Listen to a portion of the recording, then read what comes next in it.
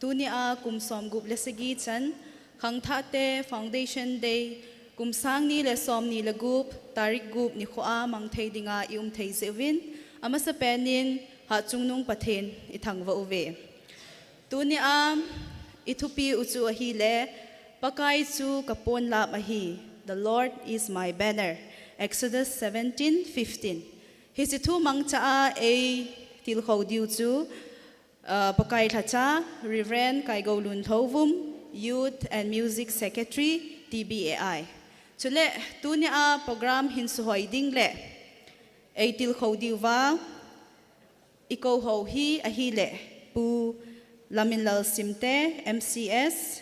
pu SL kam kho hau MPS chule P Namboy Sitho Principal Omega Public School ama ho hi a hiwin ama ho hi phat masalaya chu nunga go thang ngai lu le nunga go thang la a pan na sata la hiwin tunia atil kho thei diwa ahung thei zi win zong ama ho chungchin kipa thu kan phonge chule khosunga kine pi umta special invitees chule team na neya hungkal song ade they are Pastor Kes Sitho Lamkai Nanoya Board of Deacon Women's Society Men's Society chule Mission Department ho zo se chungin zong kipa thu khain seye chule mi pi hong ki khom ho zo se no ze a zong program hi lol hindinga thei ze in no chung che in zong kipa thu ka hin phonge tun I programu pantautin tuni a la ngeita elam kai diwin worship team ho khain ko ve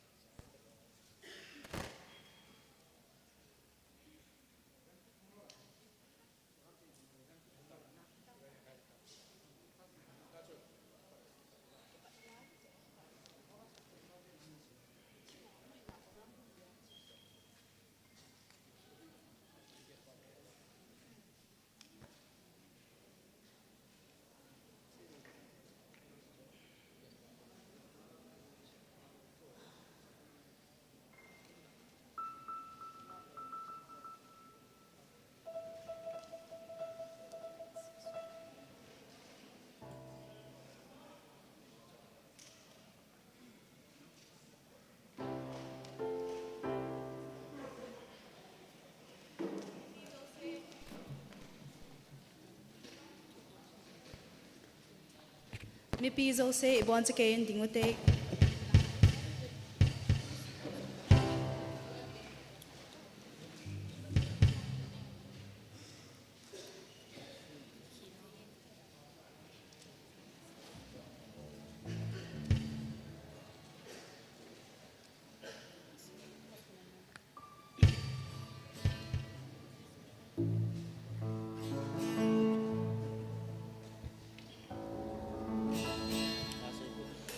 Christian labu som sagi lagu jisun ay ngay lut akidang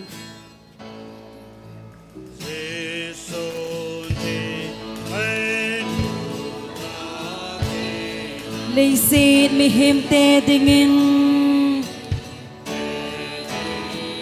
chung nung pen va choy non sau te sau hite ava choy la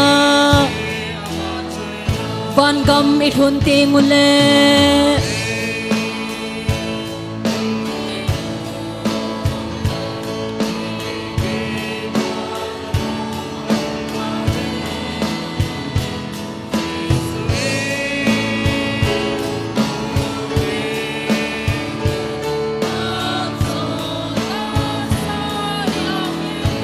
Ay hol now van gam em nom chu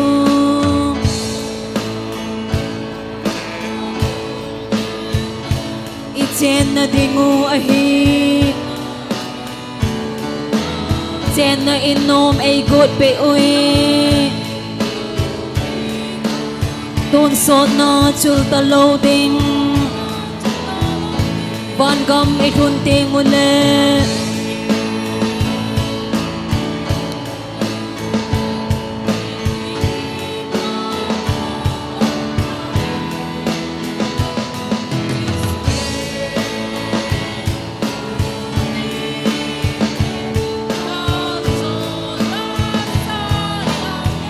Imau va to man koi sa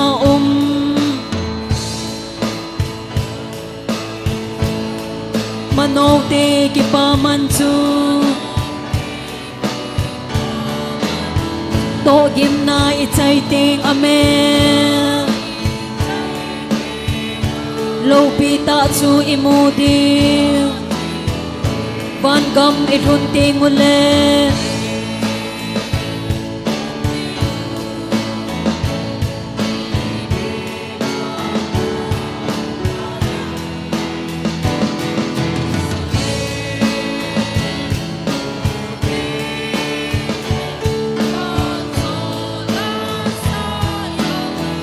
Sung man tam kot pi a hon te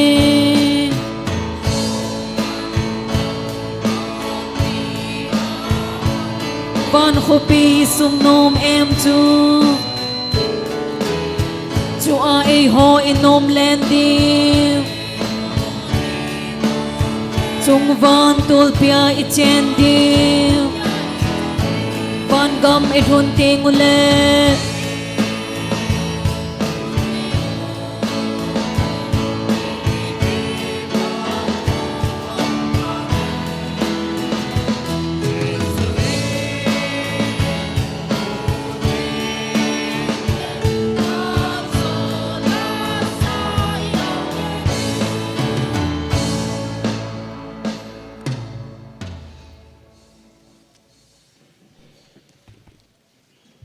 Ha zo se ithan do pi divin I ho bung sungwa kinya pi ta le pakai na nasata atong pakai thacha Reverend Hekai Sinte ama ikove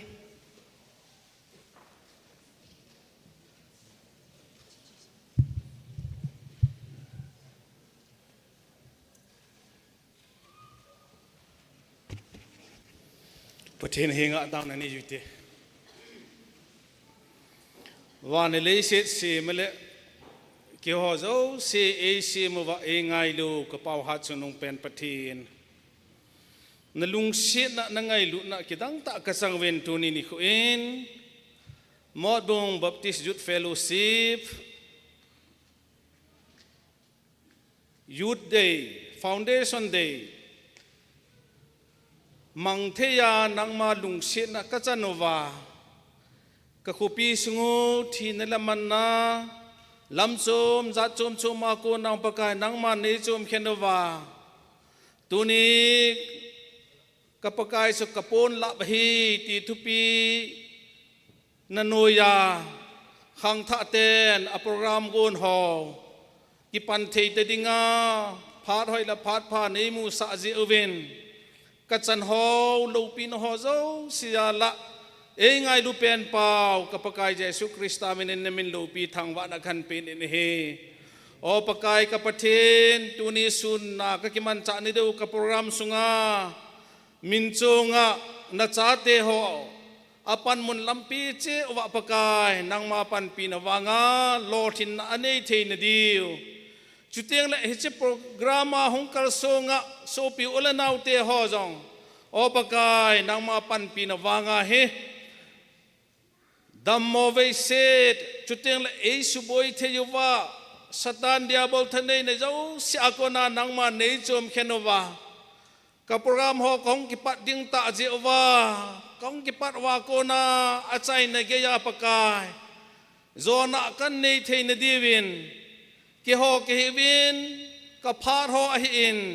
na khot thenga in than do in e hu hing pu ka pakai Jesu Krista mina ka hong ta he Amen.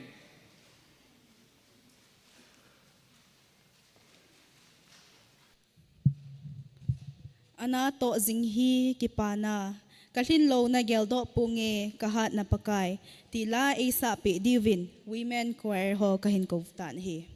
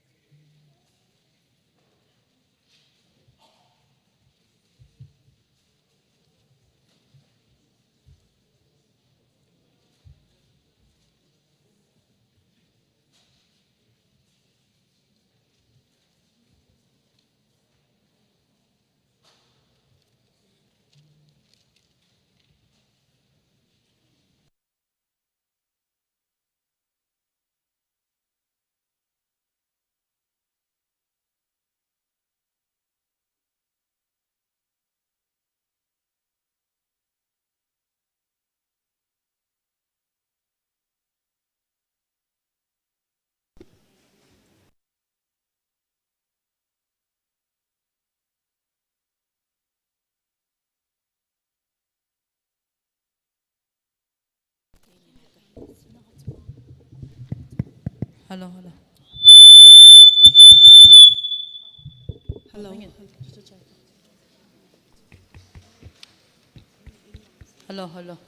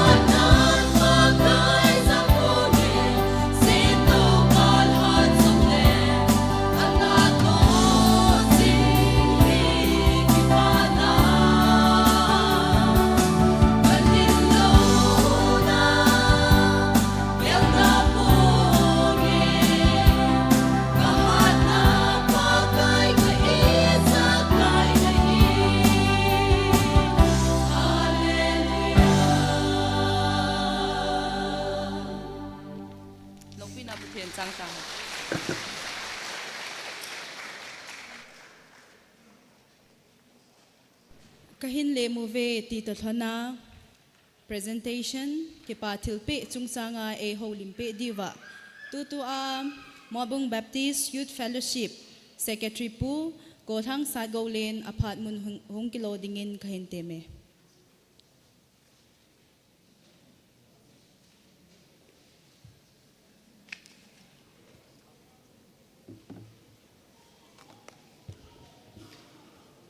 Amasan phatpa phat hai pewa MBYF te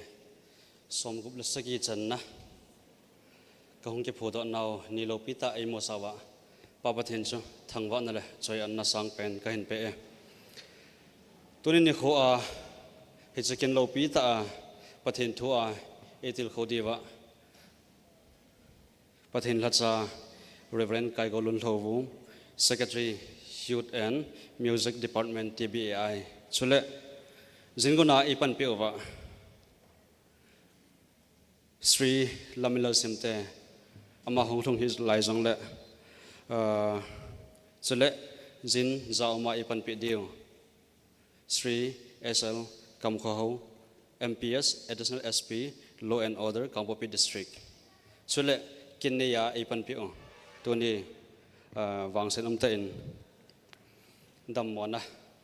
zein ahung thei ta po in sung boina zein hezong le amazong thanom ta in aki go in pel thelo hi je chon ahung thelo cho ke phatlam na tho jong a hin sejen cheng le hobung sunga pastor ho hi in dikan ho hi in holam kai ho hi in cheng le hizalai in sungong ki khom zo se na bon sa chunga lem na thu ka hin phong do e ka za naw jong ka hin phong do e ke ma hi sat go len ho ki tu adinga he hizalai mot bung baptist youth fellowship ma dinga he lam kai khana pangjing lai ka hi in lam kai ho zo se thalangin ka lem naw ka hin phong do kin he tengle tunin ni kho a hi MBYF te se adinga cho ke panan ni kho hi po in hizalai ho in sunga hong ki khom zo se ibon sa diwa he stingong la live streamer na ve ho munsom gam som ko na hin ve ho zo se jong hi in ibon sa diwa he tunin ni kho hi e ho zo se ki panan ni kho hi in sting la MBYF te ka ki pa naw phot chen le he to sa he tuni ahong ki khom zo se he e ta ve ti cho kan se do nom hi in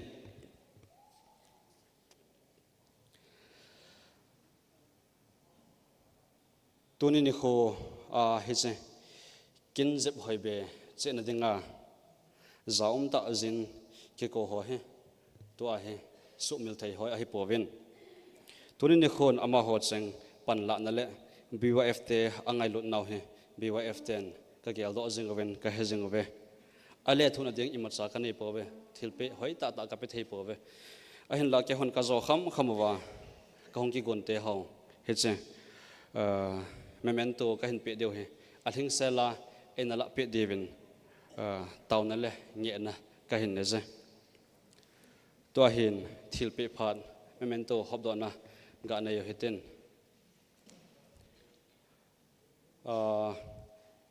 masa pen adengin tunin na ko apathin thua etil khodio Reverend Kai Golun Thovom ama kain kove changle epedo dengin e ho bung assistant pastor ama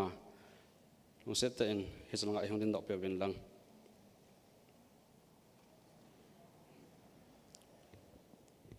keiman memento e khat ven sim do enge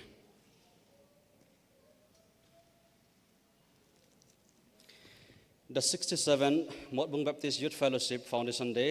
2026 Kipana chung nung phondo na Motbung Baptist Youth Fellowship dinga sangpena kipa phon na Reverend Kai Golun Thovom Secretary Youth and Music Department chunga kahin phongwe khangtha te ngai lut na a MBYF 67 Foundation Day ni kho a pathin thu mantam ta pakai chu kapon la ba hi pot do bu bung som le bung sagi chang som le changa ti thupi nei hung se pe nawa ke pa mel chi na a ki pe na hi pathen thu theng man tam ta ho til khona thu chang ho zo se khang tha te a dingin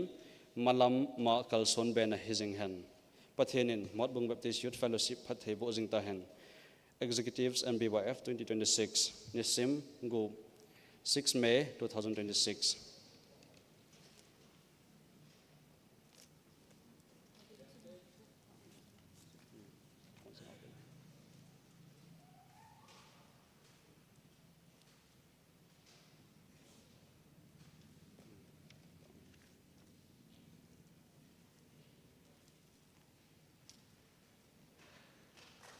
Berkati.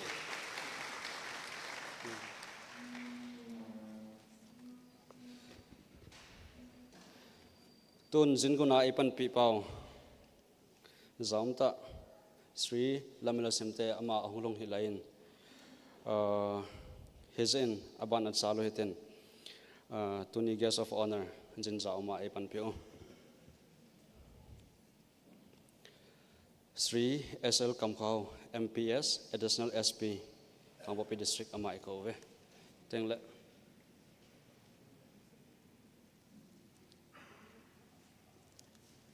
Khat về hình sim đó kiện nghe. The 67 Modbung Baptist Youth Fellowship Foundation Day 2026 kepa chung nung phon do na. Modbung Baptist Youth Fellowship dinga sang pena kepa phon na. Sri SL Kamkhau MPS Additional SP Law and Order Kampopi District. Chunga ka hin phong ave khang tha te ngai lu na sang pena mong nei lo vet sa na a jinja oma nei pan pi naw mel chin a ke pana tu cheng tam man tam ta hi tuni khang tha te thagaw lama kiloi khom na ki phudo 67 chan na ni kho a hin ka hin pe ve thu man tam pan pi na chung nong til kho na nge pen ho jong ta sa le thagawa khang tha hoding in thil pi chung nong chu hi jing hen pathenin Modbung Baptist Youth Fellowship phat thei bu jing ta hen executives MBYF apido dingin ho hobung secretary pa kan koi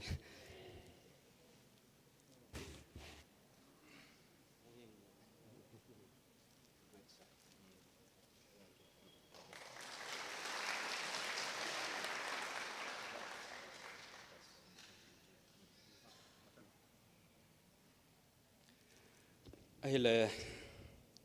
khaten hi ong thong lo lai he zen amani ong thon phale all ten anabol ke taw heten hi chu tuni keima welcome address le presentation kan bona hijan chutante kagi pa e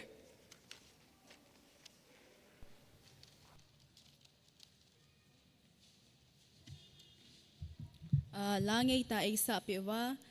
Modbung nute ho sungin ke pathu khan sayin chule presentation hi aban ba na hong chi thadihin akipilo laizong umding hin pe nom jong hong umding ahin hichi aban ba na hong chi thading hin tun phat chi dung zuin chule phat pakai phat tep dung zuin khang tha te tampin eina da thlawin tunin zong ama ho igel do uvin ama ho zabol na le ama ho gel do na in go thang Stephen Elmun Vice Chairman MBYF in apartment hong kilodingin kahinteme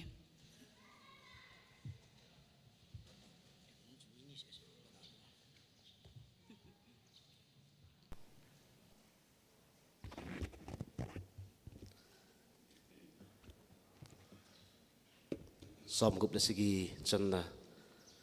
dam lepina e hoi ki pa ta man wang win insung mi khen khat dingin asu pi anu ai lo le apa ai lo le acha angai na agial do na ni kho jong himai the in hi zin khang tha te lam kai hin pu ho hin still a member ho hin amolim sa ho pha chom cha ega gial lo diu kanomin mi pi zo se patin zanan ding khom so keu hitin pha chom cha jong le thip chana ega umwa tauna kan mana ke phat mun chai ding hi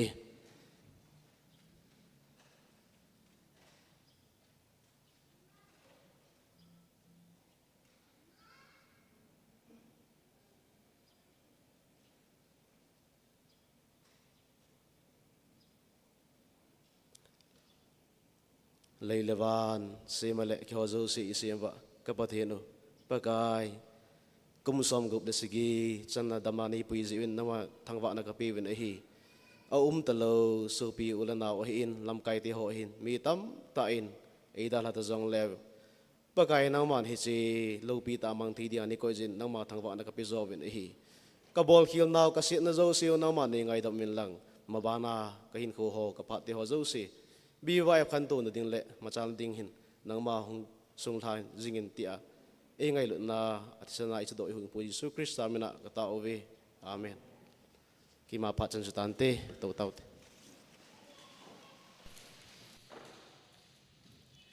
long lo ngai lut na le wang bu ho hi koi madang hilo Krista akon ti la ngei ta aisa pi diwin nunga chongmin hoi khong sai ka hin ko tan hi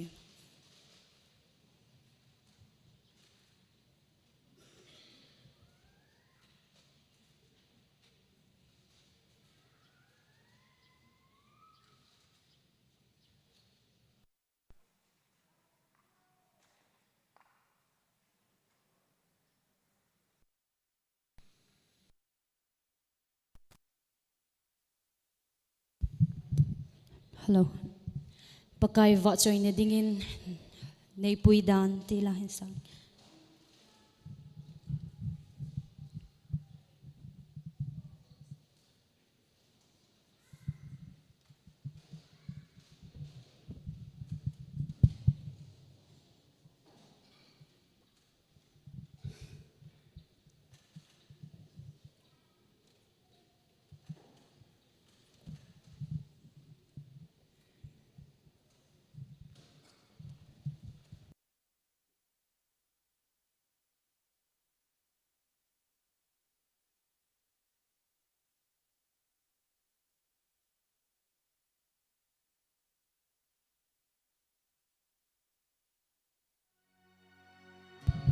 Hello, hello.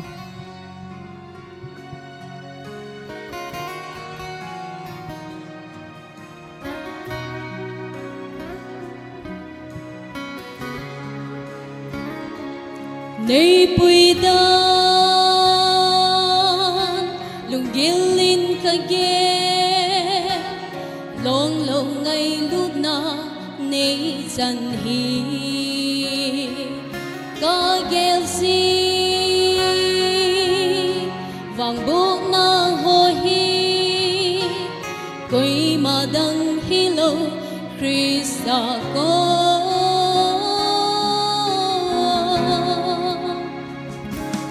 lung sit na long lâu chung ai ho ye ga ding a thil pha sim zo lo ai bol pin sing ho hi o Giêsu ka gol pha le leng ka na mi tha dam na thu pha hi dạy lan ôi sing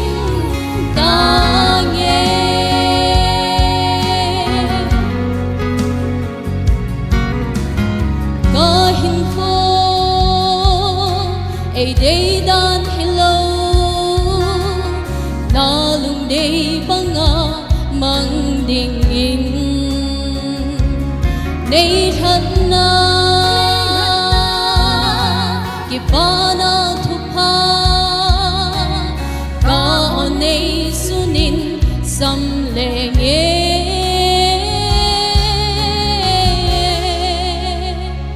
alung sit na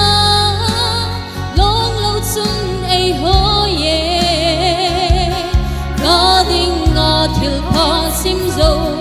lo ai bol pin sing ho hi o Giêsu ka gol pha le leng pa na mi tha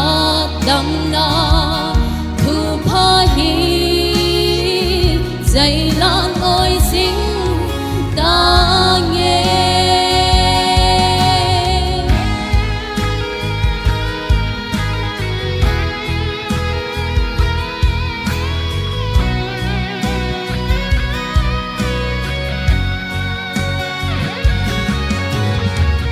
vang lối thiếu số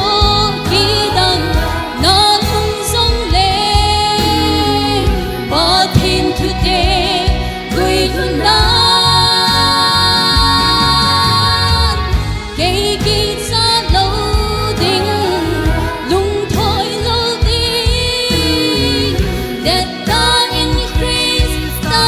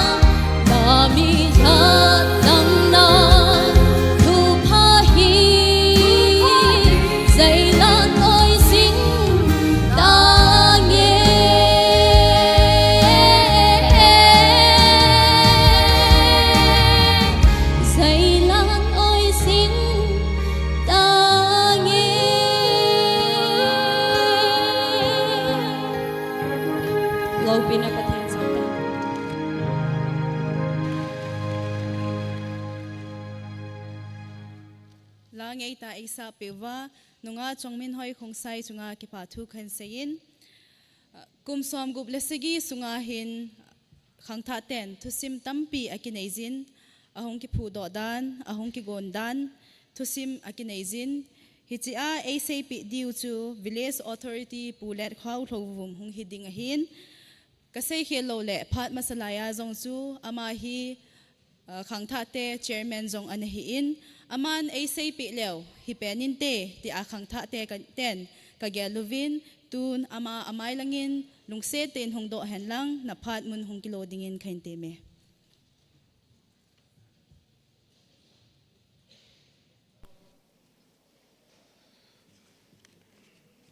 pakai phat nazala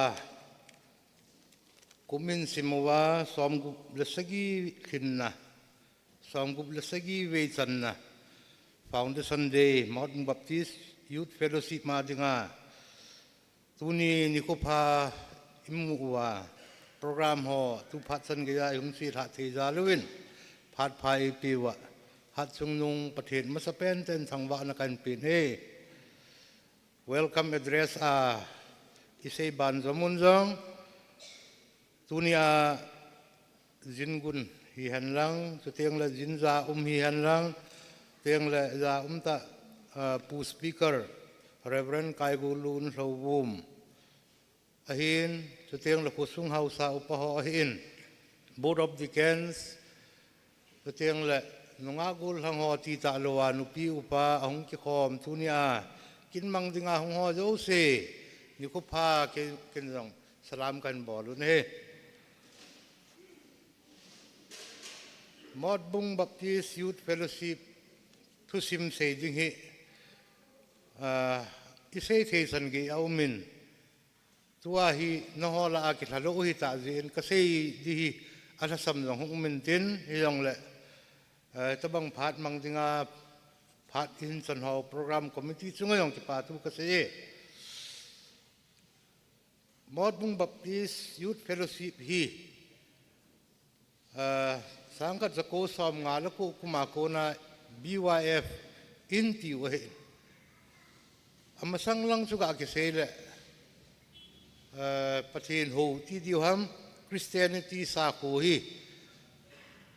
Mod Bung khwa hunglut na hi 1939 ku mahe iselai chun hilai chen naw khumun he pon gun gala ku inasian na ala yo hin ipu ipate ho khang ta te ho chuni het pha lo di wa tan tunia iseyu kain se di hang thusim ma hin ite thusim hi e ho dinga igo lu pe no khat hung he de hin I treasure hin hi chun khang ta te hon rong nanang het thim diu cho kaun tim nei be Christianity hong lut zo wa hin ho bu neo chakhat hi anasawin mi tam lu lai hin pathin ho san ki panen Loang Sanggol Baptist Church Noya ko branch Loang Sanggol branch start sa hi na umohin hicha chun ho bung sing hi lo lai ji chun ama ho aki kingai na lai hin kumni kum thong hi tia chu Mod Bung yong chu ho bung pi thing khat ai tai ti hi phun do na anane yuwa hi chen ni kho apana chu nu te women society ki loi khom na yang huma chutiang le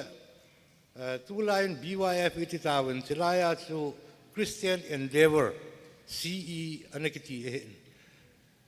itia chu ki loi khom na hum pan na hin kum phawep ang chin CE a ki pu na khang chu Christian Endeavor khang chu kum phabe bahung chi in cha hin Mod Bung yong chu KBA association an kai KBA a ko na chu IPG ham khana chu Mod Bung yong chu ahung pot pha na he che a chu American Baptist Mission hin American Baptist Mission no ya ho bung ho yo si chu khang tha te ki loi khom na yong chu Christian Endeavor chu khel ta ding Baptist Youth Fellowship ti a hi khel ding to gon hi ang tan จะเห็นCE ลำกายหอจูอันนี้ก็ความวินผู้ทรงชาติในอย่างที่ความวิธีของเฮวินสุดท้ายแหละมุนสมสมไม่ต้องขัดเวนีเวทุมเวที่ขบนั่นจะเอามินอันนั้นอาจูChristian Endeavor จูBaptist Youth Fellowship มาฮีหงที่แขกละให้ตานจะchairman มาสเปนตาฮีchairman นี่คิดป่วยจะไล่เห็น president นี่คิดป่วยเห็น president นี่คิดป่วย president มาสเปนตาฮีทุนอมตะปนปูเล็ดต้องขุดินทางทวุมต้องซาคุยพีอาต้องซาจะเห็น secretary มาสเปนตาฮีที่เหตุจะเห็นแหละเล็ดปูเป่าคุเซทวุมahin amani hi lamkai masapet ta su ahung hiron tan BYF record hi kitup ta ana umpoi ana umlo ji hin youth day kiti ho foundation day kiti ho hi usa ku hangin ana man ji su ana ki thang se the jing ji in ho sun ki manglo hi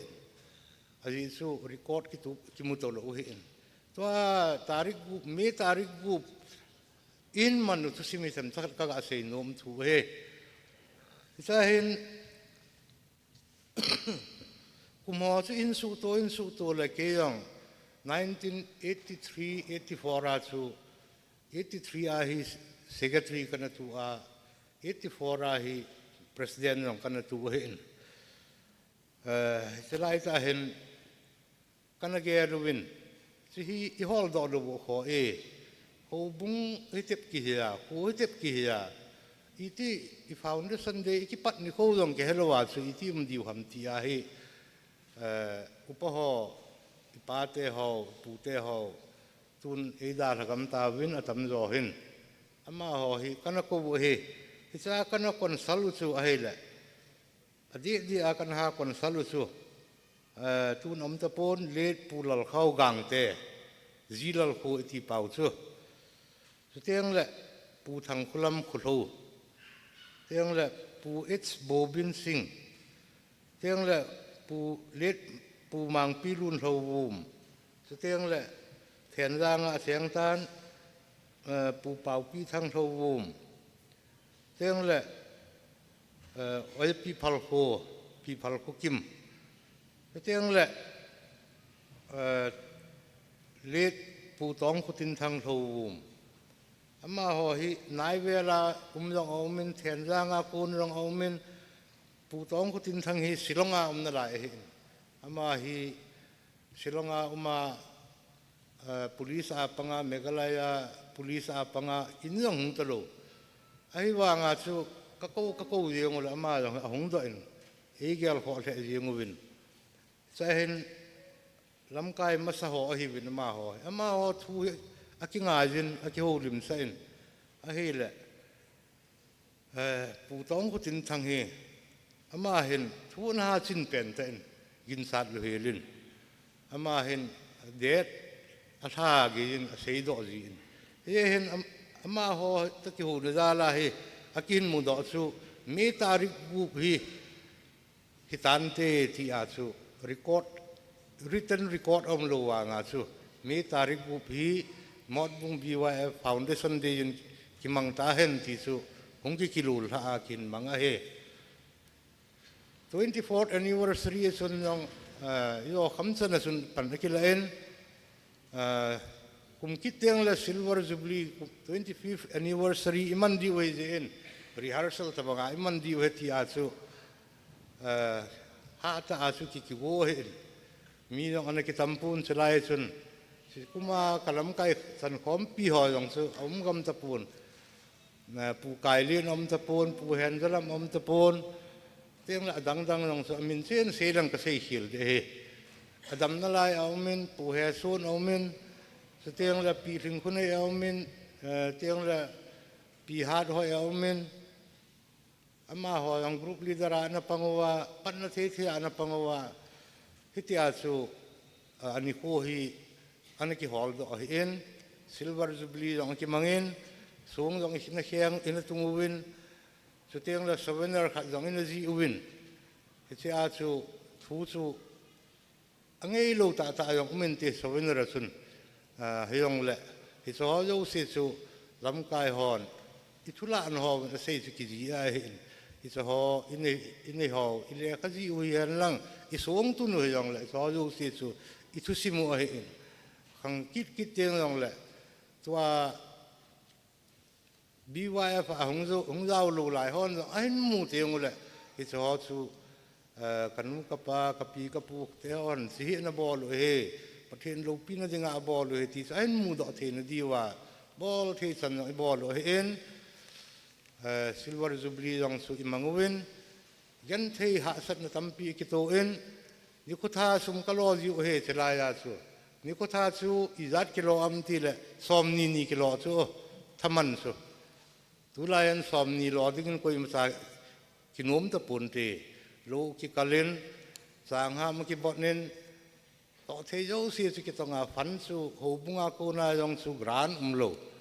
sila ya thagum nge na hi ki selela mi pi chu nunga ul hanga chun sum kilo a silver jubilee ni ayong su ho bung pum pi chu an kong ki sim he isan ge ya su phan na ki la hin lam kai ho jo si chunga ki pa thu ka sejin tu ni hin lắm cái chân khom pi ho hiền lăng số tiếng là lắm cái mà sao ho dòng amul lẽ mà tấm pi tay dòng lẽ tu nín xóm cục là sagi thìn na yết đây à hi lắm cái mà sao ho đầm nó lại ho dòng nín cô lẽ các cái bà lẽ riêng un coi yêu ngu em ti số khát về hi lắm cái anh pang khát po BYF khát về cái din tiêu ha po pi lang ai dòng pulun se kamu en tiang le ông thầy lù dòng tấm pi mình tên cái bao me tụ tàu te hàng thà hoàn niên gel đầu cái bao mình cái bò họ dấu xe huy phát hiện lù pi nó dinh nhận hen cái bán nó xuân xóm youth day ana ki mang khapoi kati chu 24th anniversary in Mangawin 25th anniversary in Mangawin so teng le che ban zo ma chun kum som nga thin na yong chu kum som nga thin na yong chu in a mangki ni win 2009 kum hen it's kuma Jubilee has brought us a year of liberty and restoration Leviticus bungsom nilanga chang som ichu thupia ina manwa golden jubilee chu thanom ta pathin longpi na dinga ina manu hen melsi na sung yong itungwin souvenir hoi ta yong ang tha hon nen se muwin ato akisale ro yo se chunga yong ki pa thu kan se tiang la pakai kum sang ni le som la ko kumin jong diamond jubilee ina mangki na win MBYF ahen it's a topic also declaring God's mighty acts some number zakat la som li langa chang li it's to pi hi mangsan aniki mangin it's a ban ramachun history ti teng le sei di tam ta me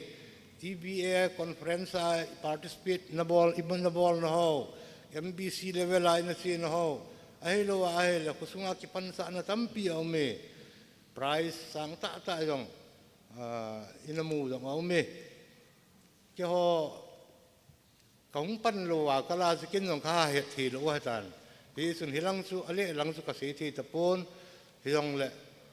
ito phat na ho zo se hoi mi ki pa sa na di halloween tunin pathin lo pi na ding hian lang tunia ito bang kin lo pi ta ho ai bo lo wa nin gel da wa phat nin pi za lon lang ka ki pa en pathin bo hen lang mot bung baptist youth fellowship Kowe kum kiteng yong le phat phana ai le youth de ho iman riang diu pathin lo pi na dinga hi panha la ala ding le kusung mi te ho sa te ho nau te ho program ho yong lo thin sa jing ding hi mi pi yong kan tim na o hen MBYF to sim asom lama kan la dol ka het dol khan si na san trin tin ka sei na hi sei khil sei thing lel long tampi de he yong le ki ngai dam mu tin sei khil om long le pathian in sei do nau sunga phathi bu pi ta han ka ki pa e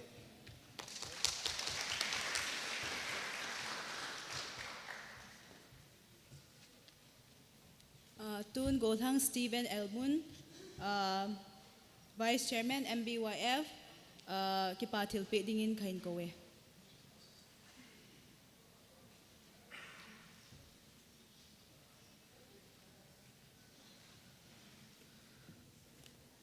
Inzo chun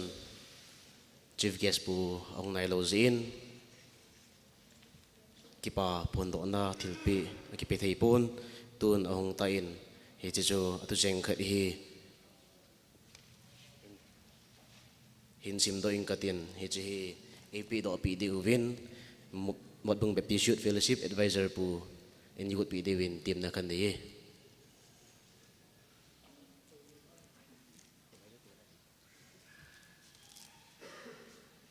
the 67 Madung Baptist Youth Fellowship Foundation Day 2026 kipa na chung nong pondo na Madung Baptist Youth Fellowship dinga sangpe na kipa pon na Sri Lamilal Simte MCS Additional DC Kampopi District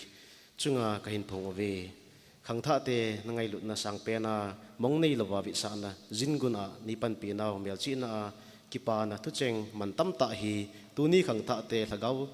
lama kiloi khom na kipudo na somgup da sigi chan na ni huin kahin nei uwe thuman tam panpi na chungnung tilkho na ngei pen hozong ta sa le thagawa khangtha hoding in tilpi chungnung chu hijing hen patinin modung baptist youth fellowship phathei bu jing tahen executive MBYF 2026 nisim group May 2026 chief guest NAPO Sri Lamila Simte MCS lungsit ta hingdin do pi dewin pakai bin kan tim uwe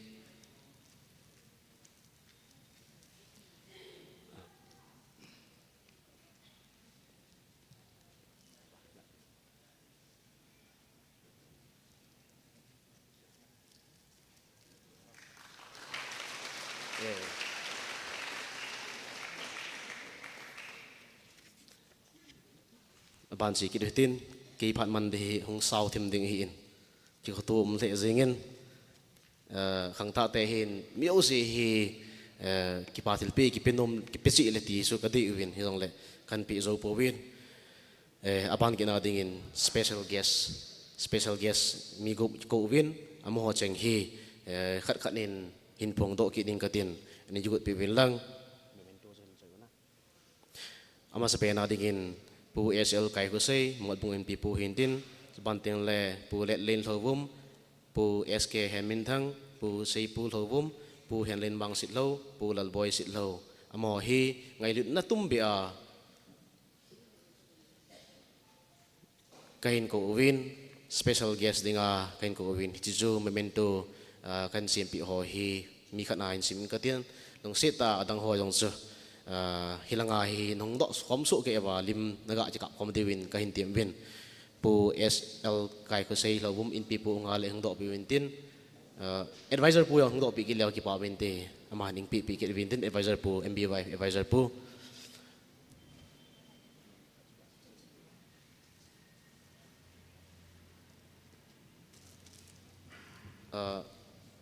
mod bung in pi pu hang lo zeman sim katin the 67 Madung Baptist Youth Fellowship Foundation Day 2026 kipa pondo na Madung Baptist Youth Fellowship dinga khangtha Madung Baptist Youth Fellowship dinga sangpena kipa pon na pu SL kai ko sei modbung in pi pu chunga kahin phong ove khangtha ten pathin lengama dinga ngailut na puma na na to a sei zui tampi na sim ichalo hila phatman tamta na pi hozal le MBYF 67 Foundation Day ni kho zin day na hi na melchi na ki pa tu cheng hi man tam ta hi tunin khangtha ten kahin nei uwe pathinin Madung Baptist Youth Fellowship pathei bo jing ta hen executive MBYF 2026 nisim group May 2026 na ama sa pena dingin Madung pipu hong ta lo zin notin lam ka pita tin pu let len thovum hintin pu let len thovum apan kinadingin pu SK Henmin Thang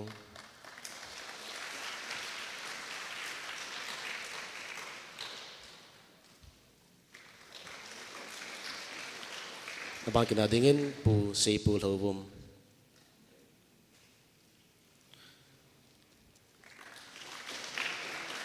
Abang kinadingin pu Helen Mang Sitlo. Insung mite hong lo hai mo. Abang kinadingin pu Lalboy Sitlo.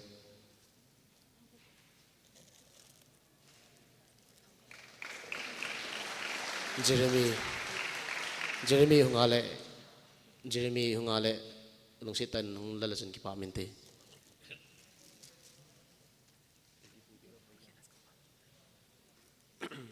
Aici madbung in pu khialain pu let house hum he pa yung lapi bai peo nang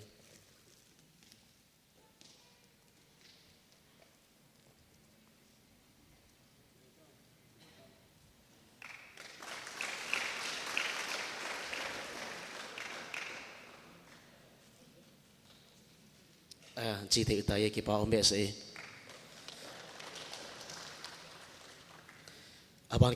aman kinadingin lamkai masaho lamkai ada pang MB wife ki pu to apana lamkai na pang hi amin che hin simleng tambal de hin lungsit ta group leader hen lang ailo chairman hen lang secretary hen lang ailo wa hele vice chairman hen lang lamkai na pang phot chu lungsit ta ka ve ga dit pi diwin bagai minin kan tim ve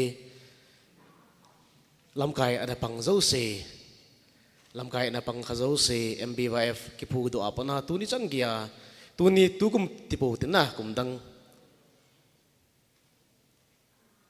ki pa omin long sit ta langa he ing do pi dewin bagai minin kan tim ve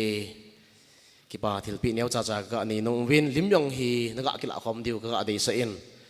hi chi ap do pi dewin MBYF chairman pu kan ko ve long sit ta to ding si se hi long sit ta ning do pi dewin bagai minin kan tim ve lim zong kha ve ga chi kap khom moi tin hi chang hi kadam na lai vi ti het na yong hin tin nunga hon kha khanin hom pi do in tin na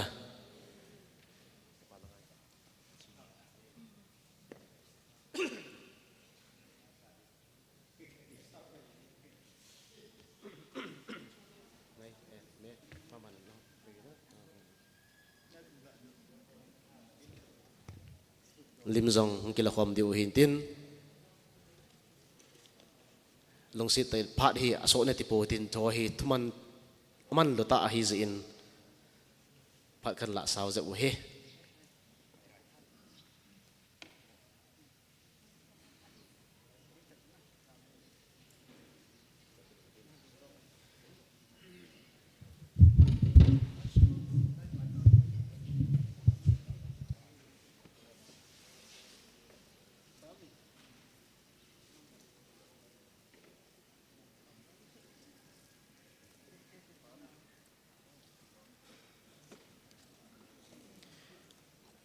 ki pa amin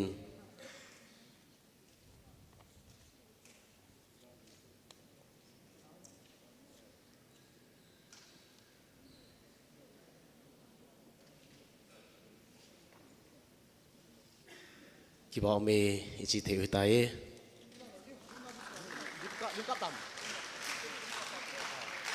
lim yong kha ve kap lao chen ki pa amin ti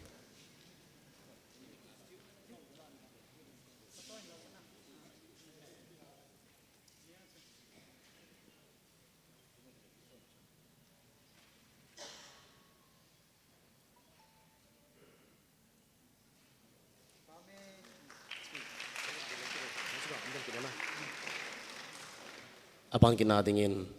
hobung sunga pakai thacha department sung CCA department zo sia chairman secretary yung wa hele pakai mena kahin ko do numwin mas pena dingin senior pastor pa hongpon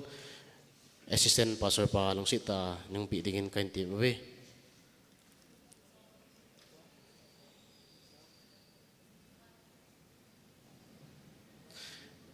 hi BYF chairman pan pido kitle kipamente abang kinin note langa chairperson secretary ning din do pi dewin kain team we abang kinin dingin men society chairman secretary men society chairman secretary abang kinin Sunday school superintendent ang ale kan ko we secretary Sunday school secretary children department chairman secretary kan ko we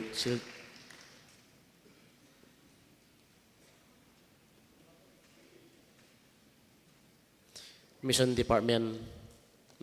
na chairman secretary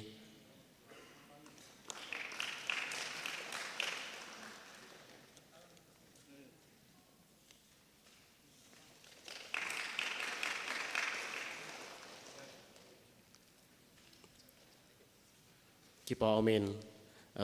kako hai kha lan zoten lek heto ki taw hitin abang kina dingin dunia hi sumil the yong hello ai lawa hele boina zo si pha zo si a eng ki tho ping zingu ikiloi khom now DBA center youth department ho jong kai invite win tin le gam kai sunga gam kai khang tha ho jong kai invite win amo jong hi ki pa thil pi neu cha ka pi nom win center langa upon segera hong do dewin kain tiam we chairman hin chu ting le vice chairman pa hin ting le executive no hin chu ting le gam kaya dinga chairman secretary vice chairman information secretary nang do kop dewin kan tiam we nang ma man pito na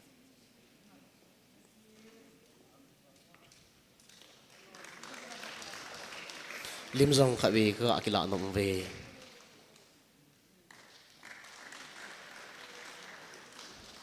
amo hi TBA pumpi a lam kai ho hin kan khat hi ke na hele mod bung pumpi a lam kai ho hi ve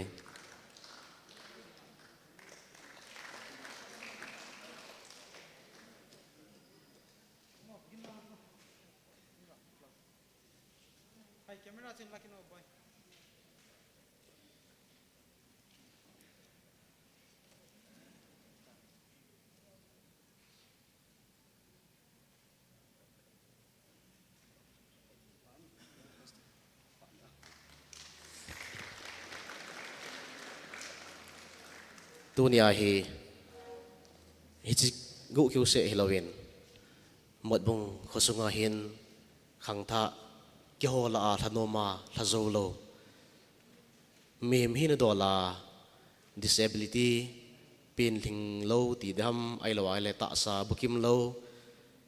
hi na do la chu nga gu lang khang tha ko mu win hi cho chang yong hi foundation day ki pu do na hi na zalin melchi na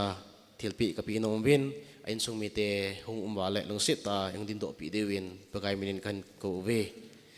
amin hi khat kanin sim thang katin amas pe na dingin pautin thang sit lo hangelal sit lo li khu weng hinding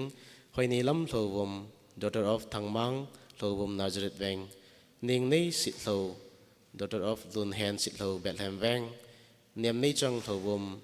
daughter of thailing lo wom bethel weng hoini kim thobum daughter of ngani lam thobum aitu weng holne kim thobum sorry lin boy singson son of mangpi singson aitu weng lin cha sitlo son of hangelal sitlo lihu weng phalthing sitlo daughter of lin jahau sitlo lunjang weng lam khukai khongsai son of lin khulal khongsai bethel weng boinu thobum daughter of dochon thobum bethel weng Pauline mang thawum son of Paugin thawum Nazaret weng sitin thang gangte son of Kim gangte Nazaret weng mangkho singsit son of Kim nga singsit lunjang weng amo ho cheng hi kain invite nom win khat hi om lo hin om talo khat be ni vela ida lo lead wa no ai thu weng mo jong kan ko tha ve lung sit ta in sung mi te hung ba le ตัวมินกันชิมหัวจูยงปีเดวินปกายมินกันเตรียมเอาไว้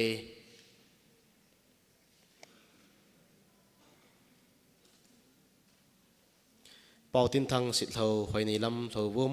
เนียงในสิทธิ์เท่าเนียมในจังเท่าบุ้มโคลในกิมเท่าบุ้มลินบอยสิงโซนลินจ่าเท่าบุ้มลินจ่าสิทธิ์เท่าพัลทิ้งสิทธิ์เท่าลำผู้ไก่สงสัยบอยนู้เท่าบุ้มเป่าลินมังเท่าบุ้มสิตินทางกังเตมังโคสิงสิทธิ์อาลาปีเทดิ้งบ่าวจงเละอาลาปีเทเฮไอจุดตัวกันสิมพงหัวเฮมีมฮีนาตาสาบุกิมโลไอโลวาเละลินนะในโลฮิจิวาของเทโลดิ้งฮิจิอินซุงมิเตขัดเป็นอิงลาปีลาจงกิปาเมนเต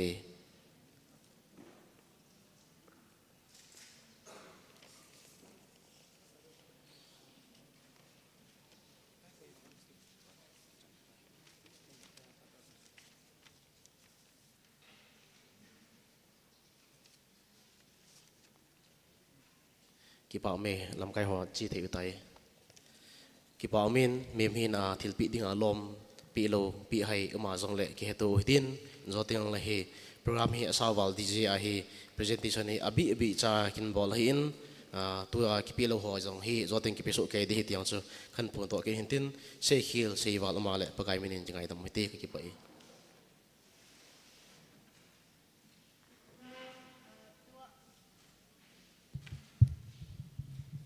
ตัวโฮลิมดิ้งฮีเกฮอ BYF Chairman โกทังเซปูสิทโลอามาหงฮิดีหินอามาฮีนุงะโกทังไงลุตะเติมทุมลัง Chairman หินปุปิวหินนุงะโกทังชุเลขังทะเตโฮอังไงลุซาลินอินละโลดอนมันโลเฮลินปันนสตะอลาอินตูนอามาโฮลิมดิ้งอินขันเกาตันเฮ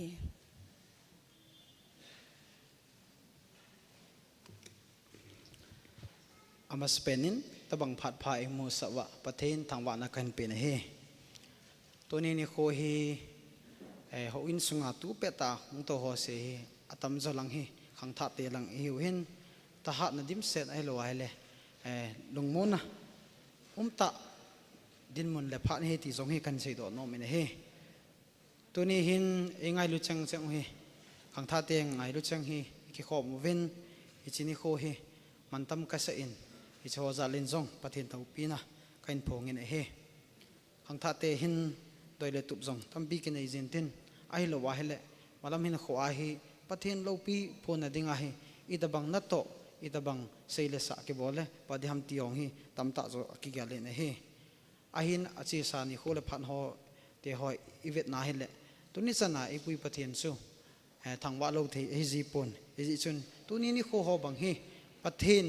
ทางว่าเลยว่าสวยนะไอเราเลยอามาว่าสวยละสะดวกนะอามาทุเทงใส่ดวกนะอัทุมนาเกี่ยวเรื่องนั้นเกี่ยมังเตเลติปาเฮได้สับปีเป็นไอเอติจุกันใส่ดวกเฮตัวนี้นี่โคหินขังทัดเตเฮฮัดโลลัสซัมดินมันอินเกลังจงเลยทิลกิกงกิไงตัวโฮเฮตัมโจเฮขังทัดเตนดินมันขัดไอเราละแกงขัดนะกระดิ่งเทตาเวทีเฮ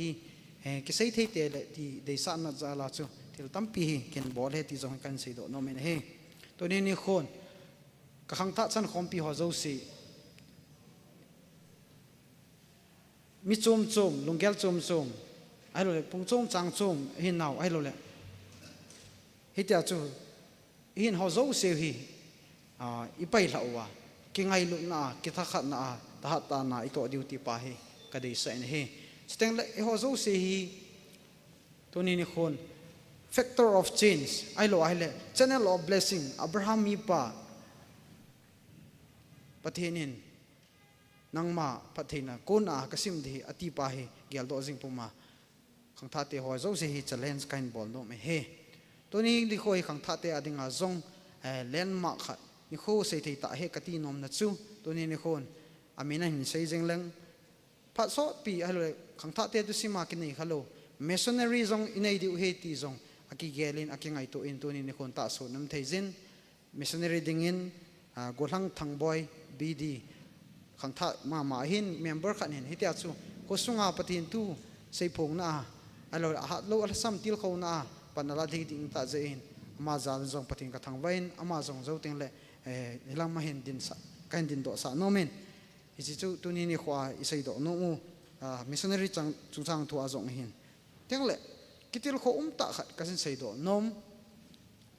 pathian thu kasim ai lo ale kangai tu hetia phat kaman laya kamu do khat nunga thing Mary hi chi luk le khabua ki mu su pathian van tilin pathian dei sa ni hi sa chung nong no tia aga ki mu aman adon bu na chu to ni ni khon khang tha te ading kitil kho ai lo le kithil na thei ten kala in pakai khut sim ke ma hi ipi ka hi ham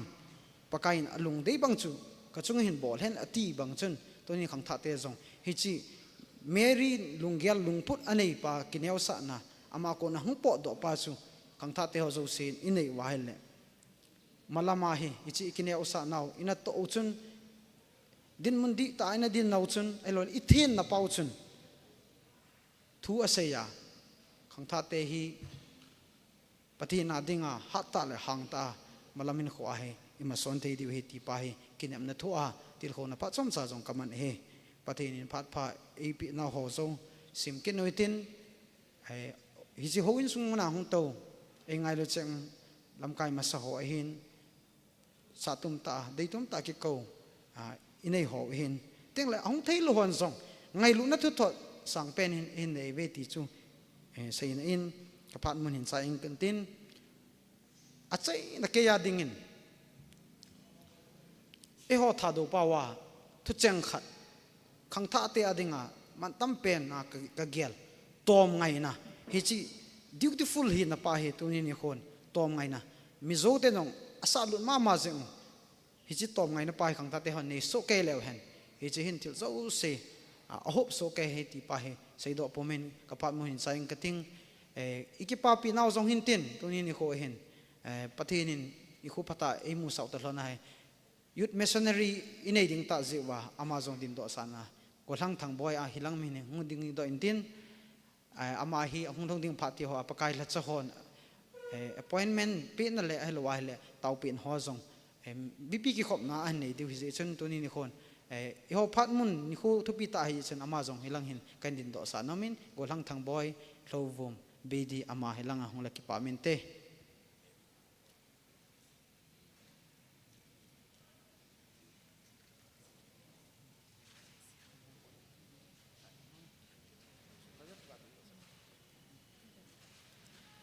ichi epido pidewin advisor pu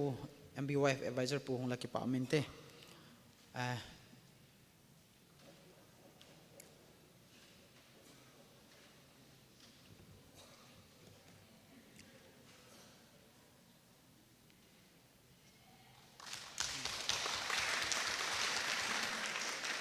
ke phat chan chutan te ka ke pa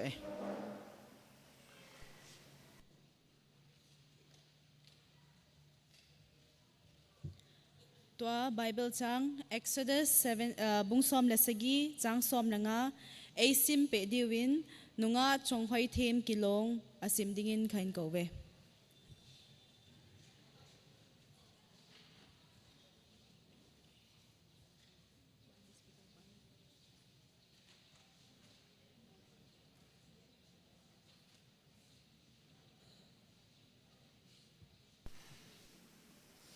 Amasa penin phala papai mo sa opathen chu thangwan handlang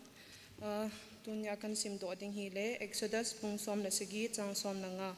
simpantange Exodus bungsom na sigi changsom nanga athupi amalik mi te to galsat michun mosin mai cham khat asimin hichmai cham chu amin pakai chu kapun lap hi tin asa ini hi Exodus bungsom na sigi changsom nanga thing sim donam pathin phathe bo pitaw han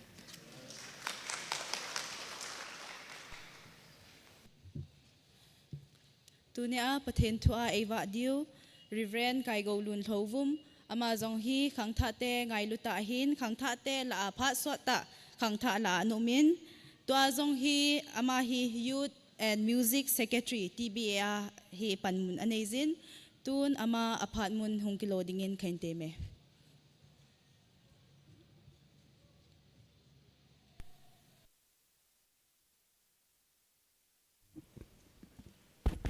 Hello.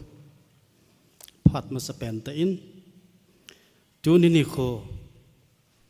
Modbung Baptist Youth Fellowship 67 Foundation Day. Emu sawa. Papatin. Thangwana kahin pe masapenin. Ani na in. Ngailut umta. Zaamta. Kesteni hanlang. Competition judges adi hanlang. Board of the Ken Ho Hian Lang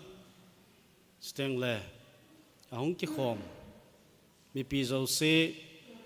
BYF Foundation Day Chibai Kan Boso Kewek Pathenin Pathena Bo Han Lang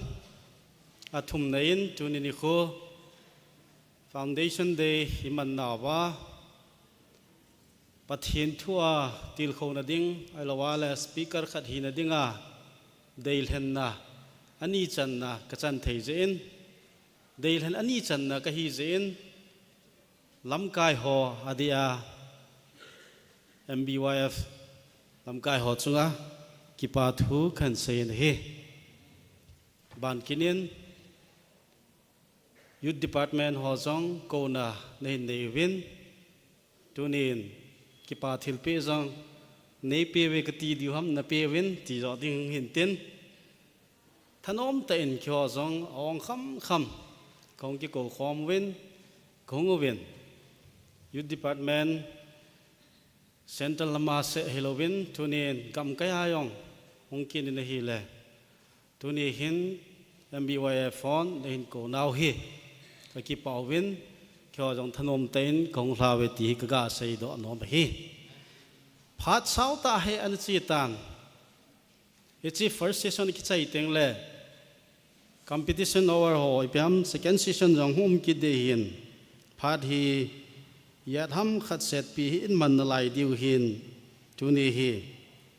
phat jong sau ta ang khong ki gopon sau ta la dingin jong khong ki gopon a ji chu ei ko pan jong sau ta chom thu wang chu sei pon nang phat ki chai le ka tha ong de tai ti chu golang sei puwa ko na kamu a hin a ji chu ipiam te la jing ni kho le Pathenin Pathei Bo na Reverend Oden Kachan na Pathen Thangwa na mai cham sim ding kati zein ina mi tamta kan dal tha na tonga mi tamta khan koya ke chalanga khong pot do hi zein second session hoi anom zo ding hi zong le zau thailo de hi zein mi pi hon he them divin kan de sen he mod bunga ngai lutom ta adia pakai la choho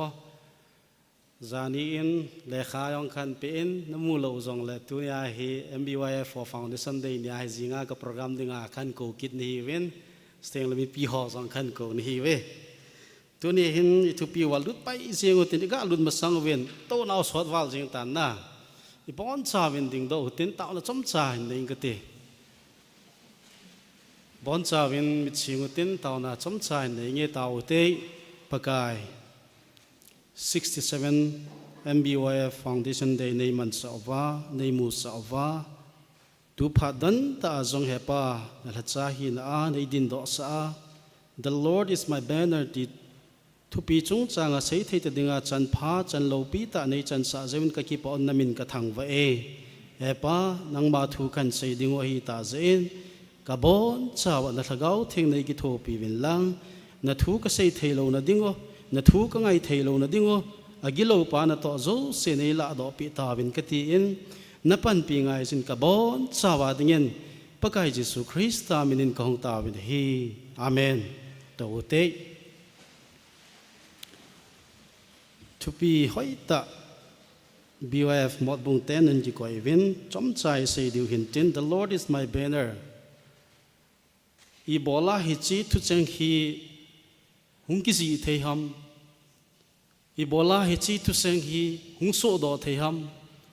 Ebola hi chi Exodus ji pa Mosi hin hi chi thu chang hi aji ham ti hi isai nom wen hi chi sei na ding over to a background isai yong ngai jin I het sama bang wen Israel te hi Egypt ma ko na pakai jin alam kai diwa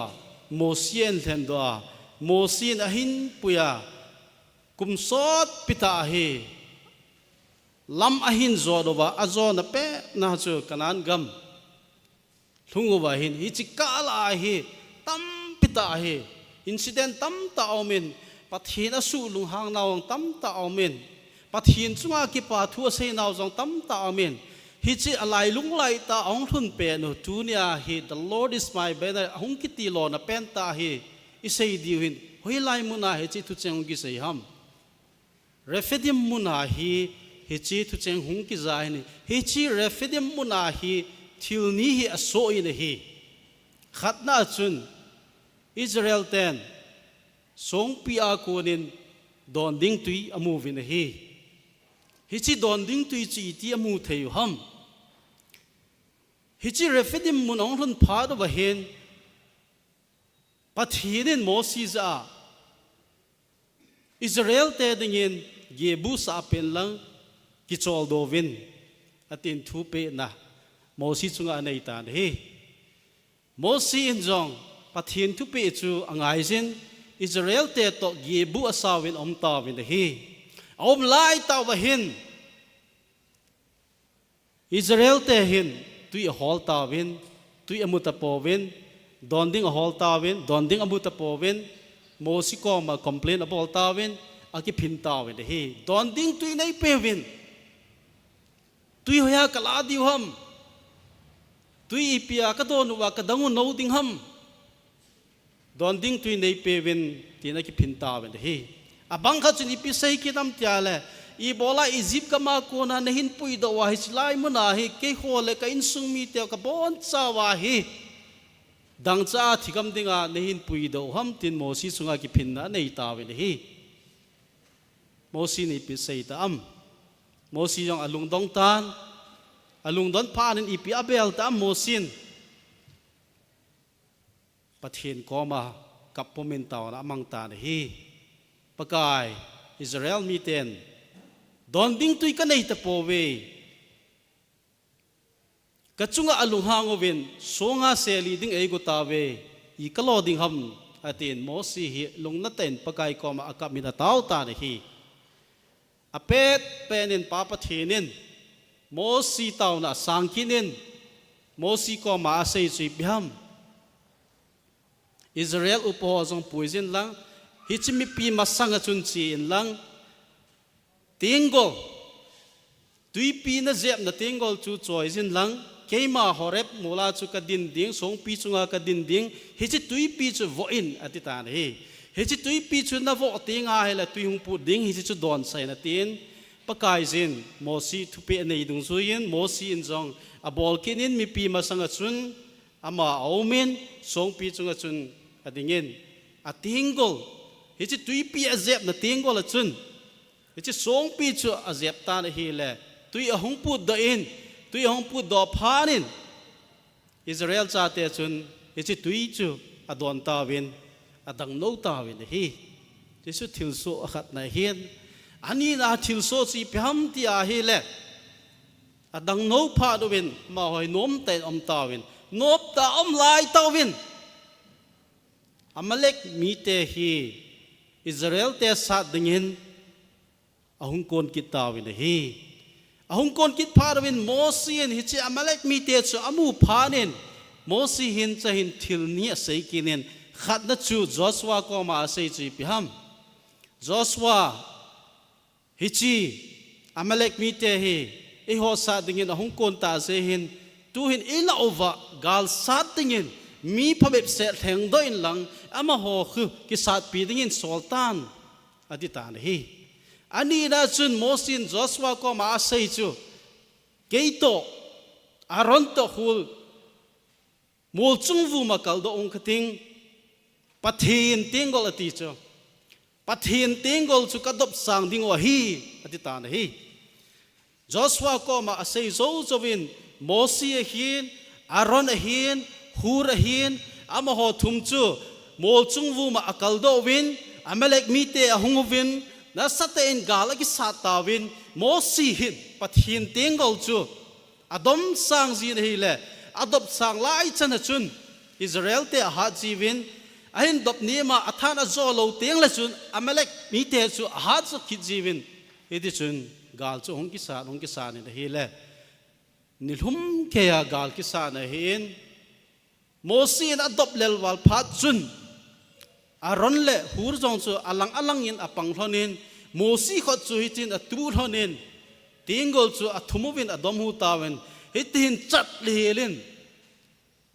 hichi tingol pathin tingol chu adop phadovin pathin that na zalin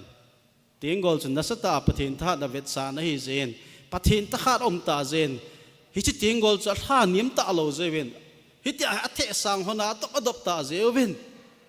Israel te chun gal zo ta with he gal ain jo phadwa chu Mosin ipisayam mai cham hich gal zona mai cham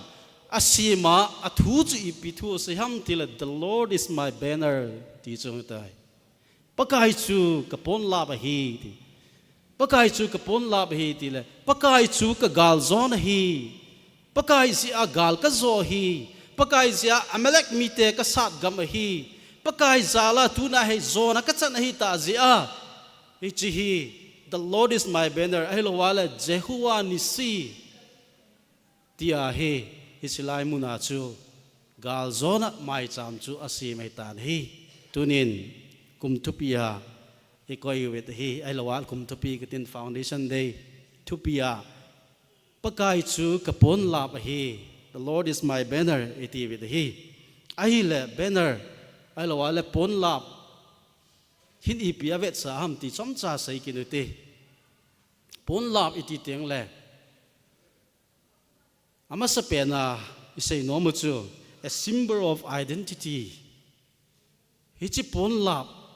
avet sa a symbol of identity ala wala flag ti yang tau te English as banner ikiti zen e ho thado pawa chu flag yong pon lap iti win banner hi pi adang chu sei ji pon Bible in pon lap iti ya chu pon lap ma chi koi jeng ho hin ya chi pon lap hin ipi vet sa ham ti a hi le i hi naw avet sa hin nang ipi ni ham ai lo wala ke ipi ka hi ham ai lo wala koi ka hi ham ai lo wala koi hi ham ti chi pon la ma ko na chu kimudo theya ki hechin theya hi ya chu Mosin the Lord is my banner atia he le ipse in ham tia le Mosi sun pakai chu gal eizos ai dis ama sanga pakai ama sanga apathin ama sanga gal zopas atalang mum na avet sai hi ya se Mosi sun ama hi na identity chu aki het set hi ei ko pa jong ki het chenin Egypt kama ko na ehin ngan si pa ei ko do pa su ka ki het chinin tunia refidim muna Israel te dinga gal eizo sa pa pathin nong chu ka ki het chene ti he tunia he amara ta alang no me chi a chu pakai chu kapon la ba hi ati hi chu amasa pena symbol of identity la no mo hintin aban kina chunani na chun gal zone hi mihi ma aumpoi pathina pathit se abo hi ti hi ichi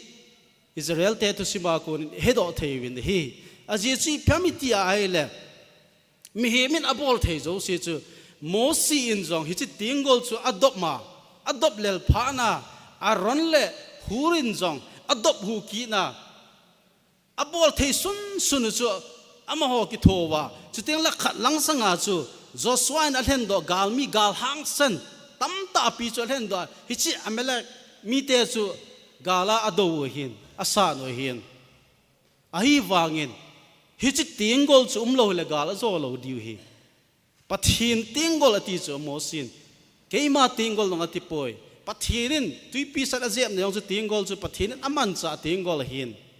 to a tui adon na diu jong chu tingol long chu pathin aman cha ki pathin tingol ya chu hi chi tingol chu adop Jehovah Israel te chun gala zo the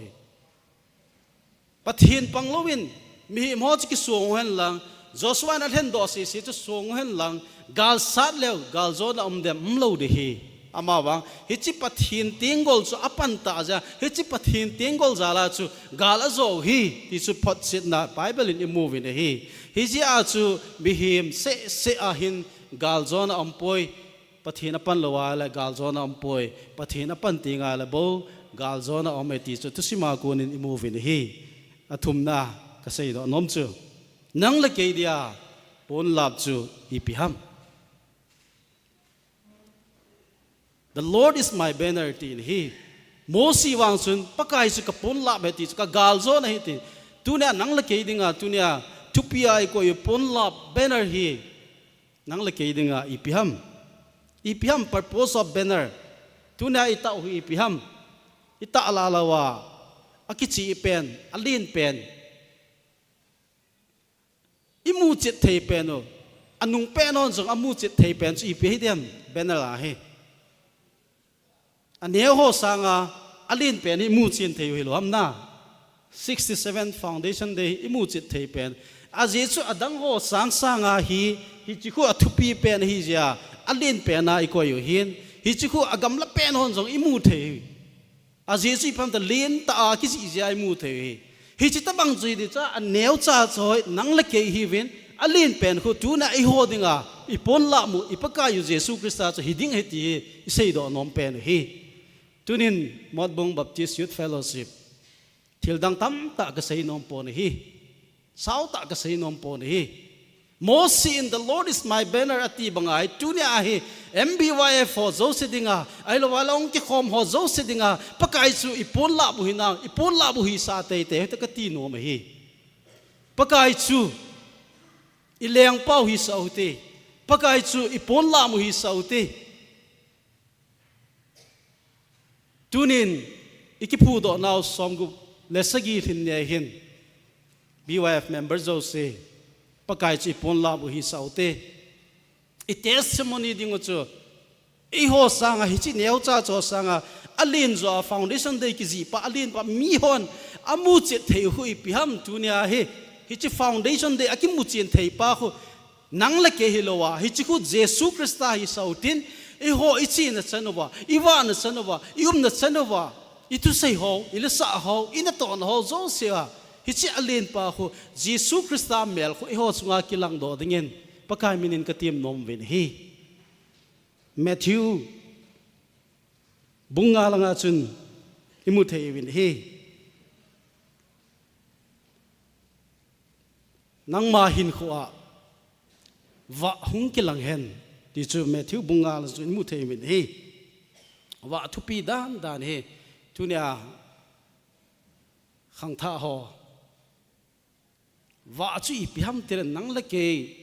testimony chu wa ai ding hi testimony ki dang ta inei diu he kia ko na tim na sang pen hi nomen hi na wa u chu mi ho a nga kilang hen tin Matthew bunga chun imu vin hi hi chu ipi sei na mi ti ala nang khia la chun nang lima chun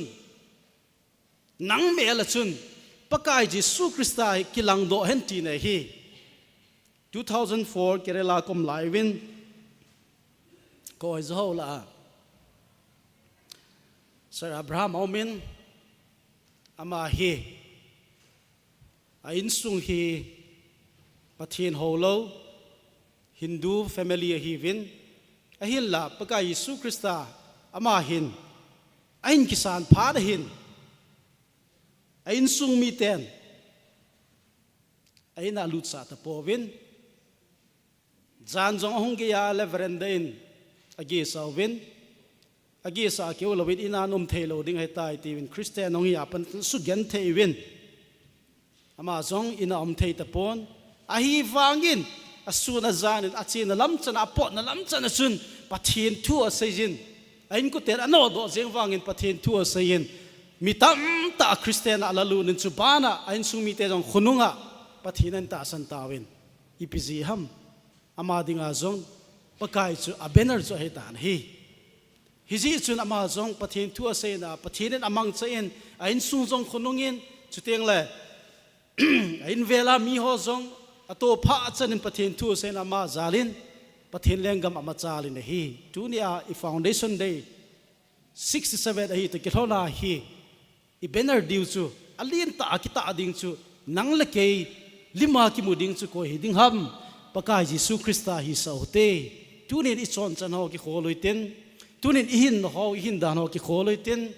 tunin ilam kai nau ki kholoi tin tunin I member hi nau ki kholoi tin ipan la nau ki kholoi tin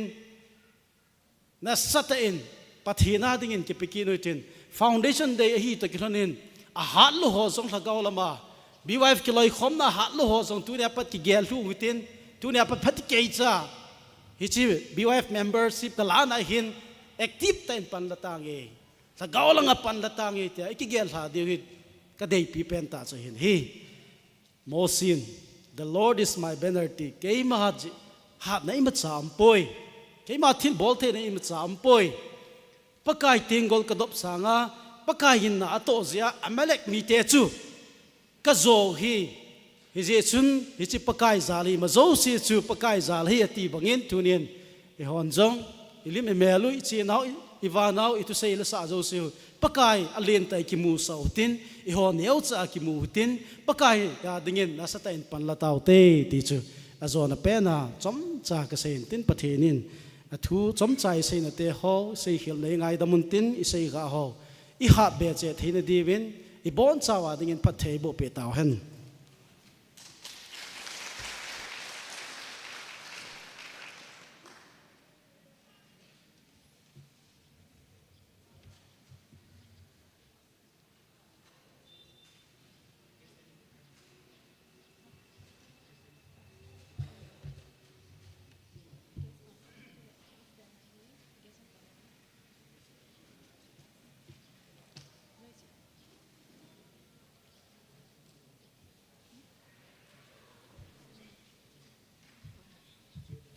pakai su kapon lap hi ti thupi mangcha eitil khova pakai thacha reverend kai go lun thovum chunga ki pa thu khan sein to hi zingun za tenin ehin til khodiu hin ama sa penin MPSC through a nato phata ta hinda tha Manipur ade dia Kangpopi district Sadar Hills district nga Kangpopi district sunga mipi adinga na tongnom chule service phata ta hinda tha igam sunga police officer lenta inayu pu SL kam khohau ama apartment hin loading in khain teme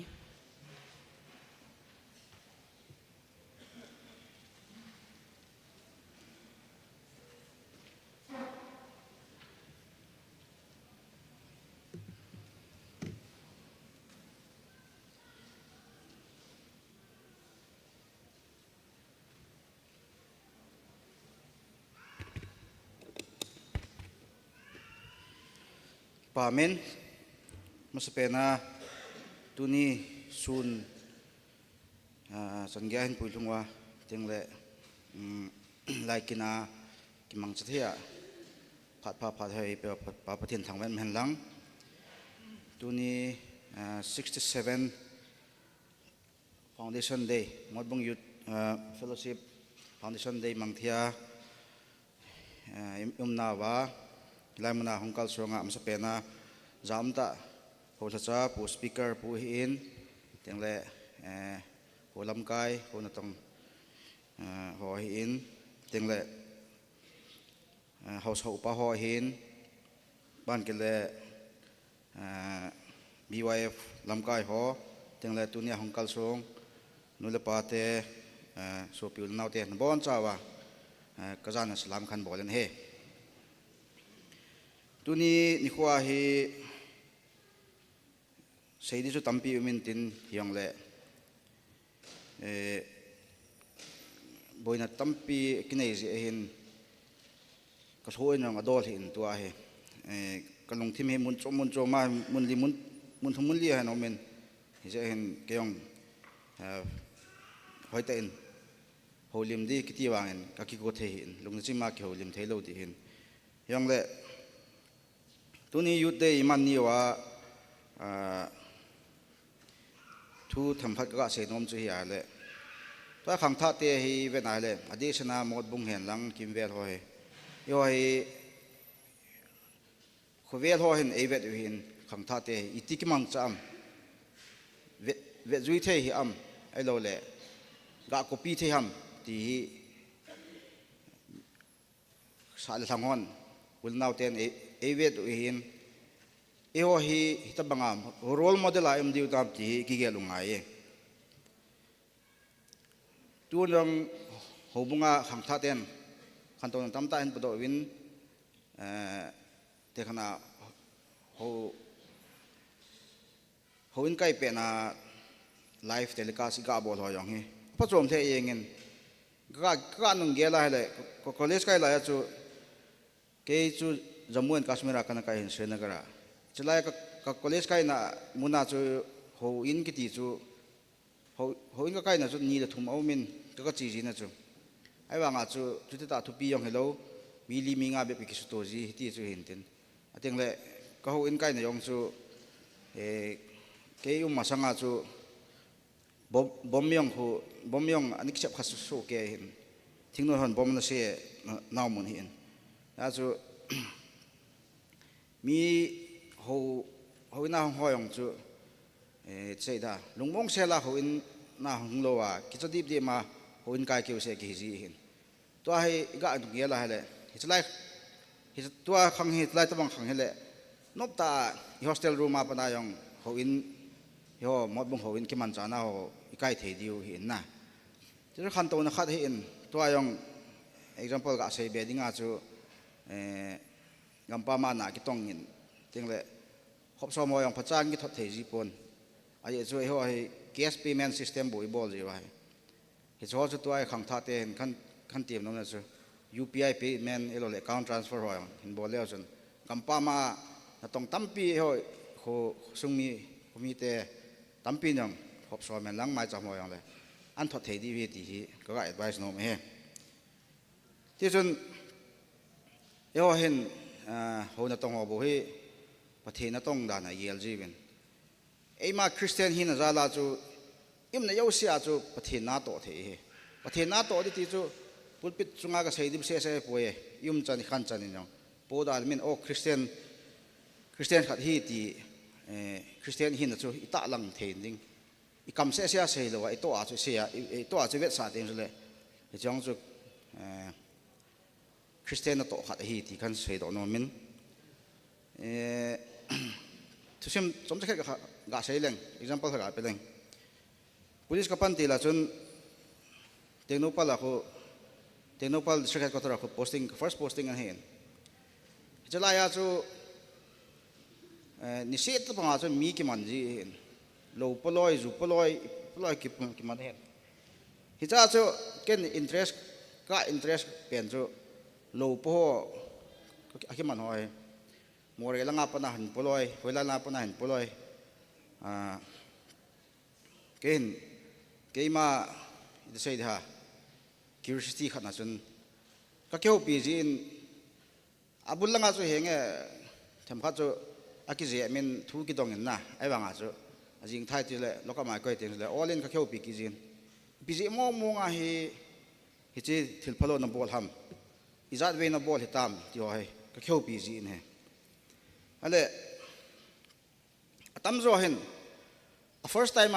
kamat wang om khapoi first time lo han po do pe na first time han po na aki man ma khapoi hi chu chu ke ma study dung jar ka be na le thil phalo ki ti hi first time awang ko mi ki man wang hi ombe set poi ti hi kamu do en first time hi aga success ding aban pa bol nom na khat nei ji hi chi amasa pena he sangswa ma ke poi lakhat ke poi aga tun teng la ban chu sumpa chu addiction khat han nei ji hi ju khan mu do en teng le ipisia na bol ham ti ka do le chawang chu answer tam ta men gen the ha sa ji helo le khanin a bol ji ji khaji ji amen kes khat ka mu chu ke no mo ka sa le aji chu kami mat pa chu chapang khangdong cha hen kum som ni le kum thum hin kum som ni le kum thum la vel hin ji la cha yong ne ki na la he ti chu ya la aji no chu kum som ni ti la vel bo din a cha yong ki na la aji la cha chu palen na nga ama he ting no pala ki mana hin ale ti chu na ba na chun có là cái đông như thế azinu nhong lo han po cho hết hilanga yong anh có thể khát nhong ăn phân gì hồi lại là phá tam thì họ cho ăn phân gì ama cho là chapang cho hết hàng đông cho hết alim chu gen thei bet bu ding hi chu lo chu han po to amore ho ken bo ti a han po hi ale anh có thể yêu xây chung lo po cho hết đâu hồi lại là phá tam hồi lại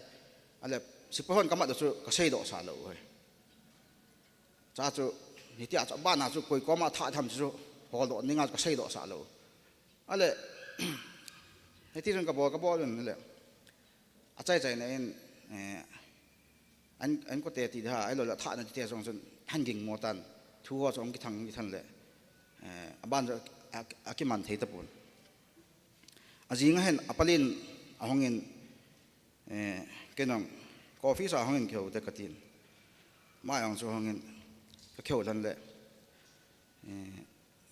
ipi bol ni ham kati le ho na tong ka he ti cho ho na tong ka he ti tin kenong anh sung thu cho bona ka do le apa te ho yang cho he ale ma yang chu adang hongam no lo ja cho ma chu hong ngai ke yang chun pastor pu ipi le ken na chapa he dan dong zia ki mana hi ta hiong le nang ma wang na pathian ho na wang he singlel ka sa e aji chu na in sung ni ki sem tu nai poi ngam pa ma pathian thu na ka se masangin ni in sung ki sem phatin tin ka wai thai ni e chun chapang pa yong chu all chan til kho na to teng le sei da kahil ka phot ahil ka kopmin to he zel na lu di hin hiang le nang po do teng ni kisem phat di hi chwana bol kita lo di a set na ho chu hai tan ka sen mo ju gen thei ta hiang gen thei ta yong chu hin ho nan hiang le gen thei mana chu thil phalo chu excuse yang hedi pon hiang apalo chu apalo hi yengin i cho chu gen thei na chunga chu thlep na ho chu thla ji hi in hiang le gen thei pum puma pan la yong le lampi pi om jinge ti chu ka sei do nomin to kham tha te he yo he hi ven ai le gen thei thu hi abul lang le i thu zo ji win nai pang kut ji win to yo ipi pi ha idimano to political movement ho tabang hi ga ven ai le abul lang he hoi ji the na chen lang he hoi thei ji in ilia khasim na ho yong he abul lang he ki pat do teng na hoi a hoi ji he delia kom la yong chu coaching hung la hong ki go ho chui ve na le akate jing la thai le is mu di bang yeng ji he ai wa nga chu thakhat thani yo teng le thase pai ji ta ben hi consistency pa he nei zo ji po ben teng le pat ho lama yong consistency nei zo ji po bin pin tha na nei yong le so zo ji lo chong pha yo teng le et ji hom khe ji lo that January that one le pin tha ji wa kisim pha ji wa akum thun lang that 31 hi teng le angai ngai hi ki jiu ti chu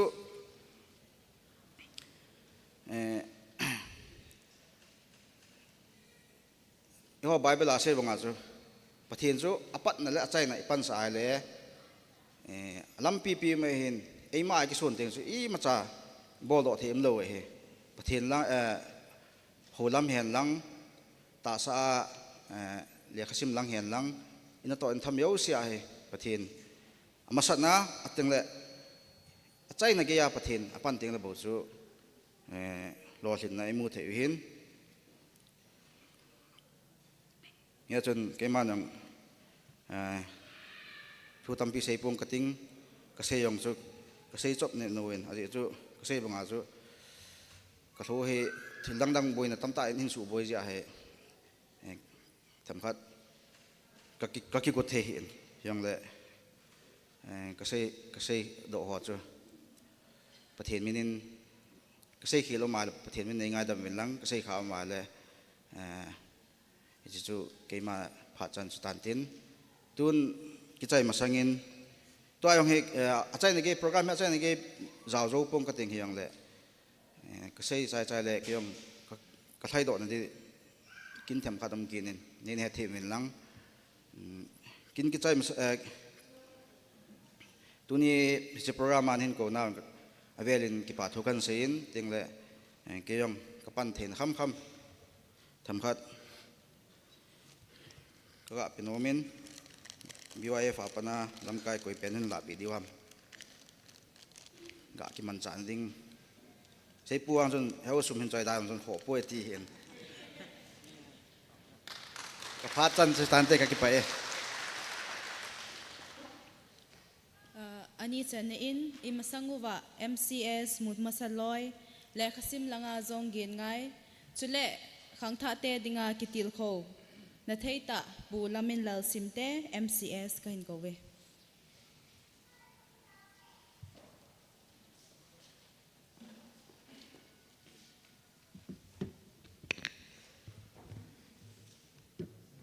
บอนุนเนลาพามาสเปนินตัวนี้พาร้อยพาดภัยไปว่าประเทศทางว่าทางว่าอุตินก็คิดไปอินตัวนี้จุลัย67 Foundation Day มันน่า Chief Guest อันหินเกาซาลุนก็คิดป้ามาอินไงดำกันทุ่มตะโกมินอพาร์ตจันของทุ่งเทปนจึงการมีติ้งหุ่นกีบอลเลยออฟฟิศจะคิดใจจะก็หงหินที่องค์กิจใจเลยเขาเหลี่ยมใจเลยปุ่งนี้มีติ้งขัดกระเดลคิดได้เห็นจะจุในเหตุทีมเป็นหลังจ้าตาพาสเตอร์หมดบุงBaptist Church จุเลโตคอมปีเขาทัชหัวหินจุเลเขาสปูหินโตคอมปี authority หัวหินจุเลตุนียเกสกัจจันคอมปีหัวเกส of honor หิน functional president หินจุเลspecial invitee special guest หัวหินจุเล MBYF หลังหัวลำกายหินจุเลตุนียของกิขอมาโจเซกจานก็เห็นเป็นเฮตุนีย Foundation Dayอิมันที่น่าวฮีอาจีฮีอีกอาเวน่าฮีเลจูอาจจะว่าปูเตปาเตหัวจงองค์กิโกลโดวินฮิจิฮีอามาโฮขังไลอาจูตุไลอาเอโฮบังอาฮีรีซอร์สองอันนั้นในโลดิวหินหาสัตยันเทนตั้มตาให้อันนั้นถูดิวหินไอ้วังอามาโฮวิชั่นอามาโฮตาสันนะอามาโฮคอเรจจีอาฮีฮิจิฮีไอ้หินพูดอว่าไอ้หินจีปีปะตุนีอาฮีฮอนกุมซอมกุบเลสกีจันนะฮีอิมันเทวหินฮิจ้าจูตุนีนี่โคอินโลปีเตนมาหอฮิอีกาเกลโดกิดุนจุเลตุนีพาดฮิยูทอนนี่โคหินเกอีกาเกลดานาจูมดบุงฮิคนเนวฮิตะปนหุยน้องฮิกิดิมเซตดามเตียจูกันนักเกลหินให้วางเงินพิฮัมบอยนะฮะสันนัทิลจมเห็นตินยูที่จัดเสวางจุกิฮิโลไม่เทหินสังอาจงอิตัมมาดิวหินอิจ้าฮิตุนีฮิยูทอนิโคหินยูทกิติฮิไอหัวตุนี guest of honor ปานนทำอินเซปีตาวินนะยูทกิติฮิขังดงลายานะสิมปาเกลดอนกิติฮิอิเซลเบียใบหินอิโบลาเลฮ่าพิจามติเลไงเฮลโลดินไงโมละงาไงโลดินอิเตนุงอิวุยนุงอาฮิประเทศกะหูจงฮิใบเจ็บไม่หินพิจามติเลกินโนทัวตัน mentally physically กินโนบหิตันตัวยูทอสิฮิเล mentally ทุกอย่างกิสูนปีท้าองกิสูนปีเห็นไอ้เลยกิสูนเต็งเลยจูไอ้เสียมปัจจุให้นาดิ้งจูจานอัตมาตั้มเหจินจุงโจน่ะตุไลจูเกี่ยวขังจูที่เลลุยใต้กตีนาฮิปนเกี่ยว college ไกลไลเลขสิมไลจู mobile phone ของกิจอยนายโลหิน mobile phone generation smartphone generation ของนายโลหินตัวให้ smartphone generation ตันอีเมลของปอดเจ็ดเล็บนักกิตีจะไปอย่าไปตุไลกอยมันฟิล์มจงเวงับจะตลกน่า reels บูอวิตตาโจฟิล์มกิสันนงเวโจตลกตีขัดฮิโฮฮิอีเบรนุฮิ concentration power ของฮิอารมณ์ตันทิลขัดฮิลุงลู่ตาซิมไปของฮิโจเบสเซตโลฮิตันฮิจ่าฮิฮิโฮฮิทิลพากิตีฮิอบายอุ้มปนทิลซีวังฮิใบเฮทิลสุเซตกิตีอบายหินฮิจ่าฮิยุทโธก็ติลเขานนมจุตุนียตุนีนิโคฮินิโคหะสตาหินจิงนิโคคูหะสเจดหินไอ้วังไทยนี่จุนุ่มเดเห็นนะไอ้วังไอ้หัวคูจิงนี่หะเลยที่จิวตาจ้ะจะจุบอยจิหินจะให้ consistency perseveranceที่อินเนวอปอยโมอิน ki pa omin tuni modbung baptist youth fellowship ho khat ve kholai len hong wa jong chun thu tham khat chu kana sei ta in e ho hi leisit hin kho a kyang hi je chun kana til kho ji lung neu lo de mi hem chu hong lung neu ni chu ki chai do ai tai iki pat masanga ki chai je tai lung neu lo de hoila pat kyung kon ham i tabang ka hi ham ti chu i thep na het na chi na he han lang i ma zo se hi pathin ne ho hi e sip mu e tabang hi kit ta lo de hi cha chu e le e chu thu pi ta pathin til sem chu thu pi ta akila a ke man chika bol ding tia sa pawa ki sei khu comparison is a thief to happiness kiti na mi khat to hong ki te ka pana khu iki pa na chu e ki gu pe ti na hitan e cha chu mi to hong ki te ka chana chu na ki pa na chu mang che che din mi to ki te dyong hi di poi na mi wang chu te di cho hi ki te ding thil phalama ki te ding tunia MBYF yong modbung baptist youth fellowship kitin chilaya fellowship group yong min fellowship kiti chu it's not just about gathering na ki khop khom mai hu fellowship hi pon na ki khop khom diu hu ipam in faith a hilo le building character growing together in Christ na pathina khanto ding machal ding iting le yum chan iham dan it meu se hi character building he hi chi hi nawang phawin chi youth langa ho langa hungki pe hi youth ti le youth organization chu tam piu min na hi wangan hi chi ho bunga nga church base a youth chi tu thu pi pen hi cha chi hon hi chi character hi lo le ma zo se chu build up in bol ting leo chu chilanga le sit kite na gol si a chu e peham blessing chu chan chu hung bai ji hin tunia hi ki pau men guest ong tampi iki ko vun tunia chief guest hen lang guest of honor hen lang functional president hen lang tuni speaker puzong ong hat pi je no ma chunga jong ki pa thu sei kit ven iga vena le khudangin zada hen lang e ho khungen iki ko to ven na iga avit le chong hi khan to na khat a hin cha hi tho ta bang hi kitil khona la thei ateng le blessing a hin mi hem chu silai muna akidin thei hi lo le hi chi to no ho kilo ho jong hi thip man het man chi na hi pun yu tho zo sin dong naga het diwa ka dei sa chu ma zo se hi blessing na phat thei na ki lo hi bo we le kha thip man chi na thip mana le kha thip mana chu service mu di ti le music kun service mu di ta chu le kha thim tam dan ka ti he unemployed very educated na educated se leong hello na very educated unemployed youth yong atam he la ka thima thip ai wanga chu service mu zo lo ti yong ome he da ki sei be kil le tho a chu lung neu diong he pun youth tho hi lung len won lang ki pa jing won lang jing ka nung tho wa dam se la nung tho that's more than enough na ki pa won lang lung len won lang na bol ding chu lung lutan bolun government service miu se na mu the yong hi poi na private job miu se na mu the yong hi poi to ding tam ding atam he chairman pu yong ka seitan na chairman pu hi ki khol khole ani khotha he kya sanga tam mai the he dan chakati business ki ti chu iha bol chana chu tam he na ti tabang chu hin dukan bolong chu dukan bol na chu e a chu tui pen sa go ding i bol na lama chu lung luta bol ding ania olien ti ma cha khen lo ding i to thama chu ta yu tho yong na lung lut naw nu mei lang hom dan chu tailoring ham na lung lut na jong le te khna jan li masa jong chun chilaya Titan Company Limited to the Art of Living Trust ho in CSR no ya na corporate social responsibility no ya training a bolon ga inaugurate in certificate ho hop donang kinin mobile repairing training ho jong bolon na free a tailoring yong free a bolon laila first bet sa chai mi thum ho chun mobile repairing shop yong ko kampu pina ki hon do ta vinum dan chakati chu ki pat he na thil chu ki pat chu neu ne wa ta hom ki chalin abc heading le aban chu z na ji go jin e hon direct nga xyz na len go ji lew na hi thei ji lo hin ikitil kho now chom cha kain sei hen tin ke jong ka kino good he pun e kino sau hi ji chun phat chom cha ka hin man na ka sei khil ka sei thing le lum le pathen minin ki ngai dam to hitin tunia program hin gon ho adia modbung ka baptist youth fellowship ho lam kai ho hin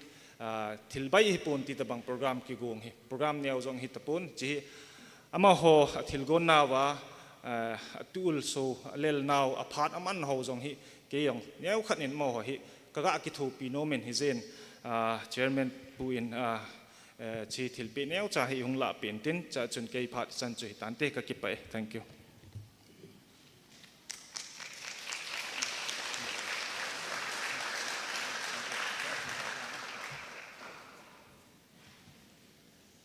tunia zingun le zingun za tenin eitil kho za levin ki pathu khan sein tunia kin nei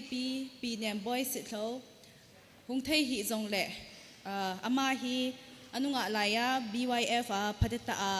kha hin chule ama hi numei nun nem zong a hi in tunia ama insung boy na zia hung thei hi zong le khang tha te ngai lu kha zong a hi ti a chu khang tha te ko ma khan sei nom hin to hi chadon na phat hi ding hin chadon na dinga taw na iman pe diu pulet khulun diken ama khan ko ve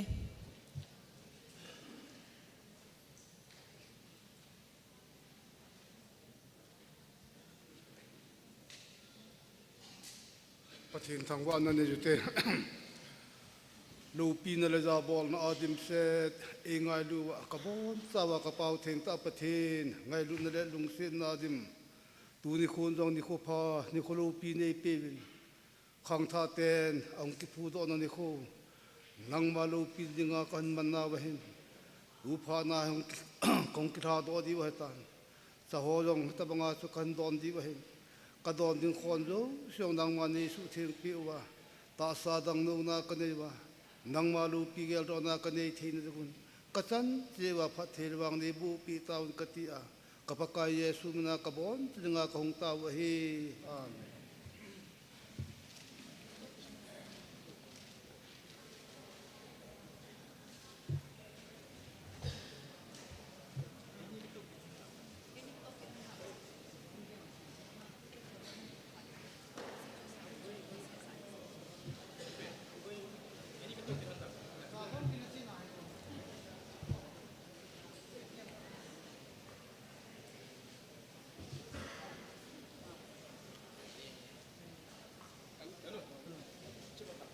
Hello.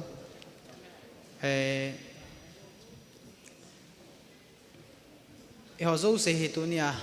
athupi che ingai lu che hiwin refreshment pachom cha chadon na phat kilautin mi bi hon ailo le member hon ilang khon do nutin tonia atum ta iko special guest tele ini ho hin hichi guest house nga kho pachom cha keulim na to ko ma long chu chai ga don khom di ti kan sei do he teng le hi cha chun kyo advisor pu hin teng le pastor pa hin am ho zong iga pan pi law ka dei sen teng le judges ho zong hi chun iga pan pi law chun ki pa min te hi chi phat chadon phat hi phat sauta member hon ila lo wa ai competition over hi chai don chai minute som langa ho tabang sunga hi kipat thei jong le kipat diu hi ze in chaga don within gang chelen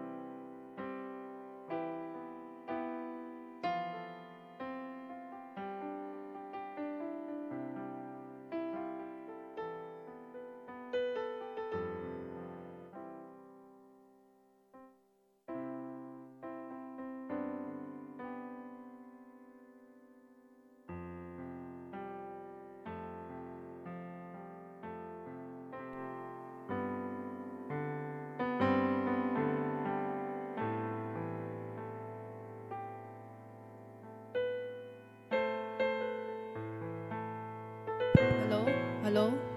Mi pi zo se ibon si Kevin ho in sung hung lut tau te. Mi pi zo se ibon si Kevin ho in sung hung lut tau hi te. Mi pi te zo se ibon si Kevin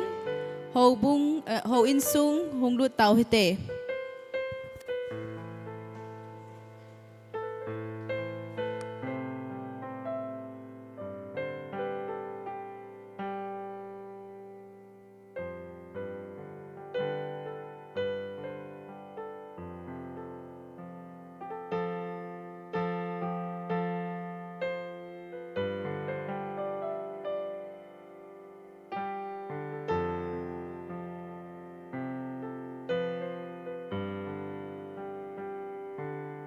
Hello. Group wise laki te ding ho chung lu tao ki pan tao te.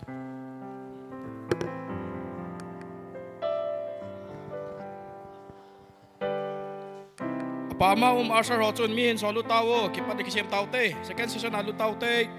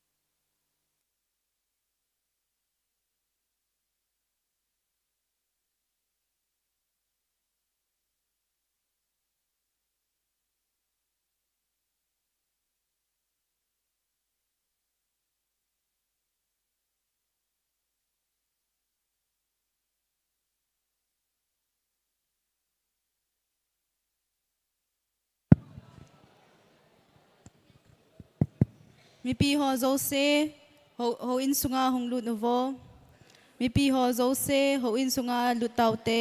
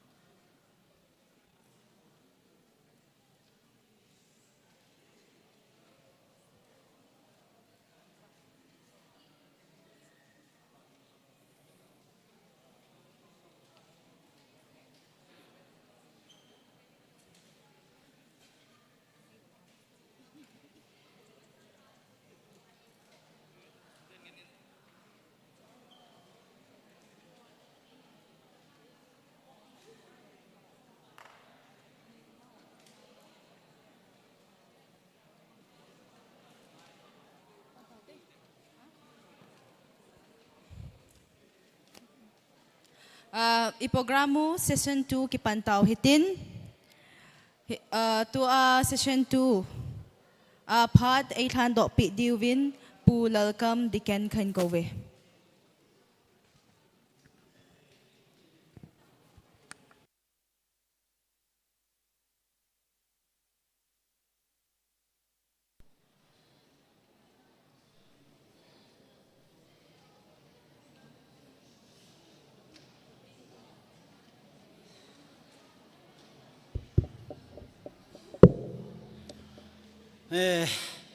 second season ikipat nuwa pathin mapui na isan the na dingowin pathin henga keiman tau na hin nei jingi tau ti lungsit thim pathin ki khel lo pathin tunin jong nang ma panpi na kachangowin tu phanin jong second season ki pan thei ta dinga phat pha nei mu sa thei ta ji unamin ka thangwa win hi khangdong te hon nang ma wa choi na kitian na han nei na dingwa jong hi chi phat sunga apana pana achai chan ge nang ma lo pi na phan ho ka chai the na dingwin ka phan ho zo seu na khut thi ngan than don hu hing pu jesu minani nga ka tau he amen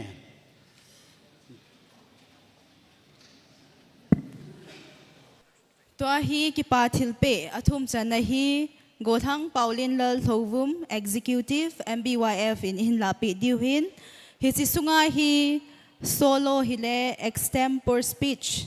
azaudi ho hile chule group song azaudi ho in hilaya hi lottery nongkila diwin temna khaineye tun gothang paulin lal thovum executive MBYF phatmun hongkilo dingin kahin teme hi chi sunga hi solo extempore speech chule group song azaudi ho zosin hichilaya hi lottery nohungkila divin temna khaineye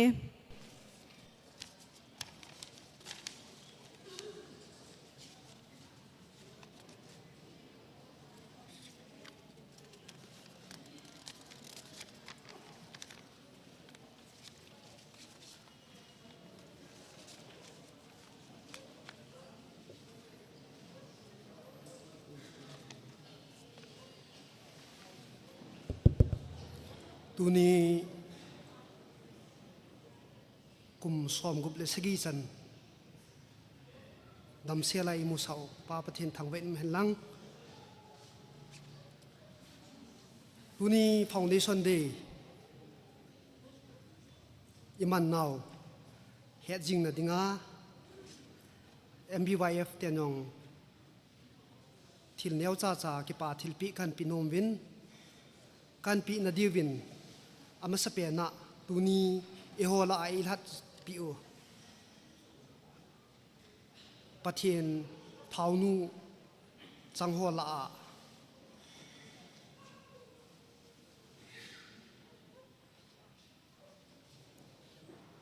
he kai simte hin chuting le evangelist he len hin chuting le home evangelist pa thangjang hin ama ho zo si yong stage lang ya hung dun do pi hen lang thilpi neu cha khan nei nom vin cho thilpi e bol pi divin MBYF advisor pun aman thilpi hung nei pi leo phan te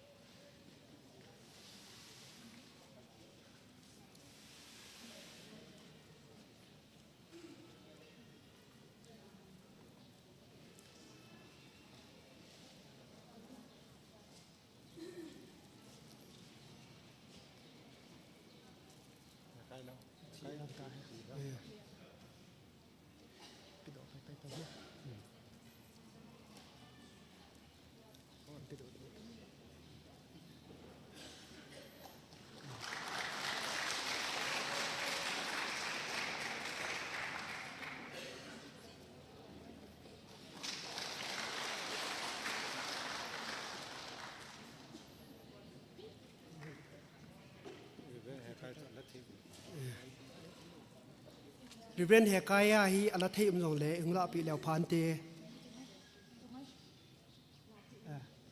chongai nang ingla pi to na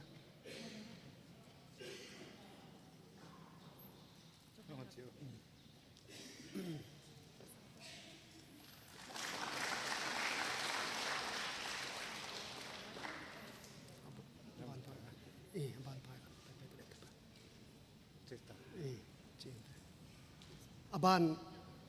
dunia a het na chi na mangcha a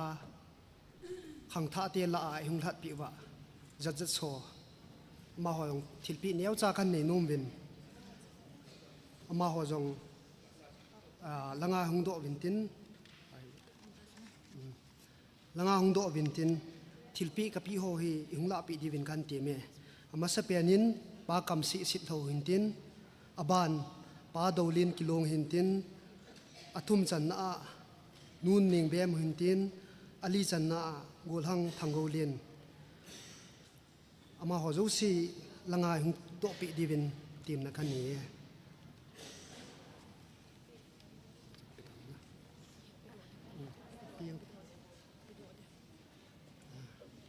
apido dingin pa thangjang dikan kan ko ven he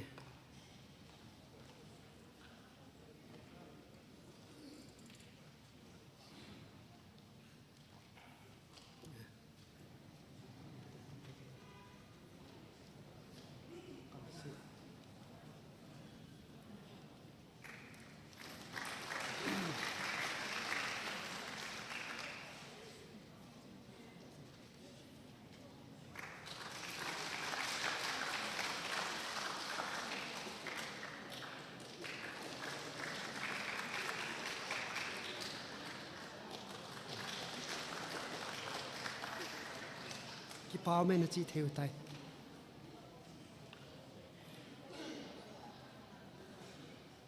तू न बानिन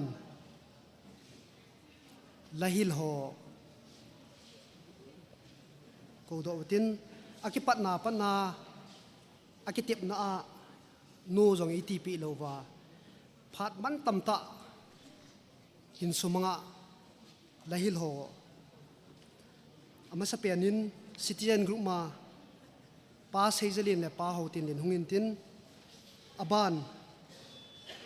feed group ma pu sk thanglen mang kan kovin athum chan na pa chung se kilong to palin kho sit lo fellowship group ma pana kan kovin chuting le ali chan na palun go mang thovum to nu thai ching them witness group ma ama ho lu si jong til neu cha kan simpi we ila pi dingin kan ti min he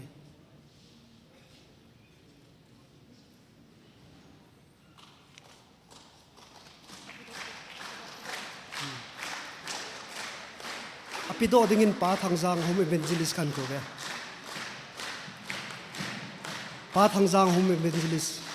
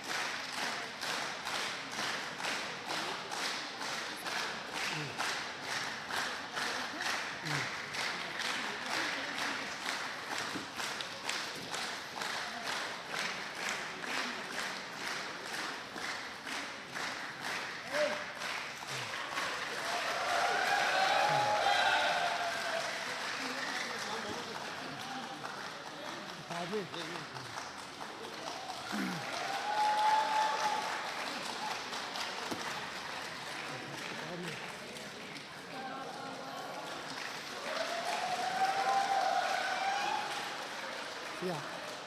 kami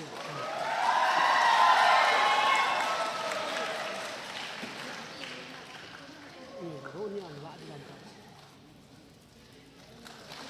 kami ko pa hotin le nahi alapi the le lapi go alapi the di dam pa hotin le na he lo jong le a kho pon anung sang ting kipitan tin pa den pai payo tu al la e hil ho la e ki thu piu kitnin BYF member ho sunga cha chu la hil ho la e ki thu pi ba feed gu ma gulhang lien pu le gulhang thangin ho kan kovin chu te le fellowship ma gulhang Steven ma jong kan kovin he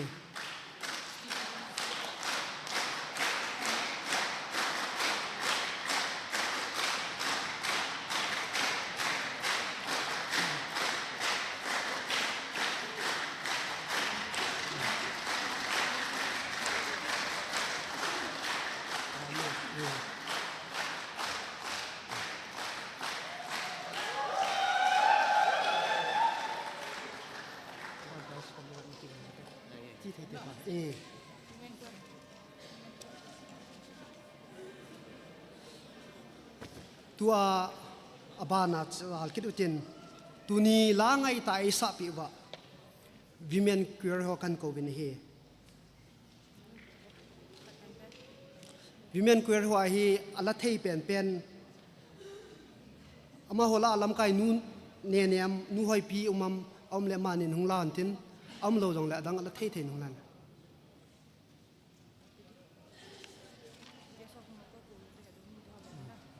tôi khát cầu Steven cầu cái gì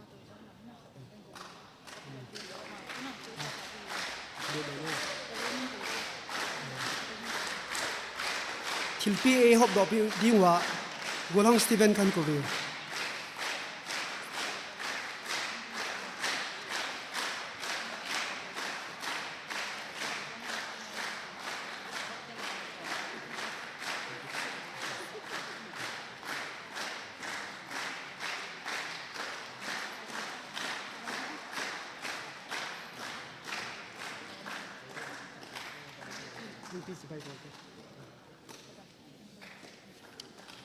banong sifra mo na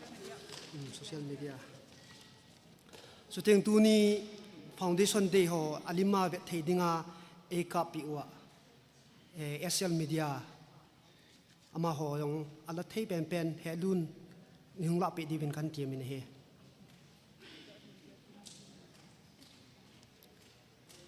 tu ni foundation day ho zo si hil live coverage ama ho ne ibot pi win ama ho sunga yong ki pa thu velin ka sei kit win he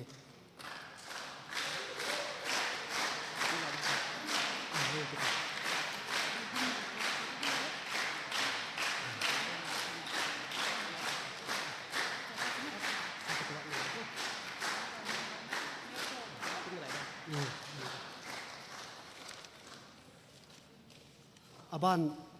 amasa chun akiko na chun anazau te in tuina tha benin ko kinin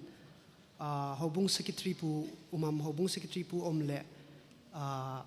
thilpi neu cha he la pi vintin ama omlo jong le hobung sanga hobung lam kai la la thei pen penin ung la pi leu phan te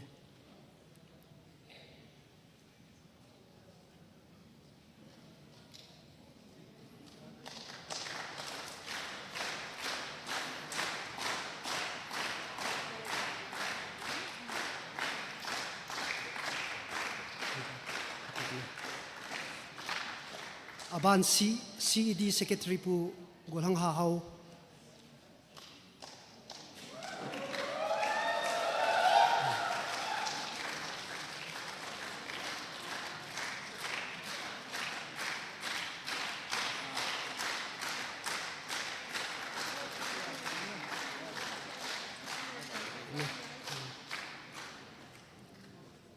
aban village authority ho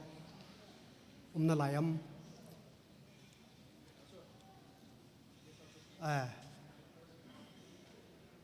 episode nang nung lapi to village authority minin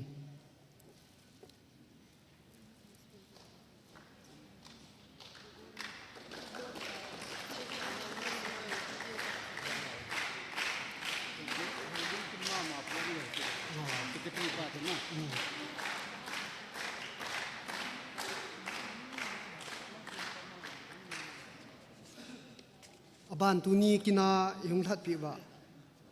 women wing ho jong omin women wing ho jong pa thilpi ka pinom vin ama ho jong hungding do vin tin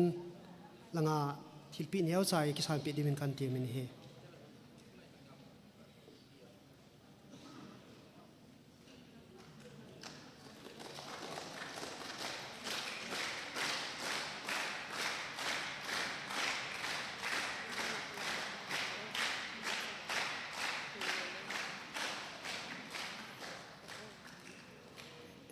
ban hi MYC hom na lai ba mo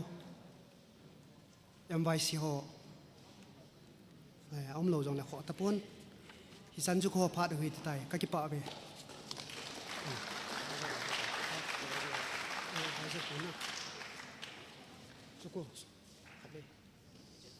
thil khat ka hain a kho pen ta khat ka hain tuni foundation day to ki thona kyo la advisor ai pan pi ba ko advisor pu jong tha ben khong ko win thil pi neu cha hung kla pi di win ma hung kan ti min he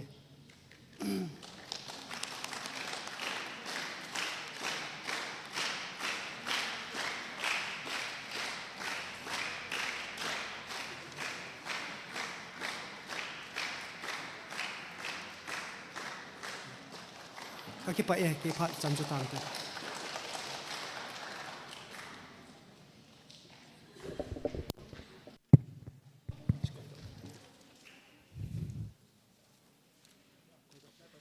tua hi serial number wise in hin simthang katin solo serial number 12 Lun Len Thang Sitlo Fellowship Group ani na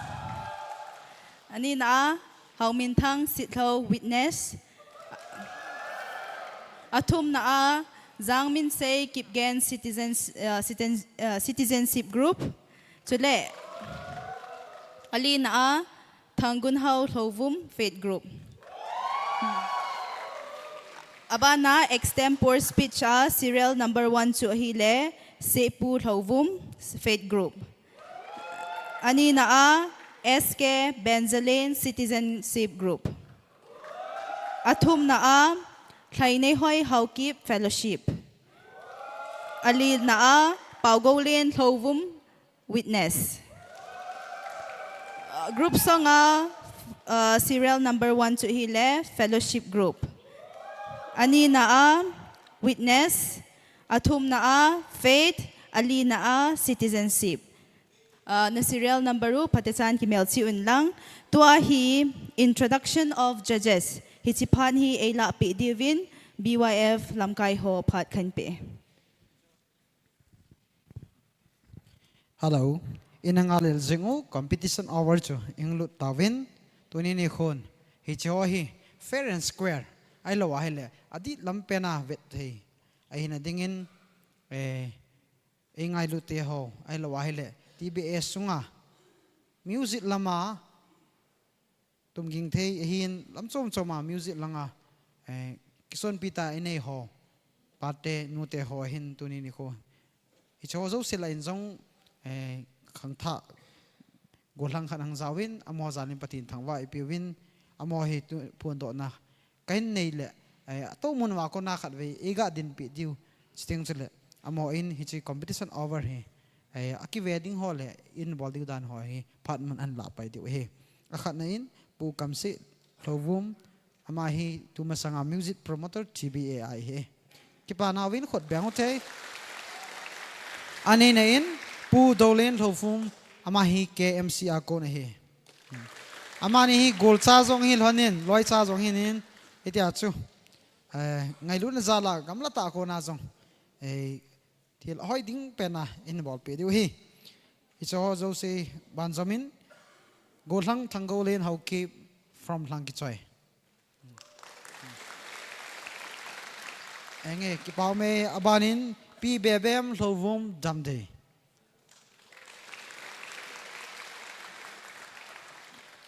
คอมเพติชันหอยปัดดิ้งตาดิกเซวินขังทัดเตหอถนอมเตนอิจิปานหิงกาลตนิตินอาวุตินกิปาวุตินเขาวินซุงฮิตีจงฮิอิสุเมกิโลเดวะใจในแกยากันเสียนตินตุนจะสอบพัดกันเปตันเฮ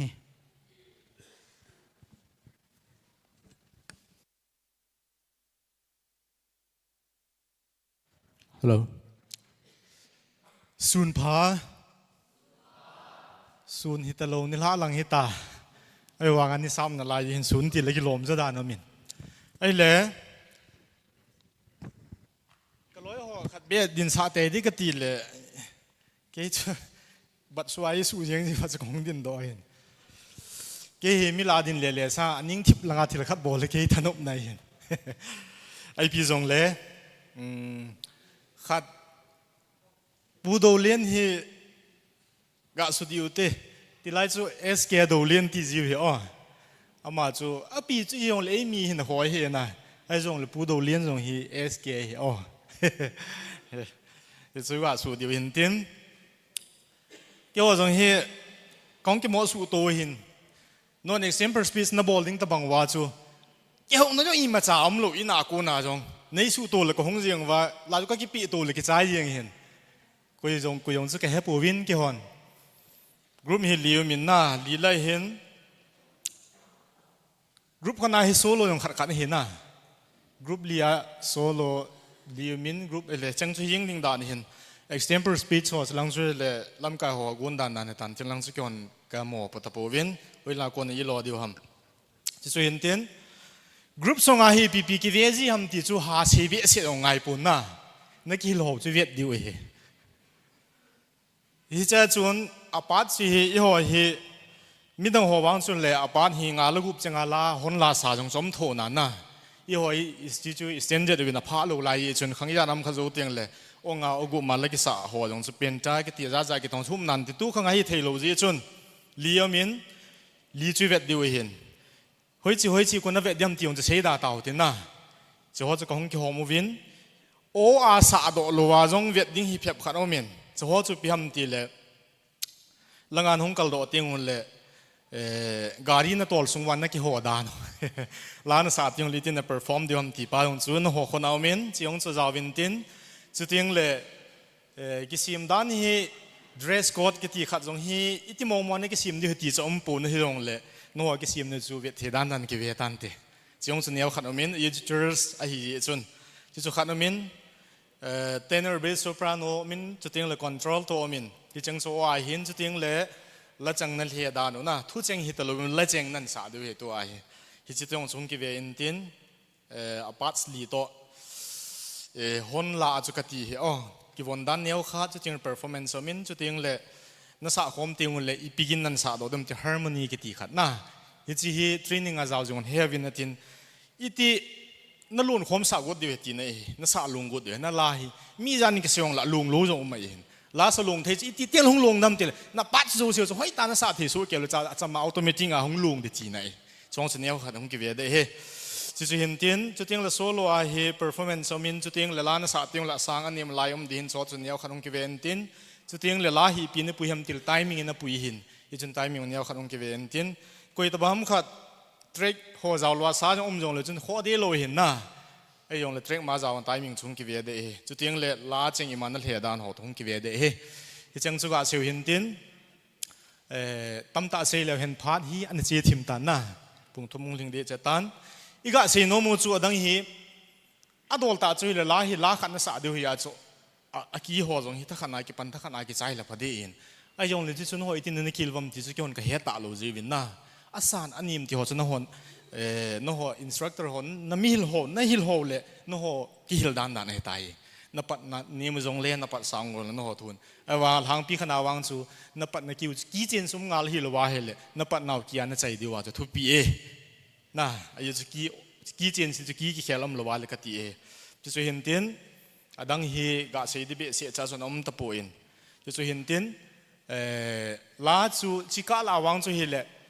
asana nim na ki pat to wal eventis ne nei duty na hi na hona chu ai chu pi lo ate lo lai lo hi za chu kati hi chu no thung hi tan te ti chu hin tin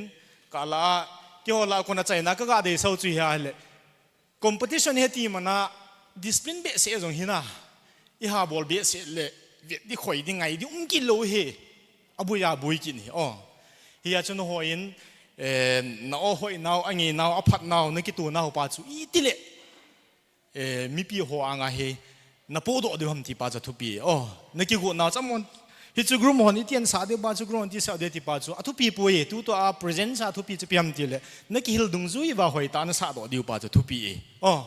a ki jong ki ve pon hin la chai ne la pat na wang ne khan vet de hin adang wang chan ho pat pat chai tai sin tin se le han se de tamen de jong le chan chi sau tin ka ki pai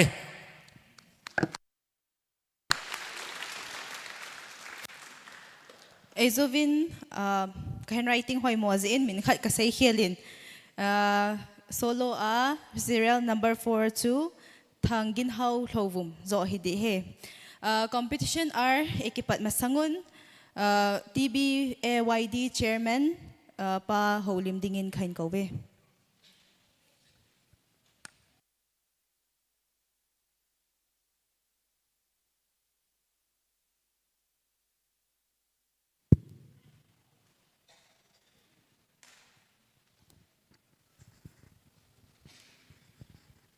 Hello. Mas penin tu ni ahong ki khom ho zo se na bon chawin ni la pha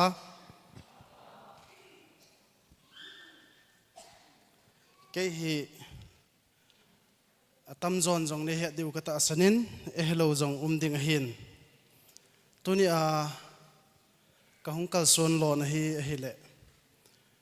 MBYFN Foundation Day naman nawa ho mun pilama ju department ho ngai lu na nei ta a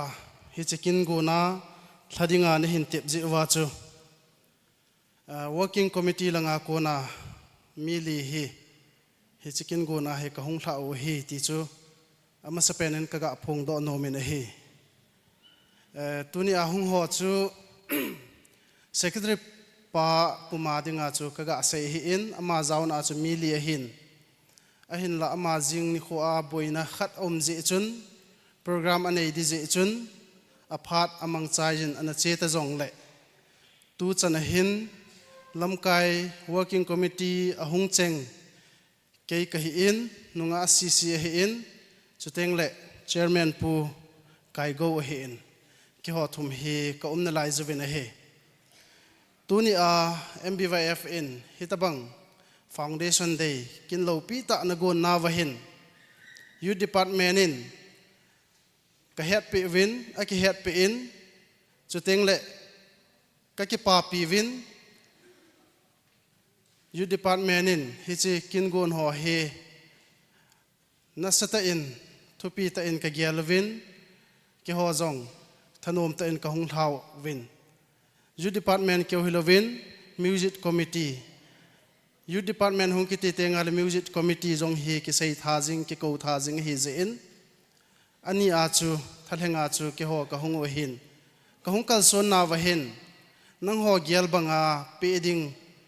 vet theilom ta I ma cha chu ka hin choi zo povin hi jong le TBI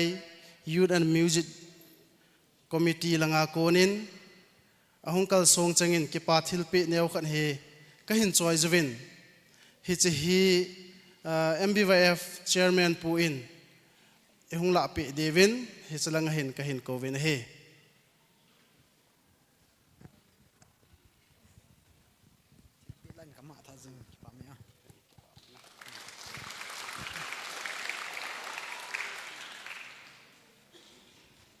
China in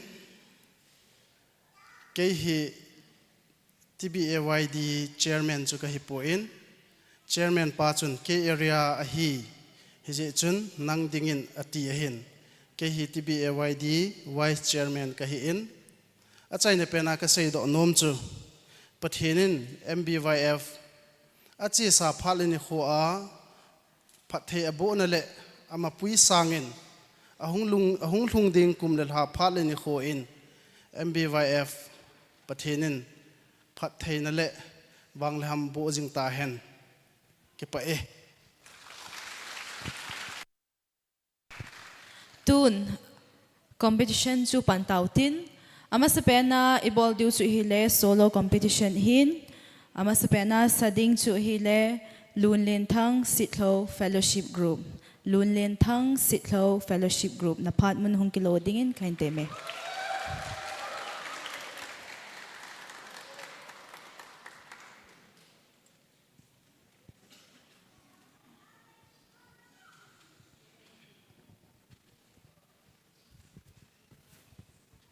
Hello.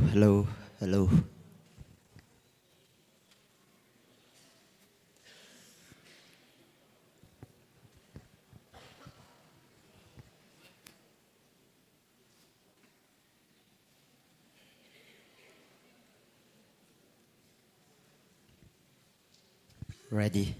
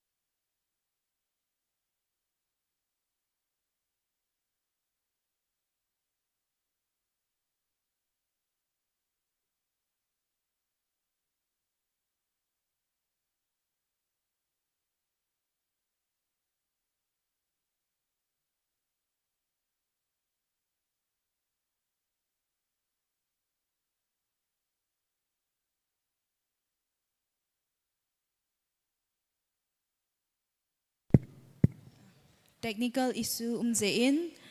serial number 1 2 last ahin sa aditan ani na in serial number 2 Haumintang Sitlo Witness Group Haumintang Sitlo Witness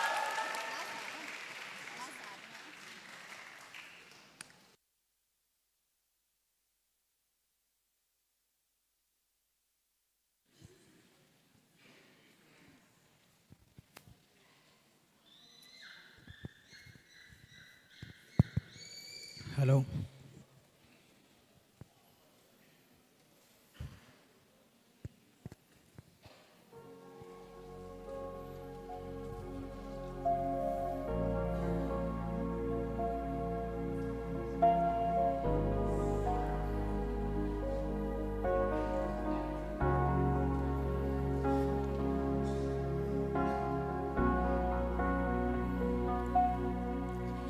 Panabay kahit yan Nagingay si GM Kahinlo umpoy Tiyanagel kum GM Lunglem amit likang Mo ana GM Namuzing nga bagay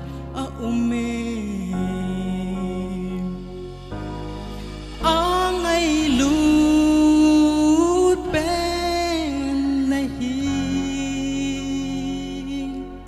Aday ben nahi Ait asa lut pen nahi lung neo hi in ama kom belin belding ama bo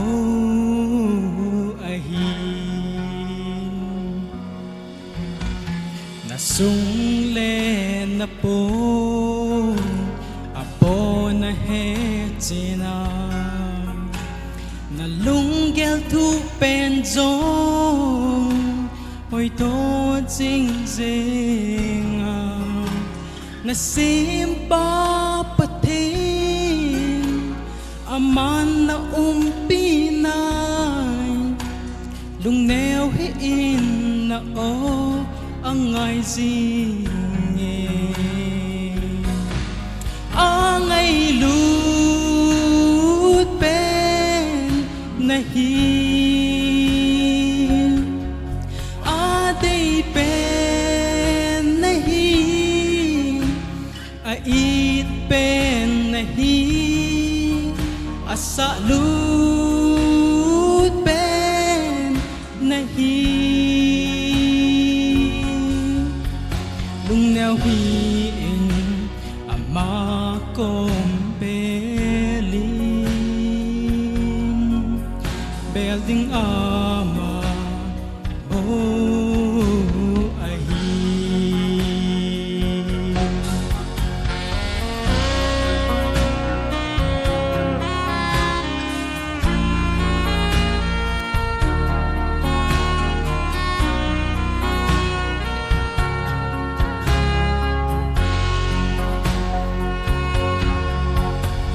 nasit na tisan pang sandu trong le ami ngay lut na kim ti a nei po imag hi poi tia na ki ke lai in zong na chung a to no aniye ang ai lut pen nahi ade pen nahi ait pen nahi asa lut pen nahi lung neo hi in ama kom belin belding ama bo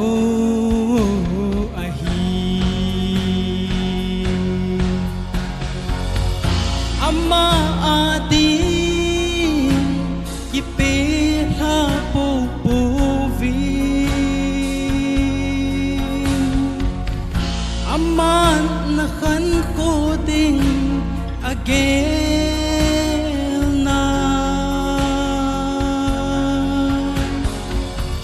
naki mai to pizin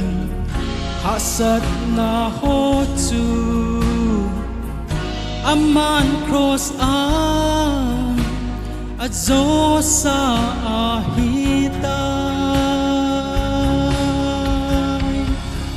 Tovin dingin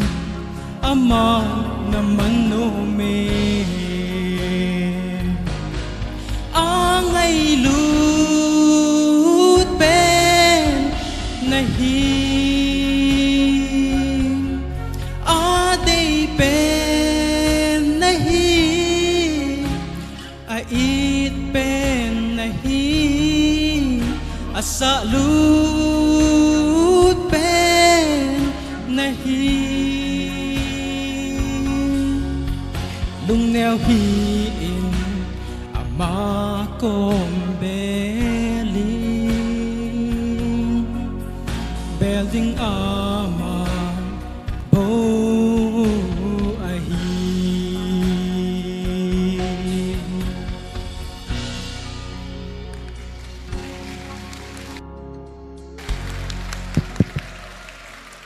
Tua hi serial number 3, Zhang Min Sei Kip Gen Citizenship Group.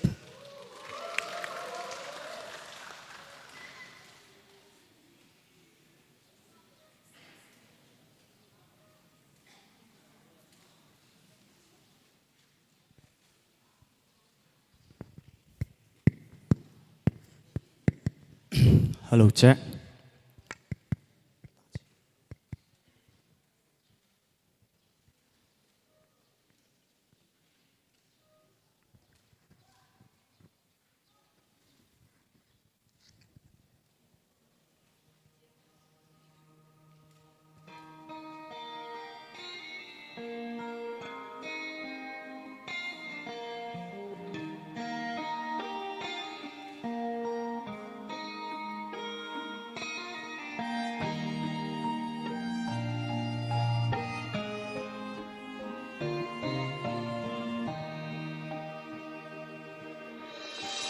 Hanugul le paite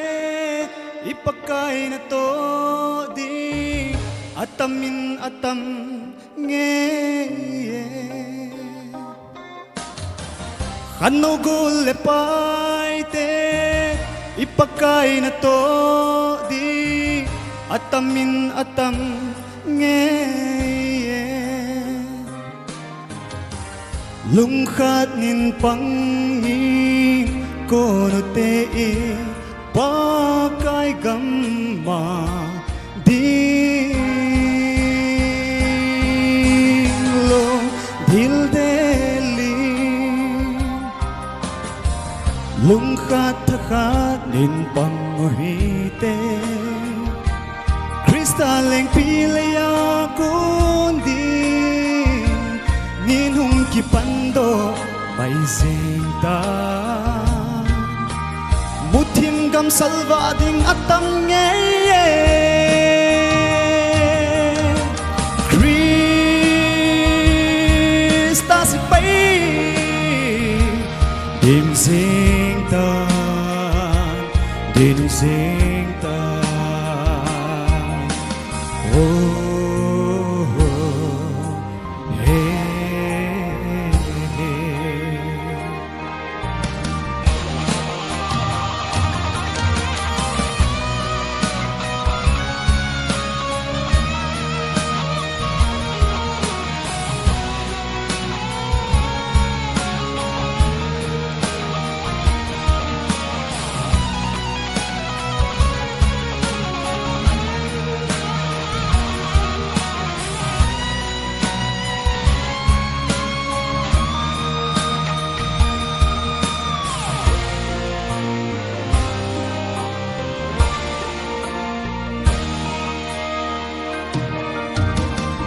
Hanugul le paite ipakai na to di atamin atam nge Hanugul le paite ipakai na to di atamin atam nge Lungkhat nin pangin kono te pakai gamma din lo dil deli vanoi chitin nam din laahi Krista na to bantong zam di nhìn năng lệ kê câu zinge một thiên gam salva ding hung zinge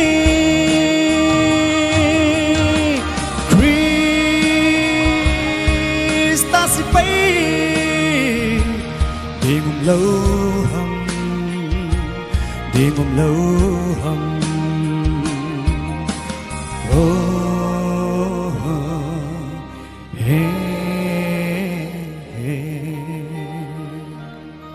Kaki Pak ya.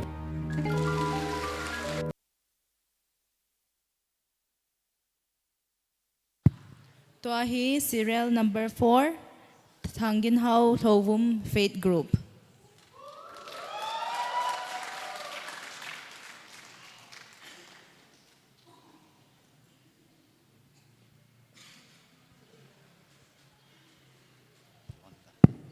Hello.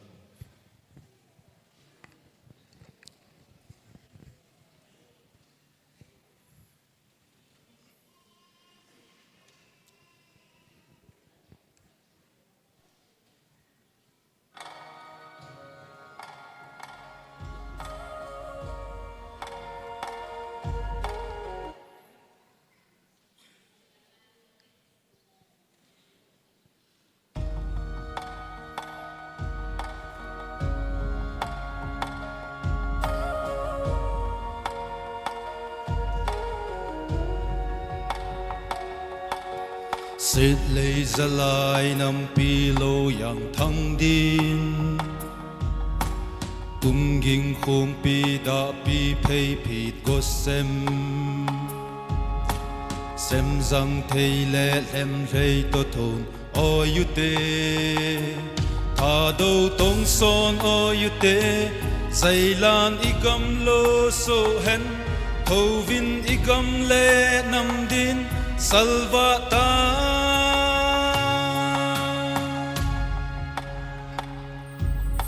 xịt lây ra lại nằm pi lô yang thăng đi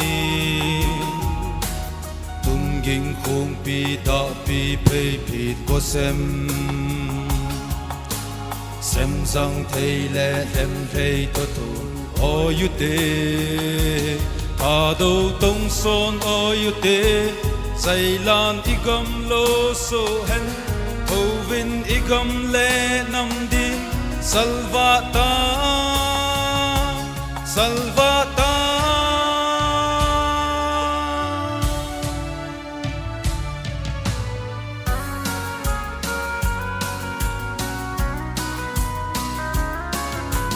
phung mang lại cầm pu ngul hậu thùng sông sun pul ana sim so chat na thupa kimpi phungol kipa na thupa soi zin chung mang pathen kanam nei sa vo thing thang zo gam lei za ngai lu thim thu su nin to na pile pu bang chan ngai lu tui tan lo vin lung ki to in phei phung khat sung kho mu te thing thang lo gam lei za ngai lu thim thu su nin to na pile pu bang chan ngai lu tui tan lo vin lung ki to in phei phung khat sung kho mu te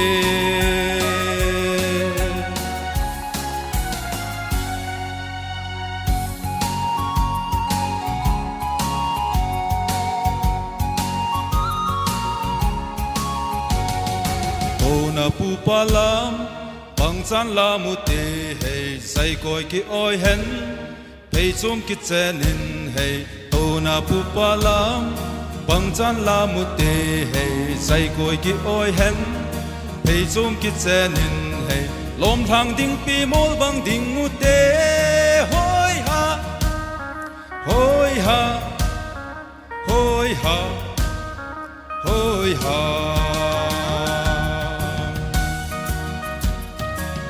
Dung leng wa bang lung khat chan leng khom di si tui bang in lung khom mu te cham na jing ni no bang chan hung so hen to na khang gui ki ngai lut na ti bi e khang go la cham jing hen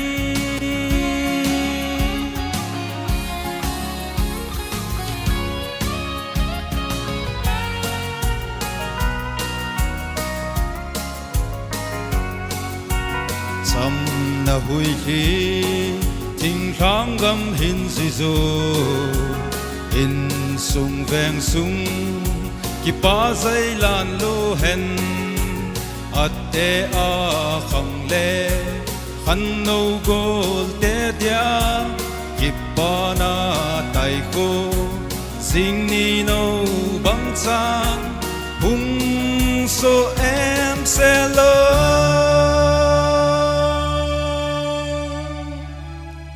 Pai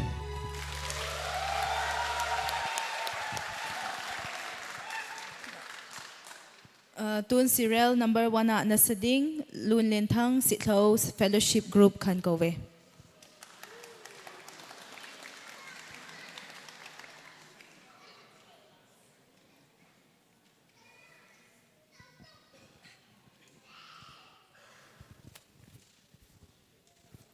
Check, check.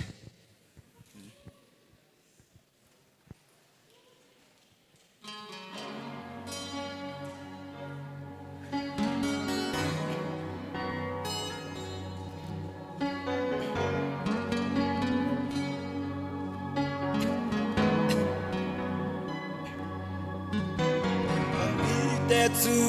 kingai ne ma kamin pana atauva asit nau ho hinda hate chu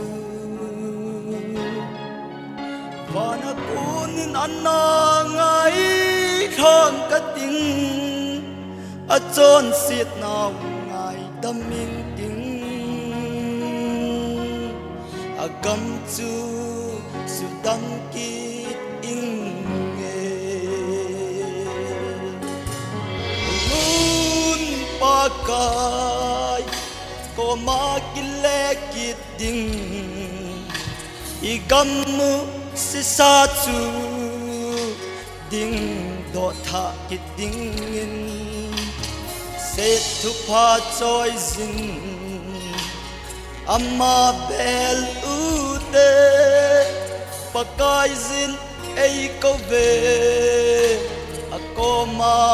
cheng ding in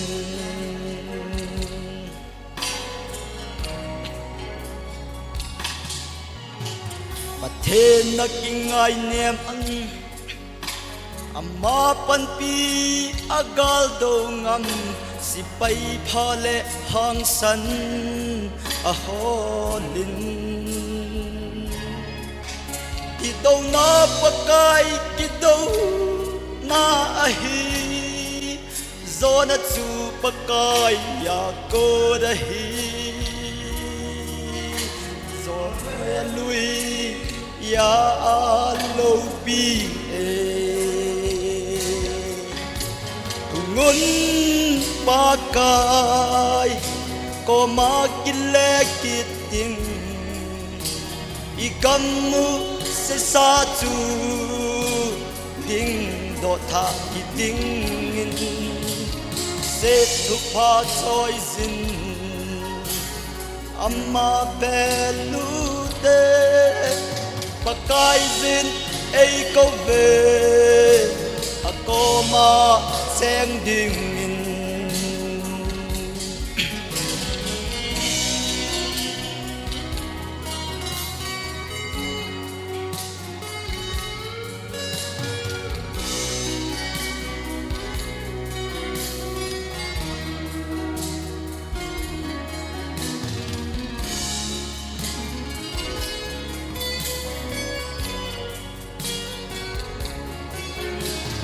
pakai za dinga chan ngam ten pakai zin mi a hol zing ye nei tu lung thin ku in tong hu de o man bei za tong te ho cho ta ve lem gam thu ngam ding ho hung u vi zo na chu i chân nghe yêu ahi ngun pakai ko makile kit ding i gamu se sa chu ding do tha kit ding in se tu pa choi zin amma belu de pakai zin ei ko ve akoma cheng ding in pakai zin ei ko ve akoma kileu de. Praise the Lord.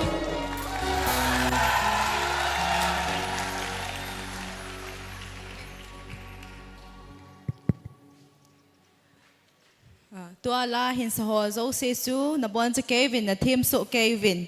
ke hileng na bon cha ke wa first prize ka pi de hin chu chu za so thu tan tin tun extempore speech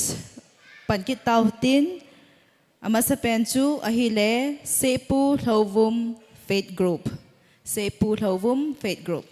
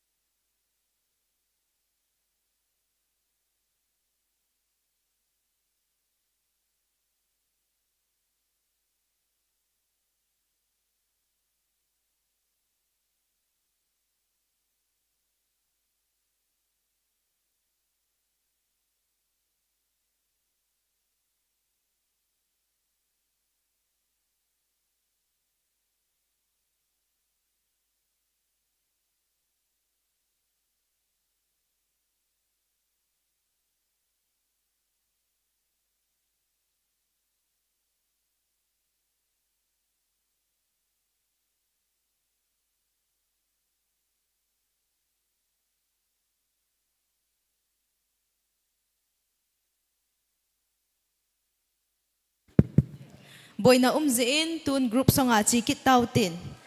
Serial number 1, group song to hile fellowship group. Fellowship group na patmon hong kila divin kahinteme. Group song serial number 1, fellowship group.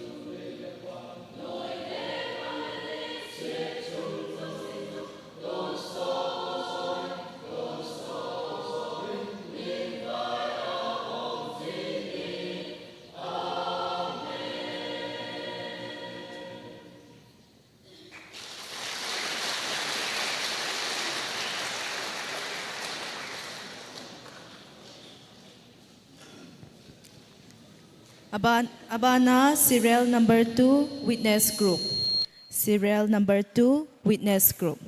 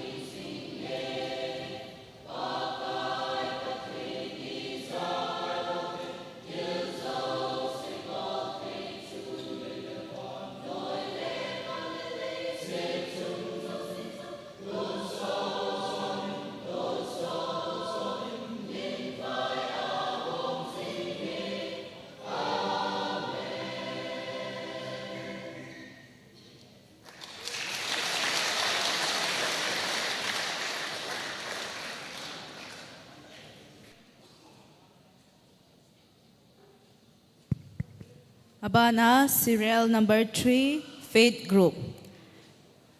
Serial number 3, Faith Group.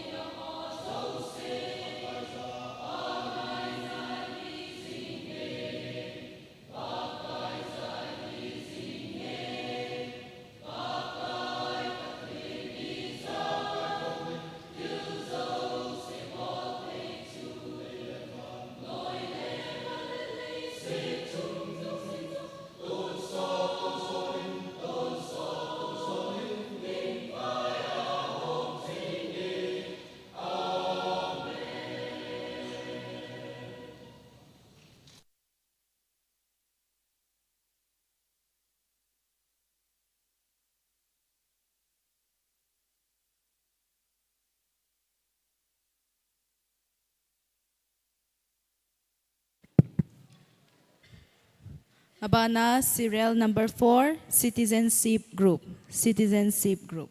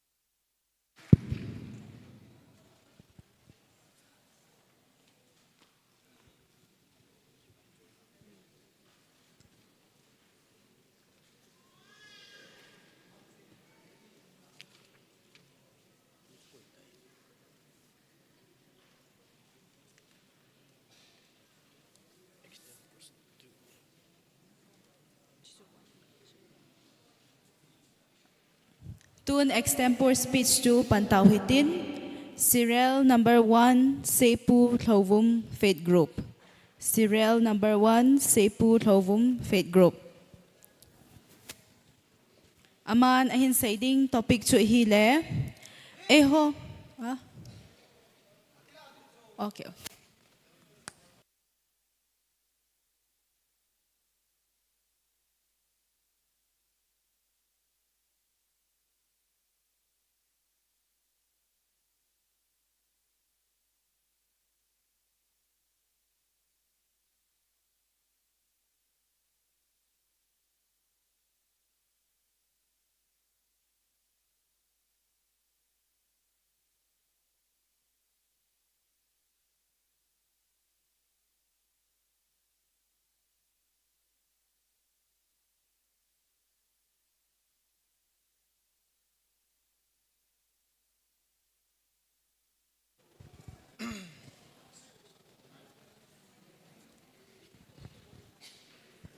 Hello. Check. Nabon chao vin nilhapa. Keima min nahi le si pu lo vu mahipun sit lo ahin. Ke hi le faith group ka he. Tunia no hinga seidinga topic kan kilhendo cho hi le. Til zo se aphalam lama la hi tha na ta hi ti hi he.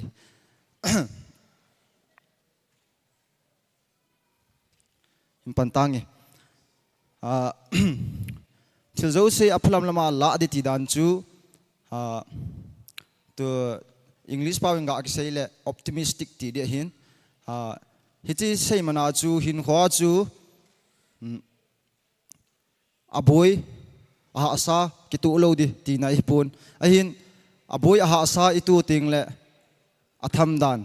ai lo ale asin sa dan chu ti na hi Mihim chun kala le aha asa ki tuntin aboi ki tuntin ahin hichi phating chu le lunglet ding aphalama la ding ti na zo hi hizia chu nin khowa hin khowa ase ahung hlun ting le hichi chu ahung hlung ding mong ahin thasit pi de hepun ahi wanga igel ding uchu hi ale ite ki mai tu pi daham lungniam ta le lungning ta ki mai tu pi ding pa ochu I kho sa diwin kadei san hi steng le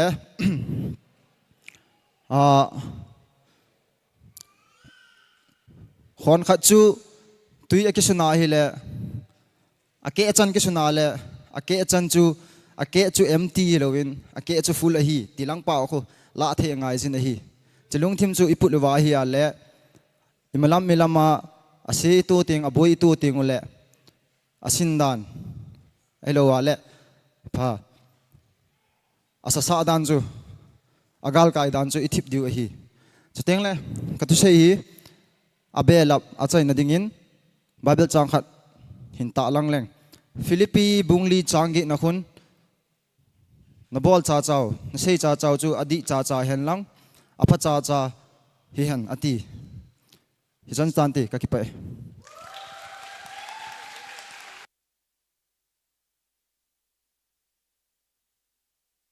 Abana serial number 2, SK Benzaline Citizenship Group.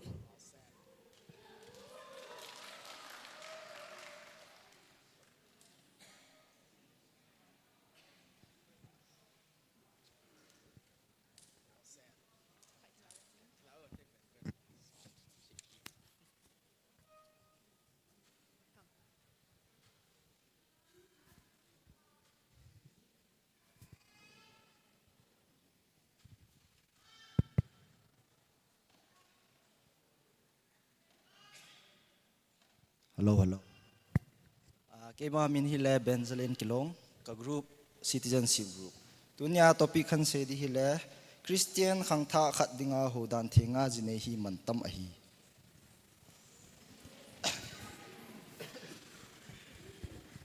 Sei pan tau te na.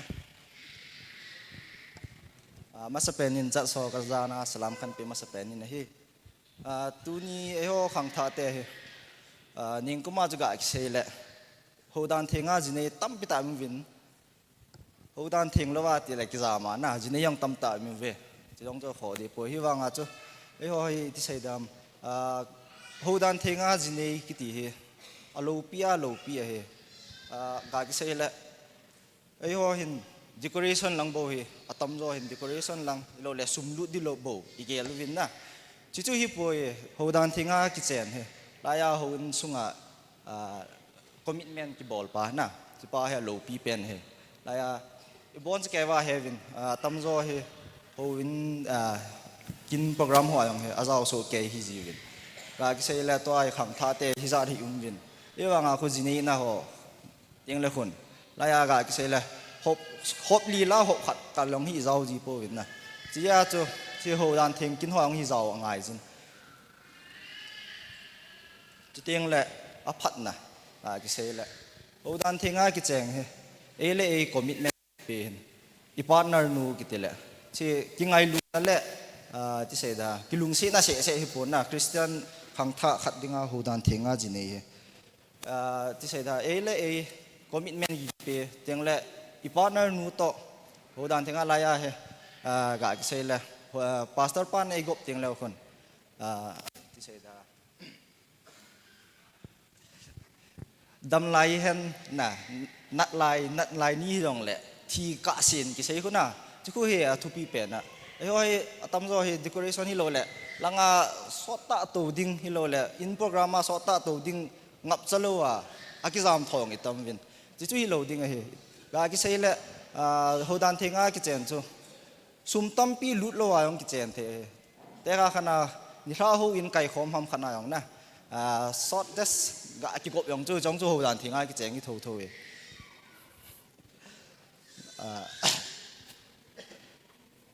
tiếng là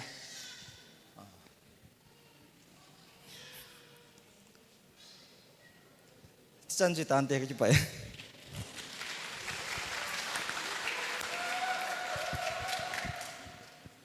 Serial number 3 Thaini Hoi Haukip Fellowship. Thaini Hoi Haukip Fellowship.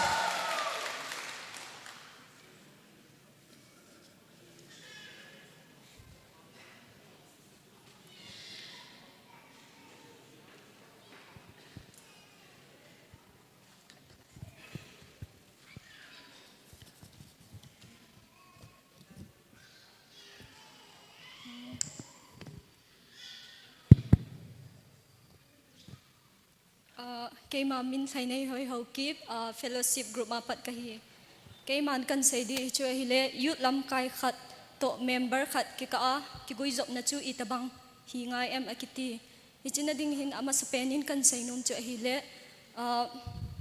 ki goi job na youth lam kai khat le member khat hi na ki goi job na chu ki ngai lu na ki goi job cho angai in hi ichina ding hin Ephesus bungli changni isim le chon nem na bukin lung nem to tho ha to thôn chonun ngai lut na in khat la khat ki ngai them un cham na in ki kan un thagau pum khat hi na ding ki ha bol win tin pathin le khabu in ai sei pi ve hi ji a chu e ho hi background za chom chi a hung hi win mi khat idea to nang idea ang chu ki banglo mai the hin he chi ji a chu khat chi a chu ki het them tu na ama weakness chu ipi ham e lo le aman ipi a bol theina anayam ti chu ki khol do wa khat la khat ki het thim tun ai nei diu chu phapenin te tin ka gel e member khat hi na wa jong chu ichunga vai po thu a inun diu yong chu pathin lungdei lam thil pha hi aji chu bible le khabu Hebrew 13 verse 7 isim le na chunga vai po thun nungun akiti aji chu vai po khat chu pathinin atun do le member khat nin idei wa itun do hi ji wa chu jana le support na chu ipi ngai hi aji chu am hoyong ta sa phe hi win bol hinglel to hinglel chu tam ta nei ding hi hinla nang zar member nang zala to hinglel na ho chu nang na hu bit the ding hi chong chu pathin lungdei lam le member khat na hi na member lo hing na hi di chu pathin lungdei lam a hi ding ka ta sa ne chubang ma chun lam kai khat hi na wa jong chinading hin First Peter bunga changi isimle nalo wa kyangoi hon ho chu phaten ching phawin akiti hi chi a iga mu do thei uchu chi Bible changa hu iga simbele lam kai khat hi na bol lo phamo a hi lo le ti dan chu apang lo di apang di om he ti a I duty zuga su la mai hilawa I member ho chu am ho lungel chu ipiham ti he thim wa am ho ta chun ikugui job naw chu isu det wa hile hi chu lamkai khat long hi nawa lo thin na le hiding hi ti chu ka sei no me lamkai kita le lamkai thu di apang chu e ho society tu din muna jong ingai che le win a hi abana achai na pena kan sei nom chu hi le pathen bible in ta saphe khat hi win thagau khat na ki ngai lu na khat le khat ki kan khom diu chu pathen dei sa a hin pathen dei sa chu le pathen thagau chu e ho la ding pathen thagau oma hi le youth department yong chu I khang to diu e ho I khan to le ho bung khang to ding society yong khan to de ti chu ke man tu ni a chana chun kan nga no me ka ki pa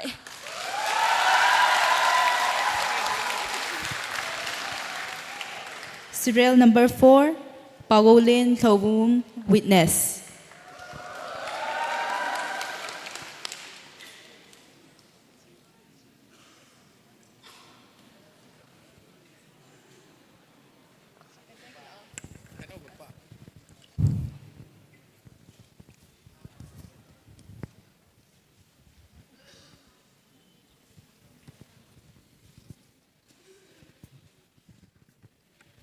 Pawolin Thawum Witness Group.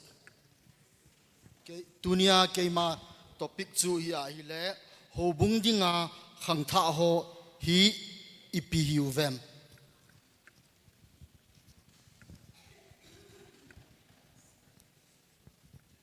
Ho bung dinga khang tha ho hi ipi hiu vem. Avelin kan sei ki ne ka topic chu. Masapenin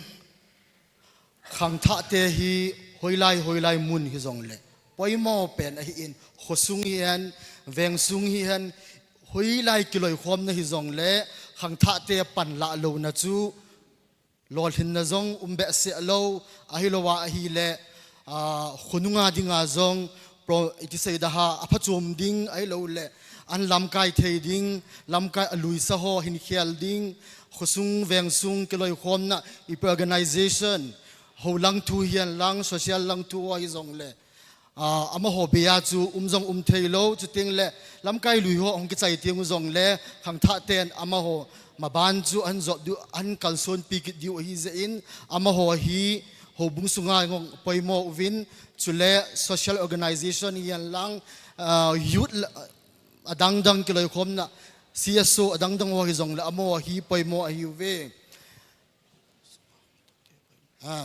tun hobung context alut itin ahi a hilem hobunga hin ehon golwa golha ahi lo le khopi conference chuteng le silver jubilee diamond jubilee ho zong ibol ziwin imang ziwin hitabang ho kin theng hobung langa tenga ahi a hile to khom ding hian lang ahilowa ahile na to khom na hian lang izakai thale zung lungel hi cho hin seng do ji ho ahi atamzo khang tha te ahi win hiji achun hobung kiloi khom na ho ahilowa ahile hiti a newa golwa golha ahilowa ahile e ho hobung sunga khopi ho ahilo le conference ho ahilo diamond jubilee silver jubilee ho inei tiang zong le izakai panhin la a hobung dinga hian lang khosing dinga hi aizong le a backbone ti chu youth ho hi ti ka sei no me tun abanin khang tha te apoi modan thina le man na langa thina manna wangsit na teng le hin hobunga hin khang tha te apoi ma zenge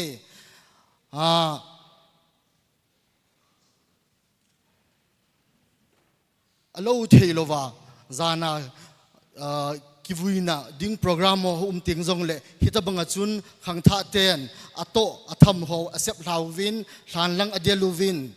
hlan lai thei hiti chun ho bungai lut na zalin Christian youth khat hinan Christian khang tha khat hinan ama hon zong hlan zong alai win achuteng le mit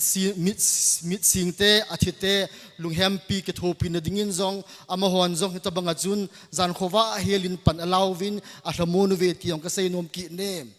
aban teng le hobung sunga adang dang newa khang tha te hin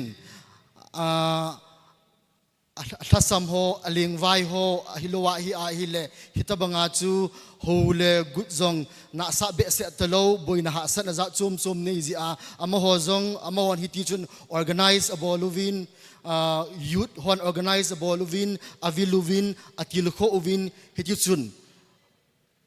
อามวันฮิติยงจุนปันลาวินฮิเองอบานาขังท่าเตนโฮบุงาปันละกิดนาวจุฮิอาฮิเลคริสต์มาสโฮหุ่มเตียงซงเลเหตุบังอาจูเอโฮคริสเตียนเตียดดิงา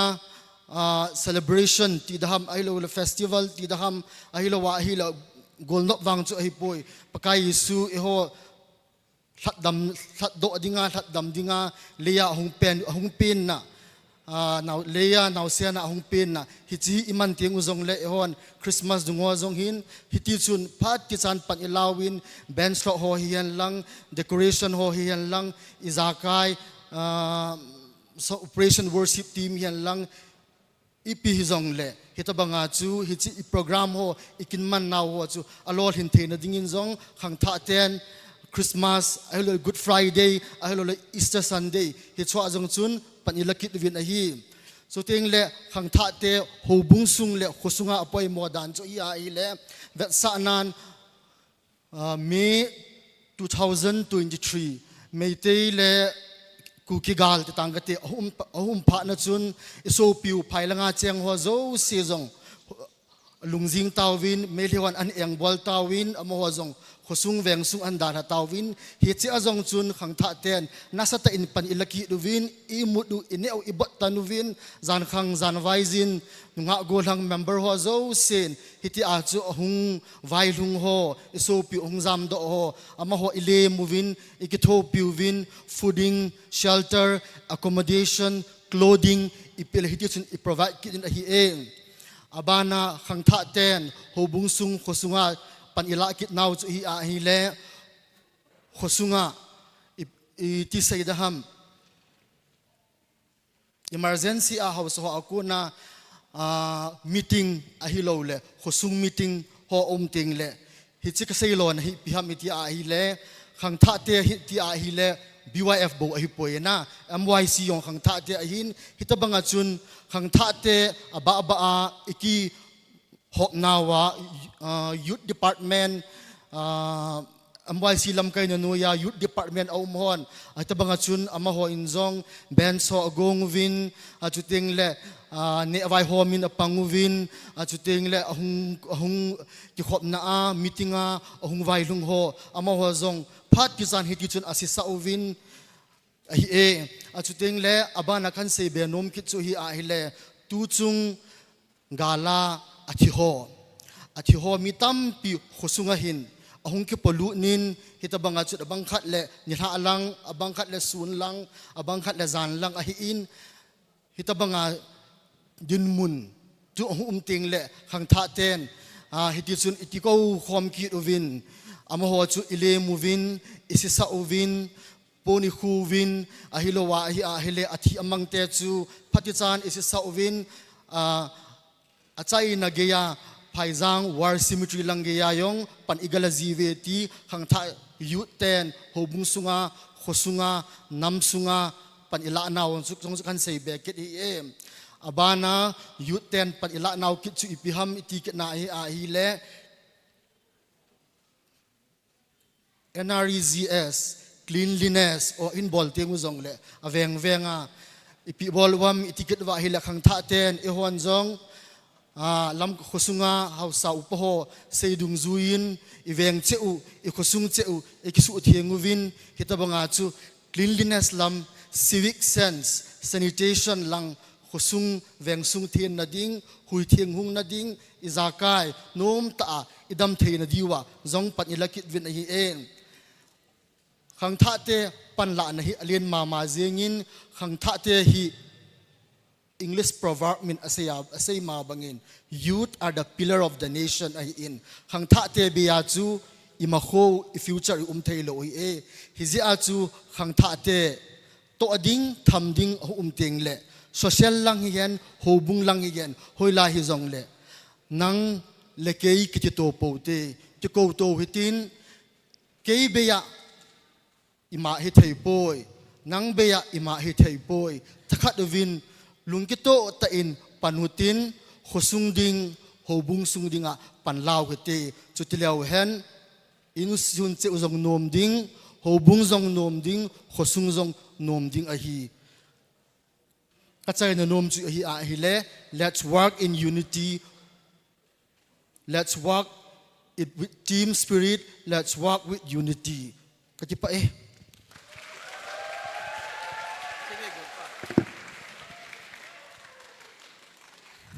Tunia competition na zau zau se solo hi han lang extempore speech hi zong le chule group song hi zong le na phat nun han kat doa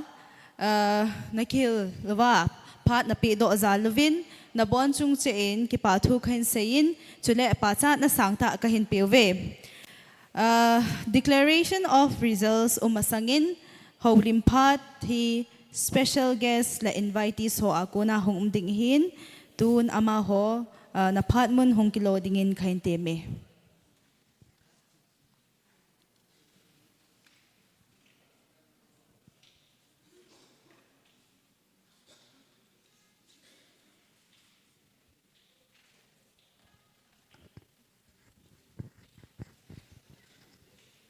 Tuni ni khon pathenin ta sa dam na AP win is a MBYF 67 Foundation Day iman then ho hi pathen tha na hin pathen pathe ebu na zalwa tuni ni kho ai iman the je ina amasan pathen ka thangwa ki na hi chule tuni ni kho ai Jute adinga hi foundation de hi ngalen ta hin loi khat adinga adia ke ho loi adinga hi foundation ong run chana ka kum kal che eng tu ai som gup la sagi ahin ke yong July le som gup la sagi kalhin ding ahin ken kum khat be he kiting thele kati ahi tan ikum he hon Christmas ingale le ikum hung nai se eng tua he upot se ge akithwa nang le te pu te se akipha na ding hi hung nai lang ahi tan hi jong le pathian thilgo na hin ti ho cha chi ding do la si ahi ti pa chu ibon ke ko ma kan se do hin tin chula tu ni kho hi kyo guests are invite able nawa mi group ahin mi group lain khatsu gampa ma adam loji in akizenin tua he minga akyomin minga la ong chu khatsu akeng adam mojin ahung ki thepon mili kajau su kevin nohon foundation day naman nawa ki hon jong ka ki pa piwin khunung teng le nunga wolang ho that na ki pun khom na neun nang ki sei sen na le ki muda na hin ko naman lo diu pathin gya lo na hin ko naman wa tua sanga hat che a na kiloi khom na wa nung ma chal tu pe divin jong ges hon tim na kanei kinun a hi je chun tua hi no khanga foundation day akitin kyo loi khanga ke by chairman khanga chu tu phenga sum kilo ahin nikutha ki kona sum kilo ahin ai la tua he numa nom ai tan ai na tua he hello itile sangkhat hungleng do je in kyo a chu cheng thum ma khai cheng thum kilo ahin nikutha a chu kyo loi khang to tua khang wai ite ka le tua he mem chi ne yong asang se tan kyo loi khanga chu thgu ma sum kilo ahin anup na khat zo min ain la tua hi nungau lang na kilo i khom na he kavet dolin them khat hi che sau thim la chun na kilom thimun che pa chi lovin in zo cha si hon ilam kai chu ngol hen nang sing le jong le pau mo hen nang pau thei jong le ilam kai tu se chu inun so ke ya le khan to na hin ilam kai in thi na ding in e pui lut pon te ti pa he kyo yes invite neighbor na wa kaloyo si thakela ke man sanzo kain sei tan tin chule kion long sum them khat hi kain dong khomun je sun bif chairman ham secretary ham khat in se yung la pi law jon ke pa min te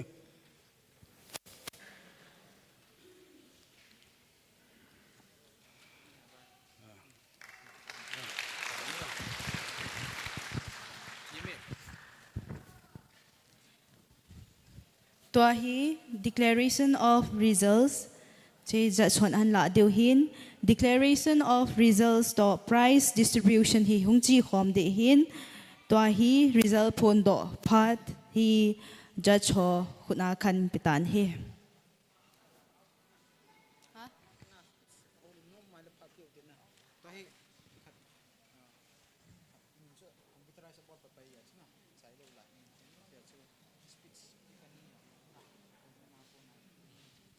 Tua hi ho bunga ko na ho lim nom adang zong le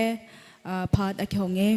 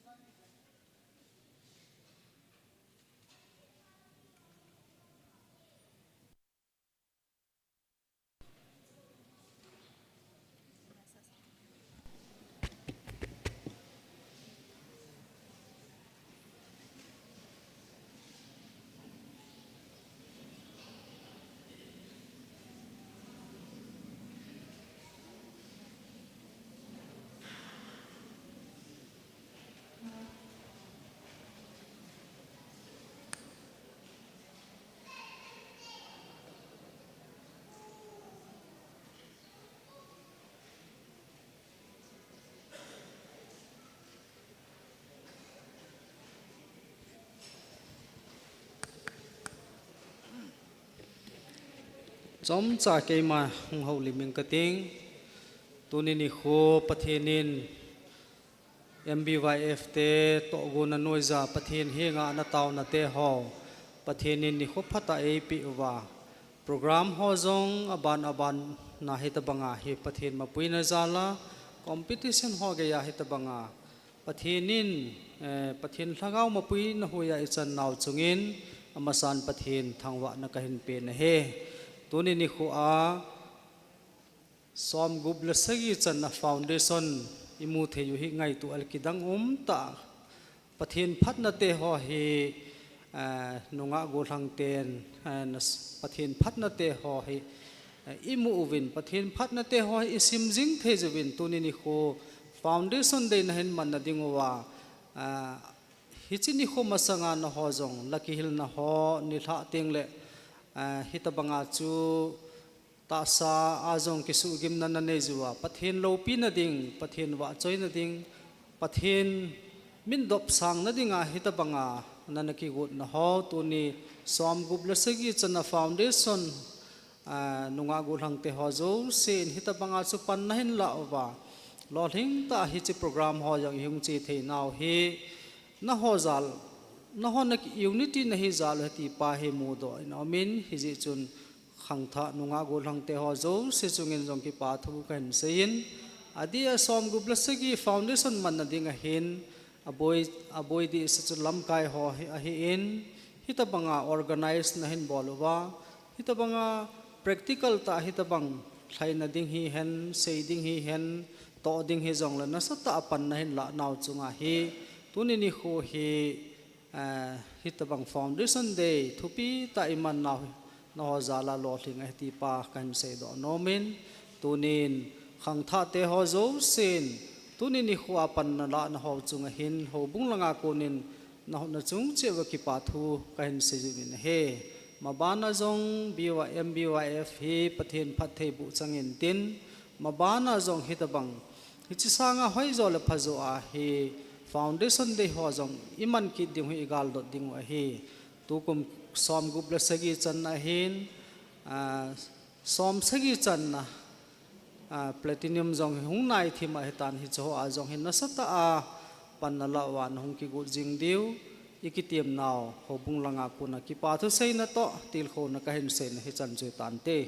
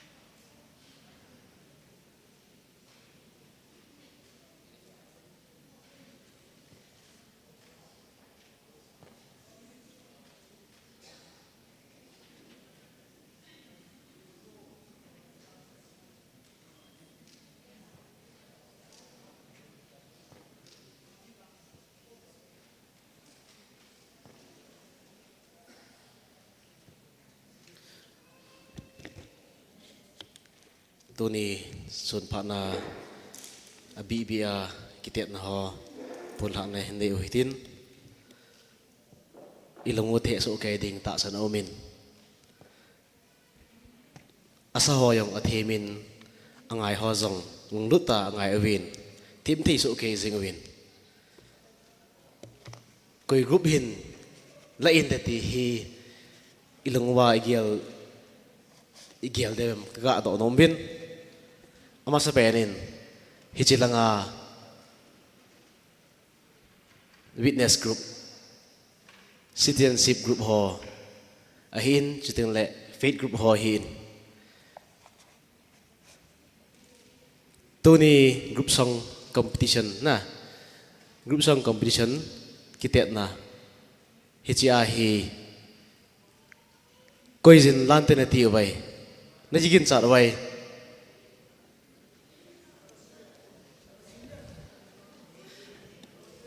ala langa hoy nin se wo koi group min lantena ti bai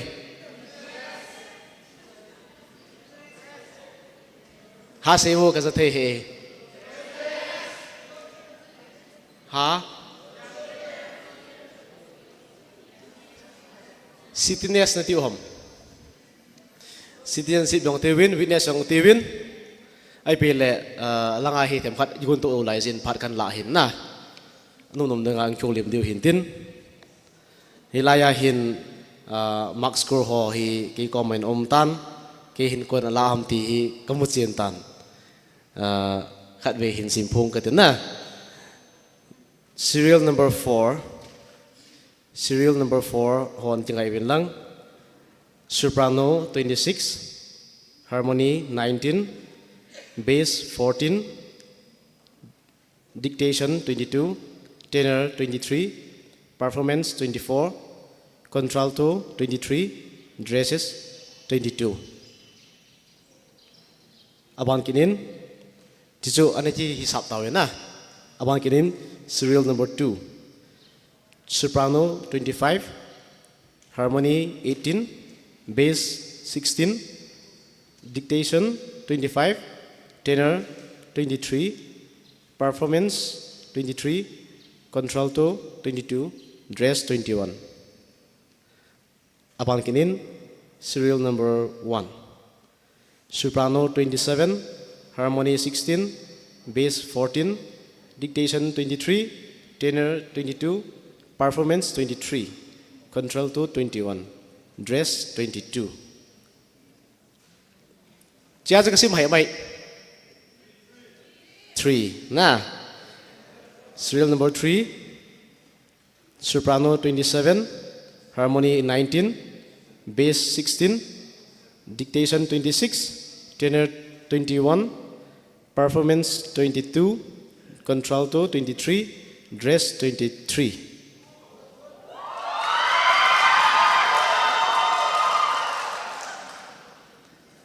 Is that this one? Is it the piano?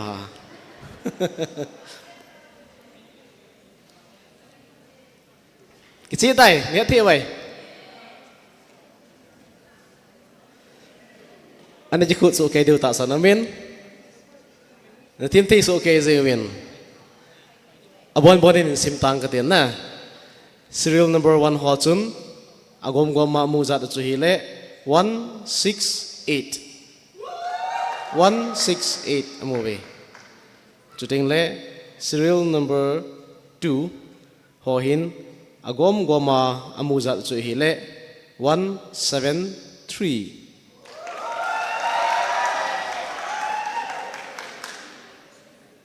Apan kinin serial number 3, serial number 4 hohin agom goma amuzat serial number 4 kati so 3 hilo de 4. Serial number 4 hohin agom goma amu zat chu ahile 173.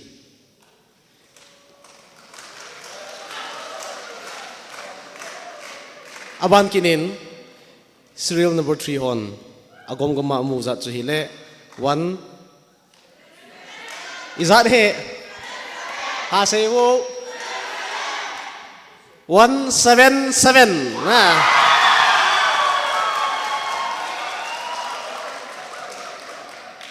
Na team thei so Kevin tu chunga group song competition ahi serial number 3 hohin first alatawe.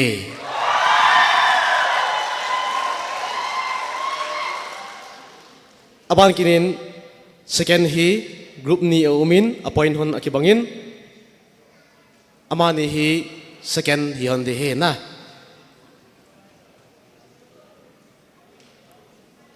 Serial number 2, serial number 4. Agong kama ho hi total 173 gel amu hone. Ewo. Second ni kipa amin. Tu chunga judges ho ko ho chu. Afel thi le jeng win lunggel sangen jong hoin. Lagi tiat ho zo se hi khap thung ke ya thung ke na ki tiat hi ji in. Na bonds ke in first second third na leo ti ahe egun pi uhi te di hin ta sano men na i bonds ke wa first second third hi ve oh koi macha last umpun bonds ke first second third hi ta ve chichu maximum zat ho kan se kan phong do hin tin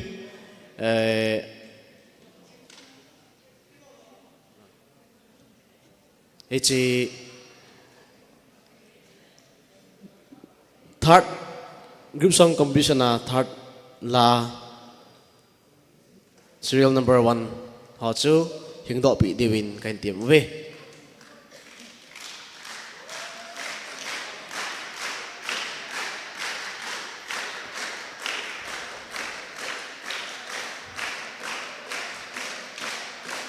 hi AP do pi de win nu te langa women chairperson no prize AP do pi de win ko ve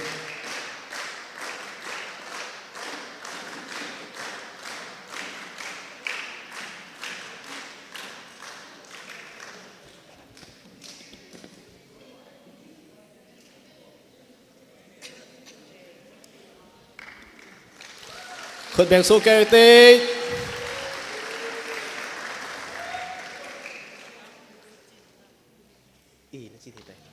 Apal kina dingin group song competition second lahi group ni hi in serial number 2 hi ko masawin hi che AP do pi dewin assistant passer pa ko tawe AP do pi dewin assistant passer pa ko tawe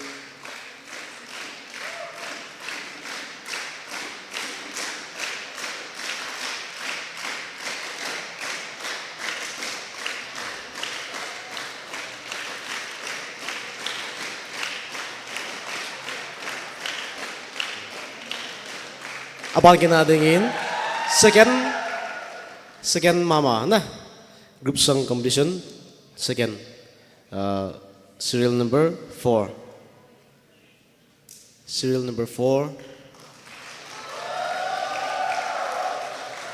it's AP do pi ki diwin men society chairman pa ko ve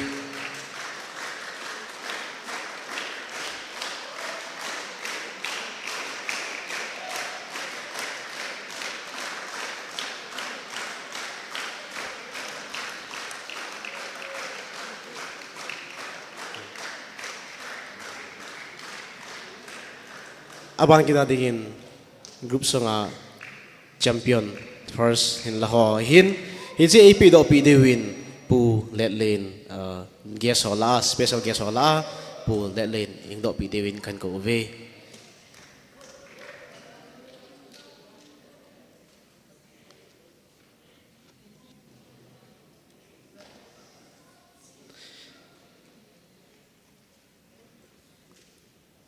MBYF Foundation Day 67 Hinna Group Song Competition First Laho Champion Laho Ndo Da Dewin kan team away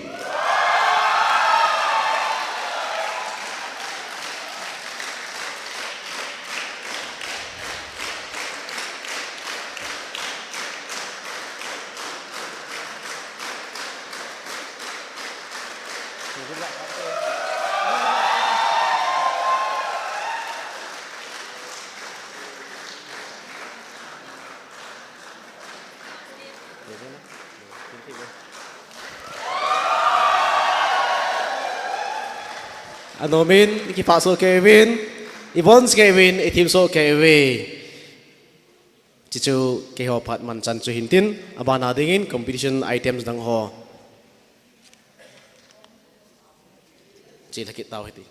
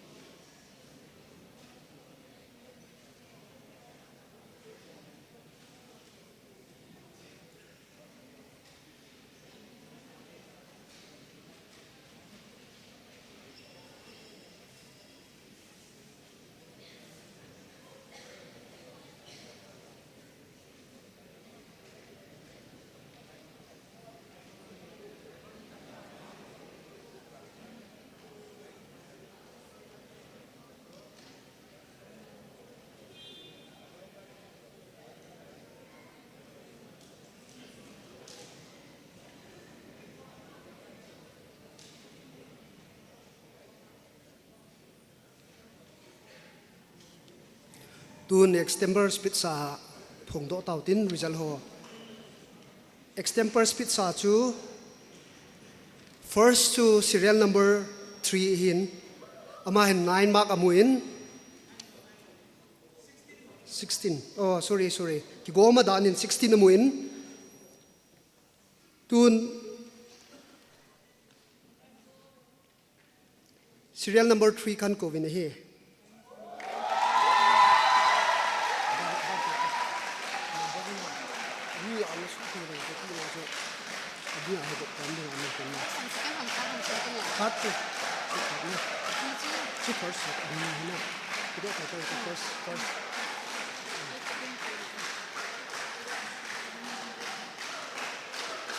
apido ding hi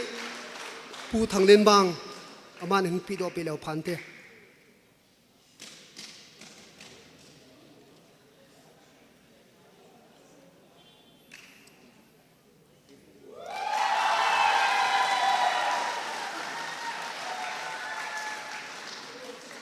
trong to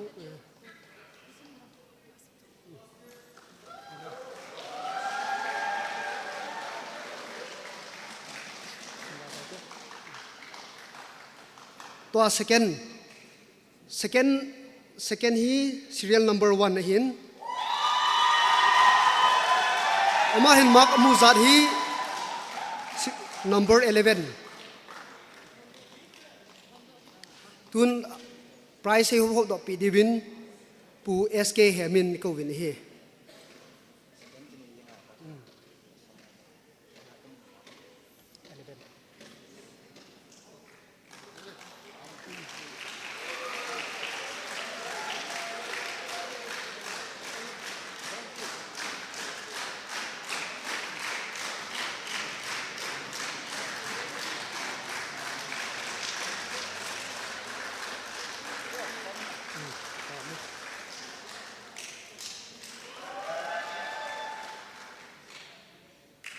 abana group te ni he ani ni honin thar hi hon thobe to an serial number 2 to serial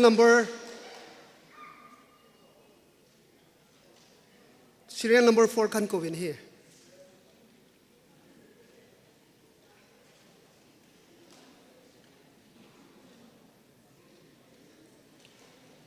nama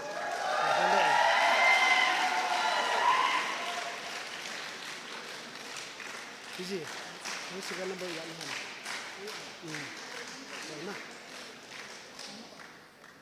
serial number 2 na yong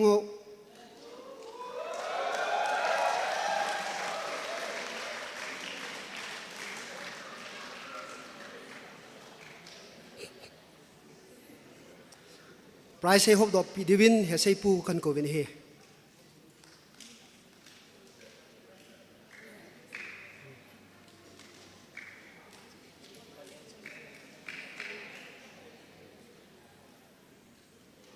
khot beng ute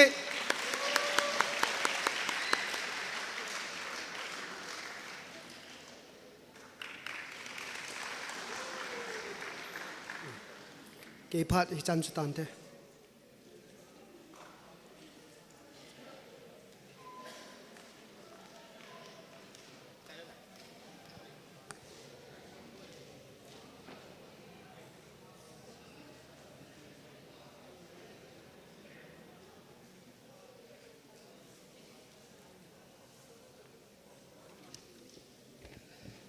tua hi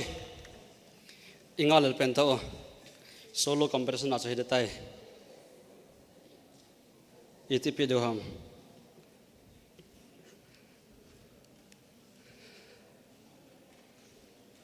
third le fourth kan se masat pen de he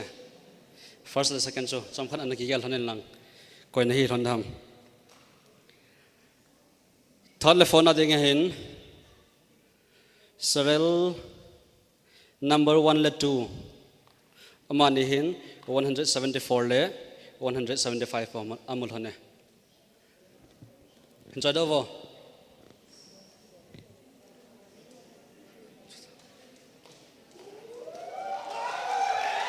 ahile serial number first le 1 le 2 do thonen lang hiche APP Divin Judge Hola P Bebem Le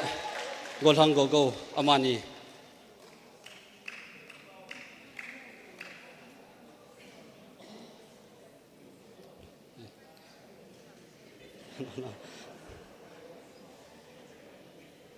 Judge Khatani Homlotam Jiantana Mani he Abona and Pedo Handaya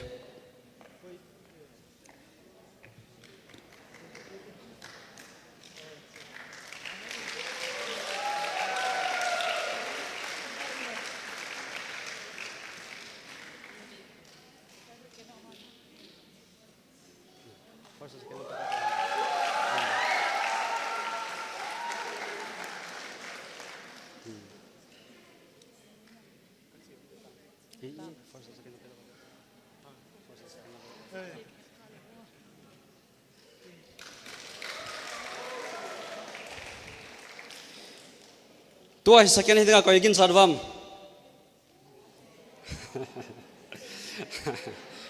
First election say by then na second one say thilo tayo.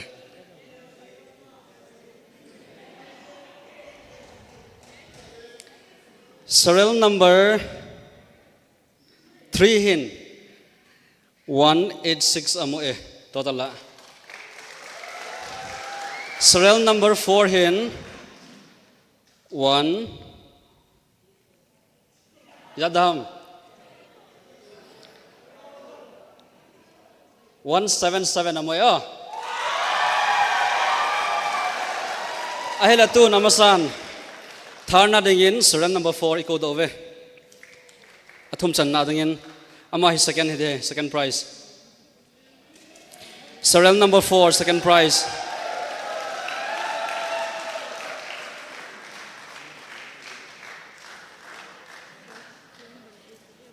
second prize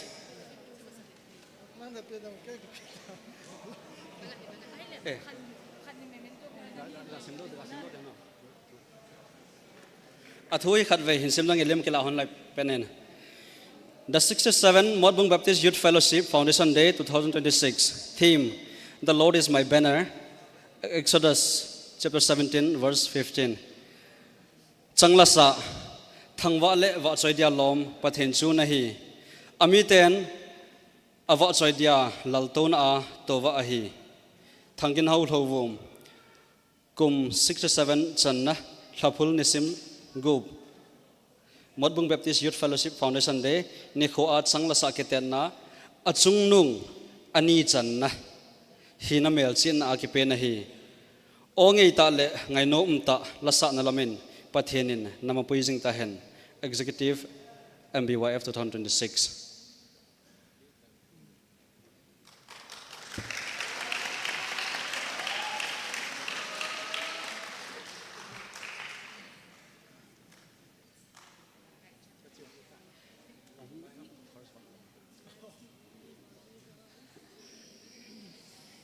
to ahi first prize anapetau hite first prize sang de pa serial number 3 hungdo hanlang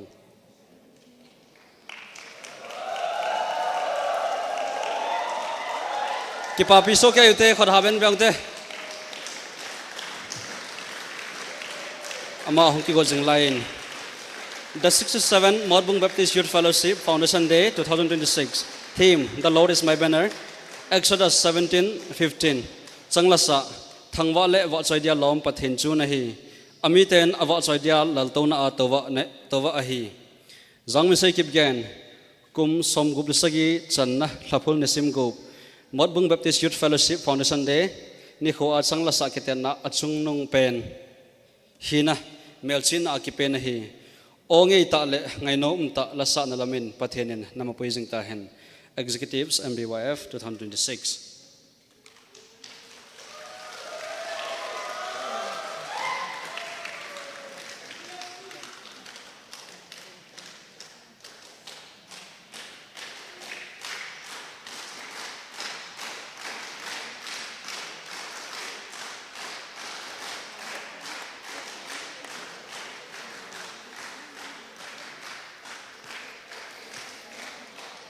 tu chunga he kedang ta he cash prize khat sa ki koi lo he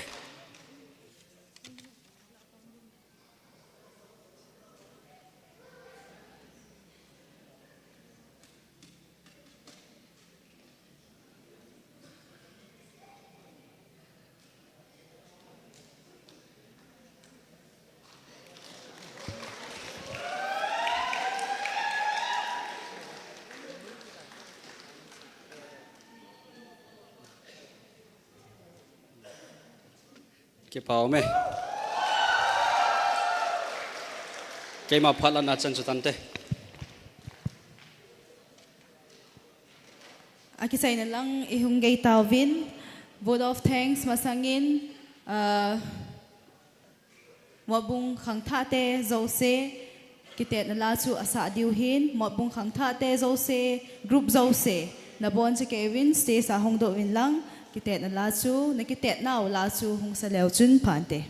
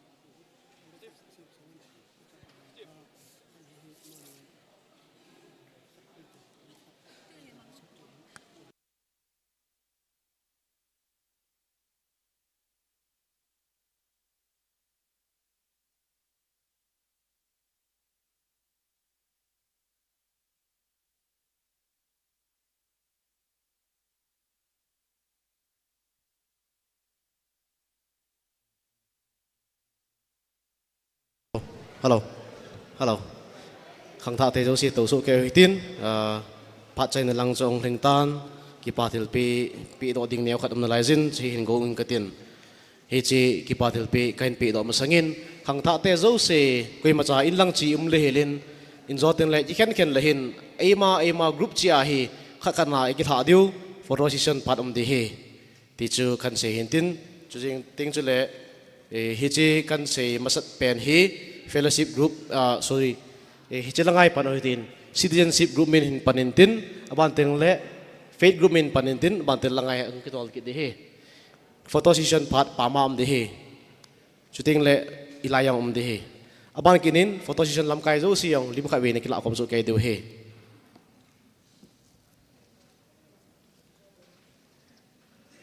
kipa thilpi niaw cha khat ka pi nom khat omin tunia pathin wa choila isa pi uwa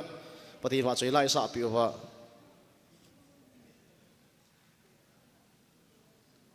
nunga chongmin hoi khongsai nunga chongmin hoi khongsai chi etam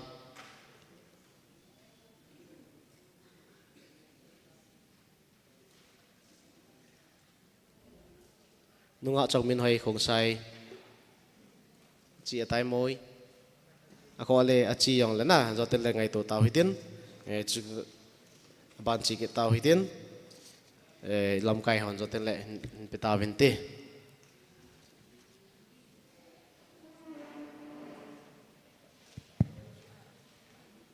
to tua hi vote of thanks saying pu wai lim thang advisor MBYF ama aphat mun hong kilo dingin kahin ko tan hi.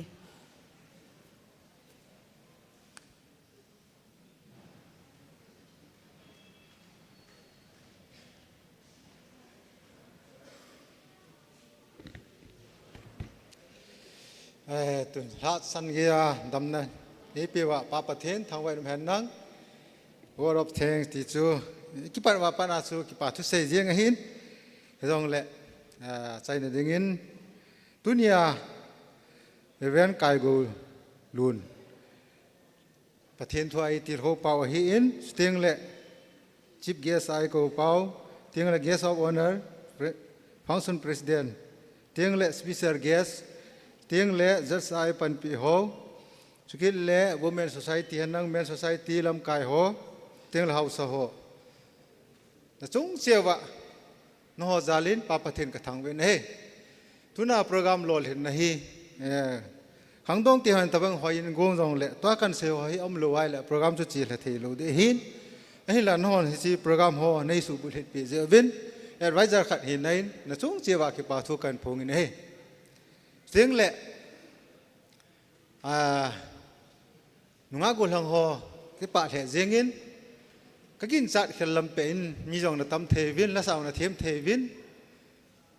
no yo le ho ga cái pa sa le han tu ni na la sa ho na them so kevin ki ten na chu point chu khat le ni ani ma sa ding mong hi in bon se ke wa chu na them so ke ti ve la kan pon do ki hin tin dunia program ho pathenin zona sen ai pi now tua he zo thei dingam ji wa tuni program e su blet pi zo sel chung chia a chom lam ta pa thu ka sei na sei khil mai le ne ngai damun lang sei khat chang khat za na mar som nai pitaw hen pathenin ka ki pai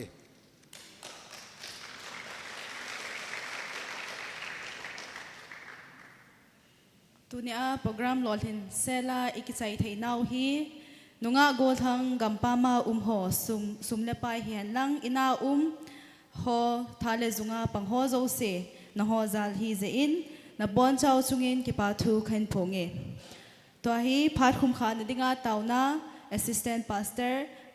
pu tong lun khan ko ve.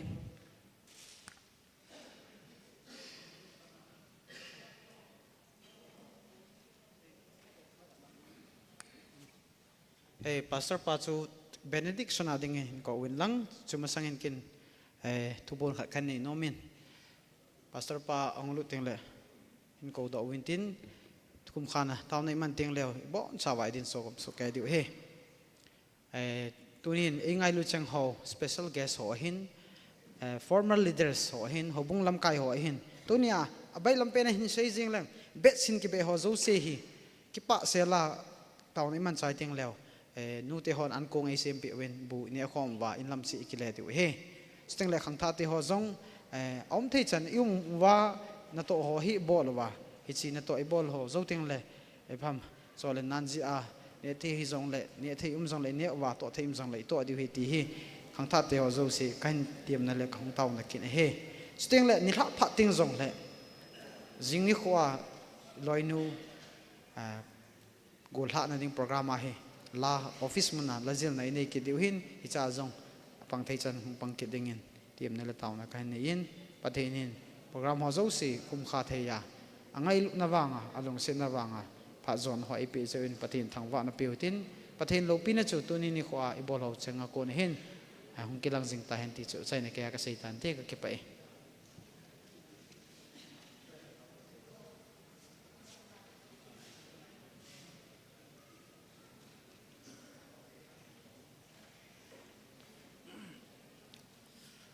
Tuni zude iman now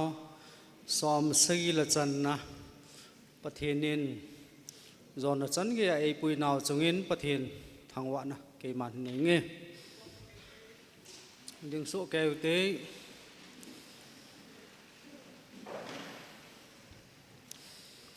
ngai lut na le happy na dim set e ngai lu hing jing wa na am ka pau pathin pakai tuni ni kho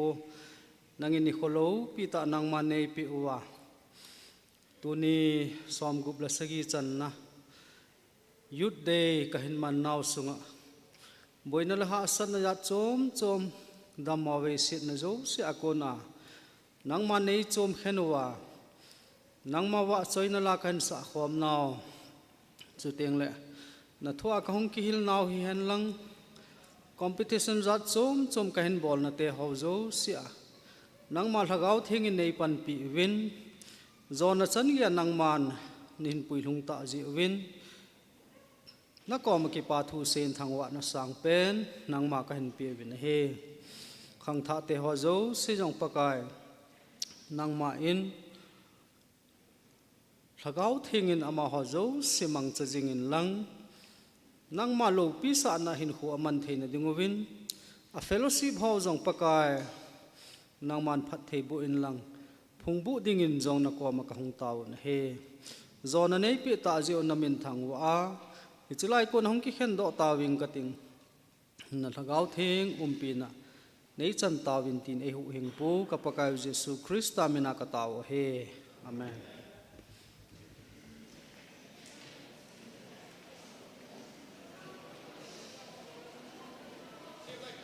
Koi macha podo hi laivo gas hall se te in note office ang jot pin lang hi chi sunga hin members hodo se koi ma podo hi laivin lang a group ma lim kilam sa diu hin hi chi masangin lam kai ho zo se khai ve lim kila dengin go la sun ki pa mente lam kai ho zo se hin panin tin aban teng le citizenship group hin tin faith group hiding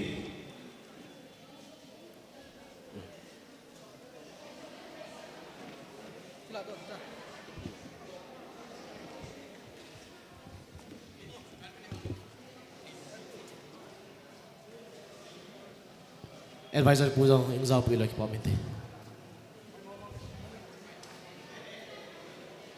BYF lam kai ho chuteng le tu chunga guest a ki ko ho hin special invitees ho hin pakai la cha ho hin nung sita an kong so kam tiwin kan tiam we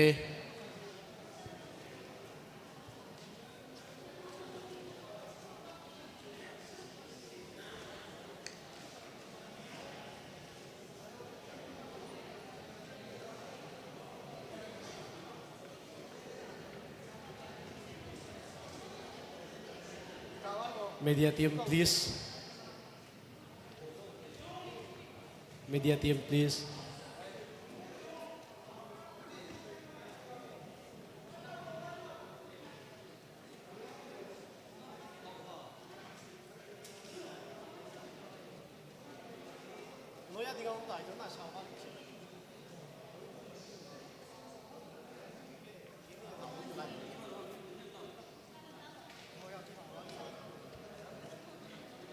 Pat semang pautin aban adingin zong ji gong men lang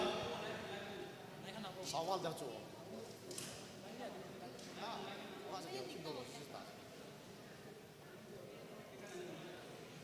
khang ta te ho tu zan nang laki lang so kai ke dewe